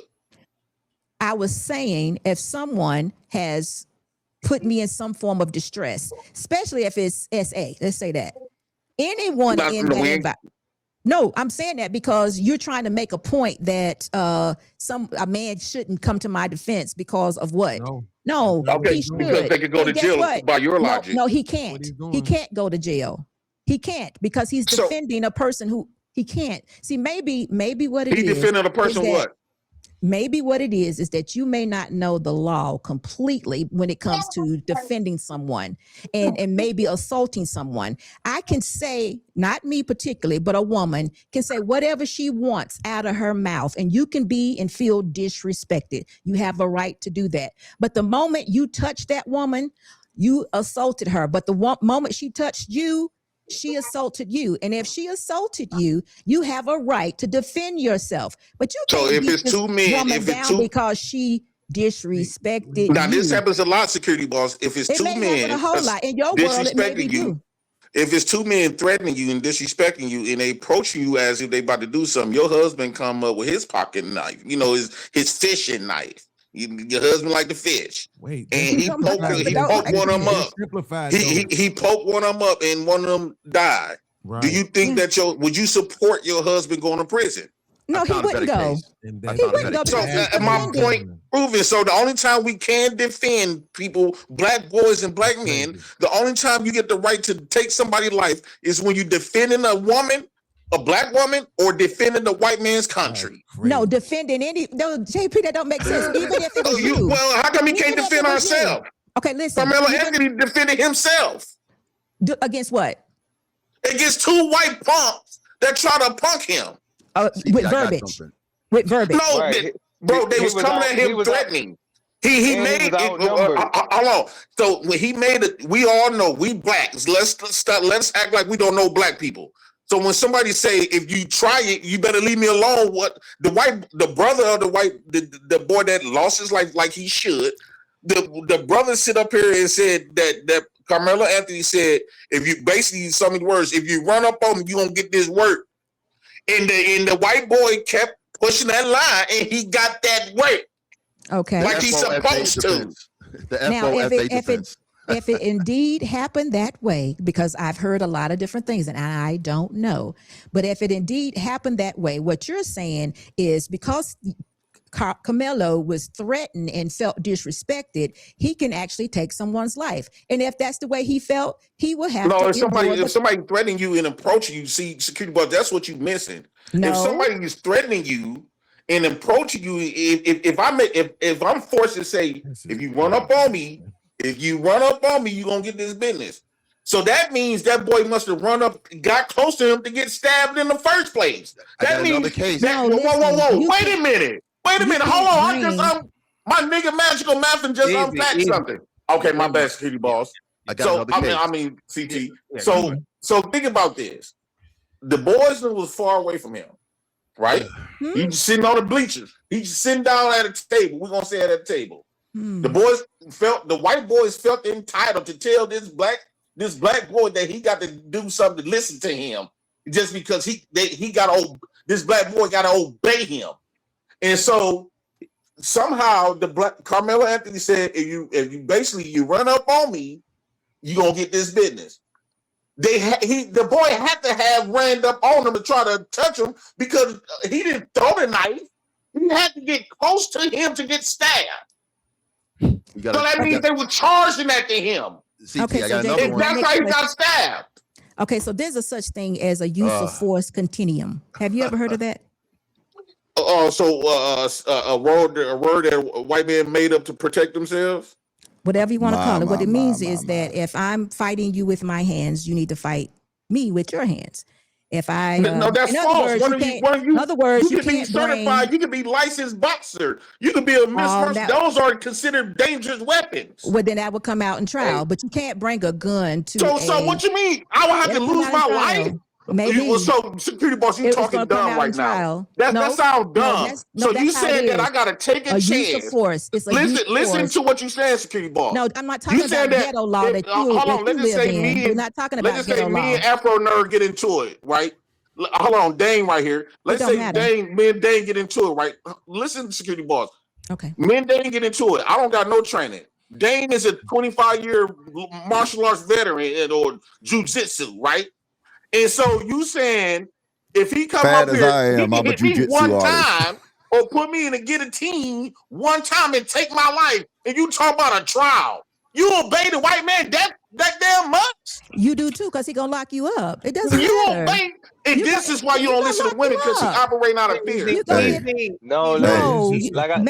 I'm operating out of common sense. CT. I have a brain. I have something to live for. CT. I actually I adore people. I don't want to take anybody's life. It doesn't make sense. I'm not full of ego and pride, so I don't have to be so puffed up with this. Guess what? If that's my destiny and that was the way I was supposed to go, then I'm gonna have to go. But You guess give what? the white He'll be man that found much guilty. power on your It ain't about, autonomy? listen, a white man don't live in my head. He lives in yours. But Not mine. white man gonna A take white your man can't head. do They do it a to white black women man. all the time. But guess what? Sandra Then must be Bland. the one. But why you ain't protecting them black women out there then, Jay? Because if they talk like them you, the black women in that's your on world. them. No, they don't talk like me because I have a husband. Them the ones in your world. Them the ones in your world doing See, all the your talking. husband can't go to It be the prison. ones. It be the ones at Walmart that you be hanging out with all the talking and the cussing people out and getting arrested, going to jail. That's your life. That ain't Titty boss, you mine. are just like them black girls. You You just don't do know it me. conservatively.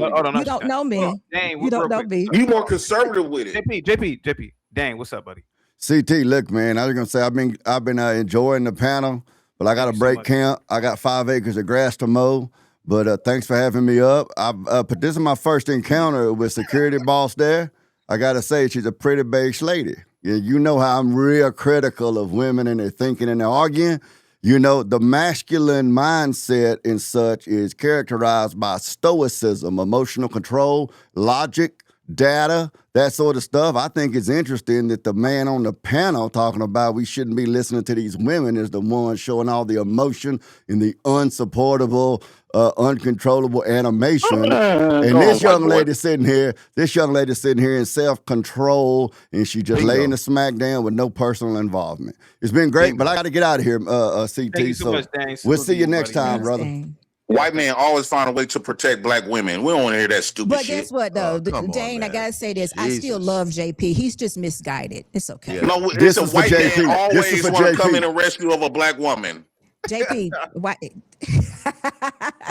Now that's funny. That hit, Dane. There you go. JP, Cry me a I river. love you. Y'all- You just misguided. You have no we need a idea. white Y'all man take to care. tell us